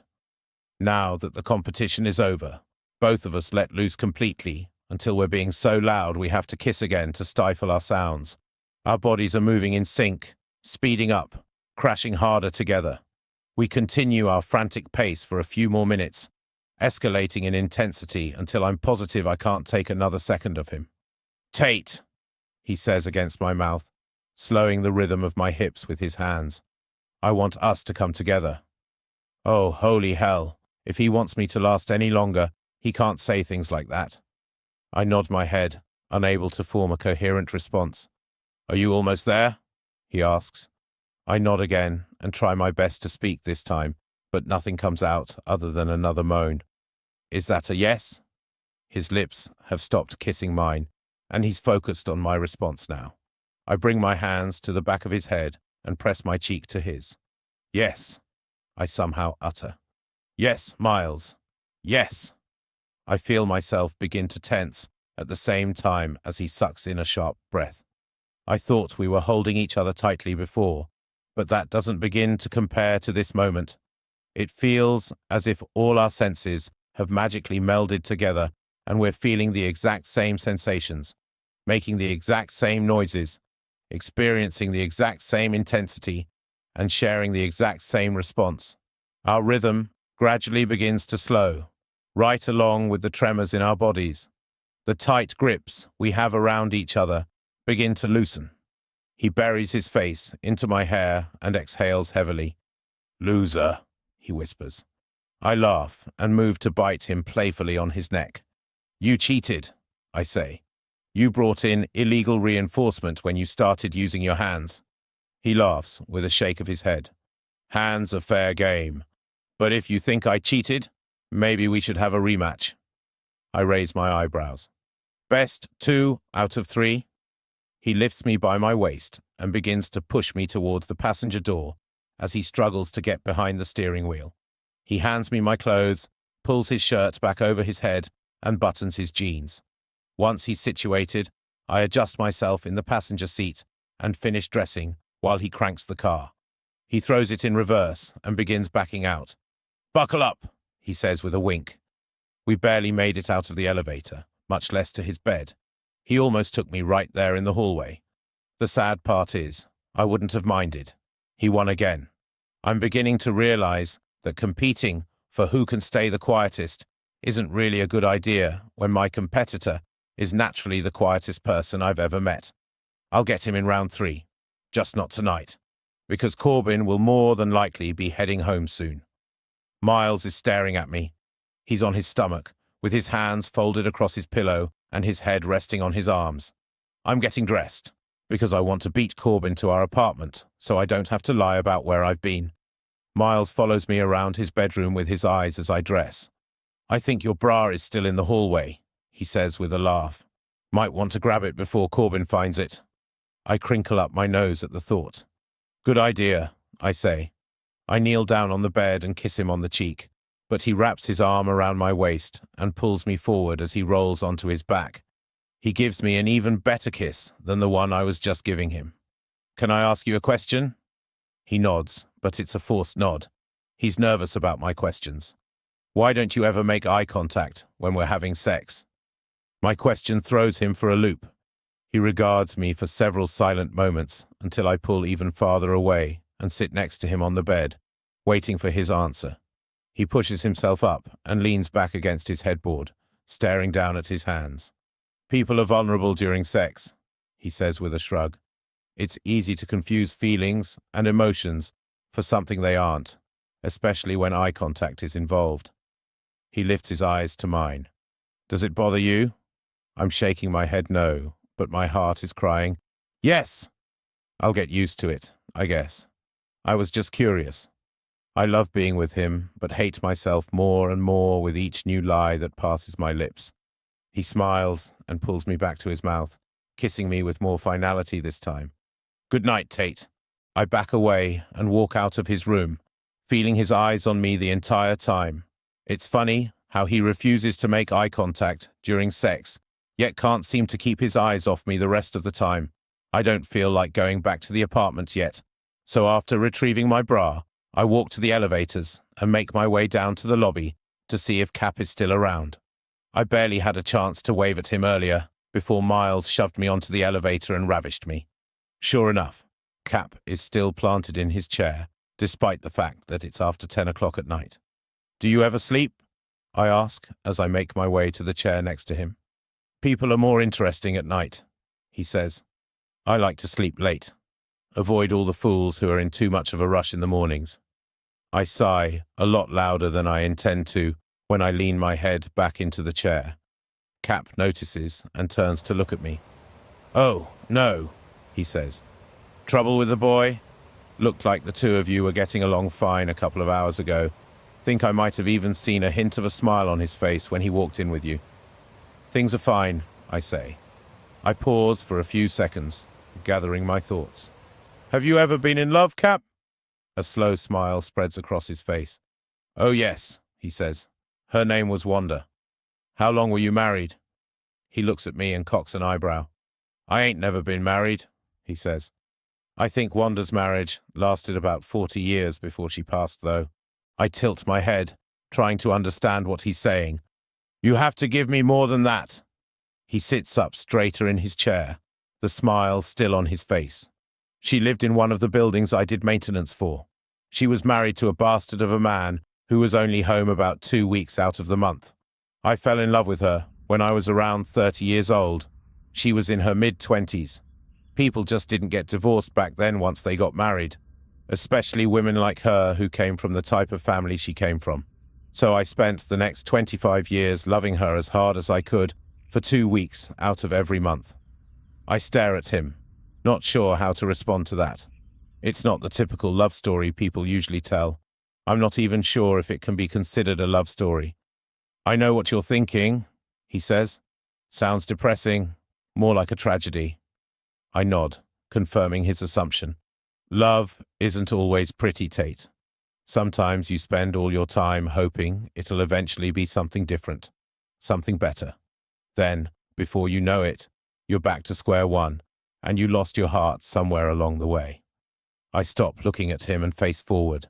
I don't want him to see the frown that I can't seem to remove from my face. Is that what I'm doing? Waiting for things with Miles to become something different, something better? I contemplate his words for way too long.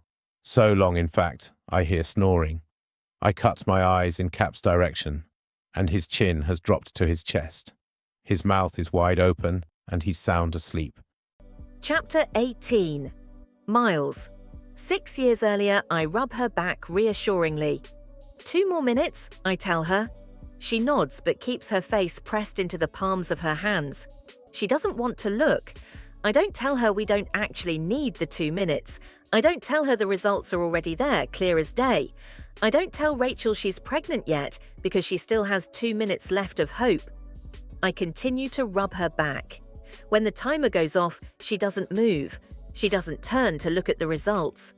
I drop my head to the side of hers until my mouth is close to her ear. "I'm so sorry, Rachel," I whisper. "I'm so sorry." She bursts into tears. My heart is crushed at the sound. This is my fault. This is all my fault. The only thing I can think to do now is figure out how to rectify it. I turn her toward me and wrap my arms around her. "I'll tell them you don't feel well and you can't go to school today. I want you to stay here until I get back." She doesn't even nod. She continues to cry, so I pick her up and carry her to the bed. I go back to the bathroom and package up the test, then hide it underneath the sink in the very back. I rush to my room and change clothes. I leave. I'm gone most of the day. I'm rectifying. When I finally pull back up our driveway, I still have almost an hour before my father and Lisa are due home. I grab everything from my front seat and rush inside to check on her. I left my phone behind in my rush this morning, so I haven't had a way to check on her at all, and I'd be lying if I said it wasn't killing me. I go inside. I go to her door. I attempt to turn it, but it's locked. I knock. "Rachel!" I hear movement. Something crashes against the door, and I jump back. When I realize what's happened, I step forward again and bang on the door. "Rachel!" I yell, frantic. "Open the door!" I hear her crying. "Go away!" I take 2 steps back, then lunge forward and shove my shoulder against the door as hard as I can. The door flies open and I rush inside. Rachel is curled up against the headboard, crying into her hands. I reach her. She pushes me away. I walk back to her. She slaps me, then scoots off the bed. She stands up, shoving me back, pushing her palms against my chest. "I hate you!" she screams through her tears. I grab her hands and try to calm her down. It makes her angrier. "Just leave," she yells. "If you don't want anything to do with me, just leave." Her words stun me. "Rachel, stop," I plead. "I'm here. I'm not going anywhere." Her tears come harder now. She screams at me. She says I left her. I put her in bed this morning and I left her because I couldn't handle it. I was disappointed in her. "I love you, Rachel, more than I love myself." "Baby, no," I tell her, pulling her to me. "I didn't leave you. I told you I was coming back." I hate that she didn't understand why I left today. I hate that I didn't explain it to her. I walk her back to the bed and I position her against the headboard. "Rachel," I say, touching her tear-stained cheek. "I'm not disappointed in you," I tell her. "Not in the least. I'm disappointed in myself, which is why I want to do everything I possibly can to turn this around for you, for us. That's what I've been doing today. I've been trying to find a way to make this better for us." I stand up and grab the folders, then spread them out on the bed. I show her everything. I show her the brochures for family housing I picked up from campus. I show her the forms we need to fill out for free campus childcare. I show her the financial aid brochures and the night classes and the online course review and the academic advisor list and how it will all coordinate with my flight class schedule. All the possibilities are spread out before her, and I want her to see that even though we didn't want this, even though we didn't plan for this, we can do this. I know it'll be a lot harder with a baby, Rachel. I know that, but it's not impossible. She stares down at everything I've laid out before her. I watch her in silence until her shoulders begin to shake, and she covers her mouth with her hand. She meets my gaze as huge tears spill out of her eyes. She crawls forward and throws her arms around my neck. She tells me she loves me. You love me so much, Rachel. She kisses me over and over. We've got this, Miles, she whispers against my ear. I nod and hug her back. We've got this, Rachel.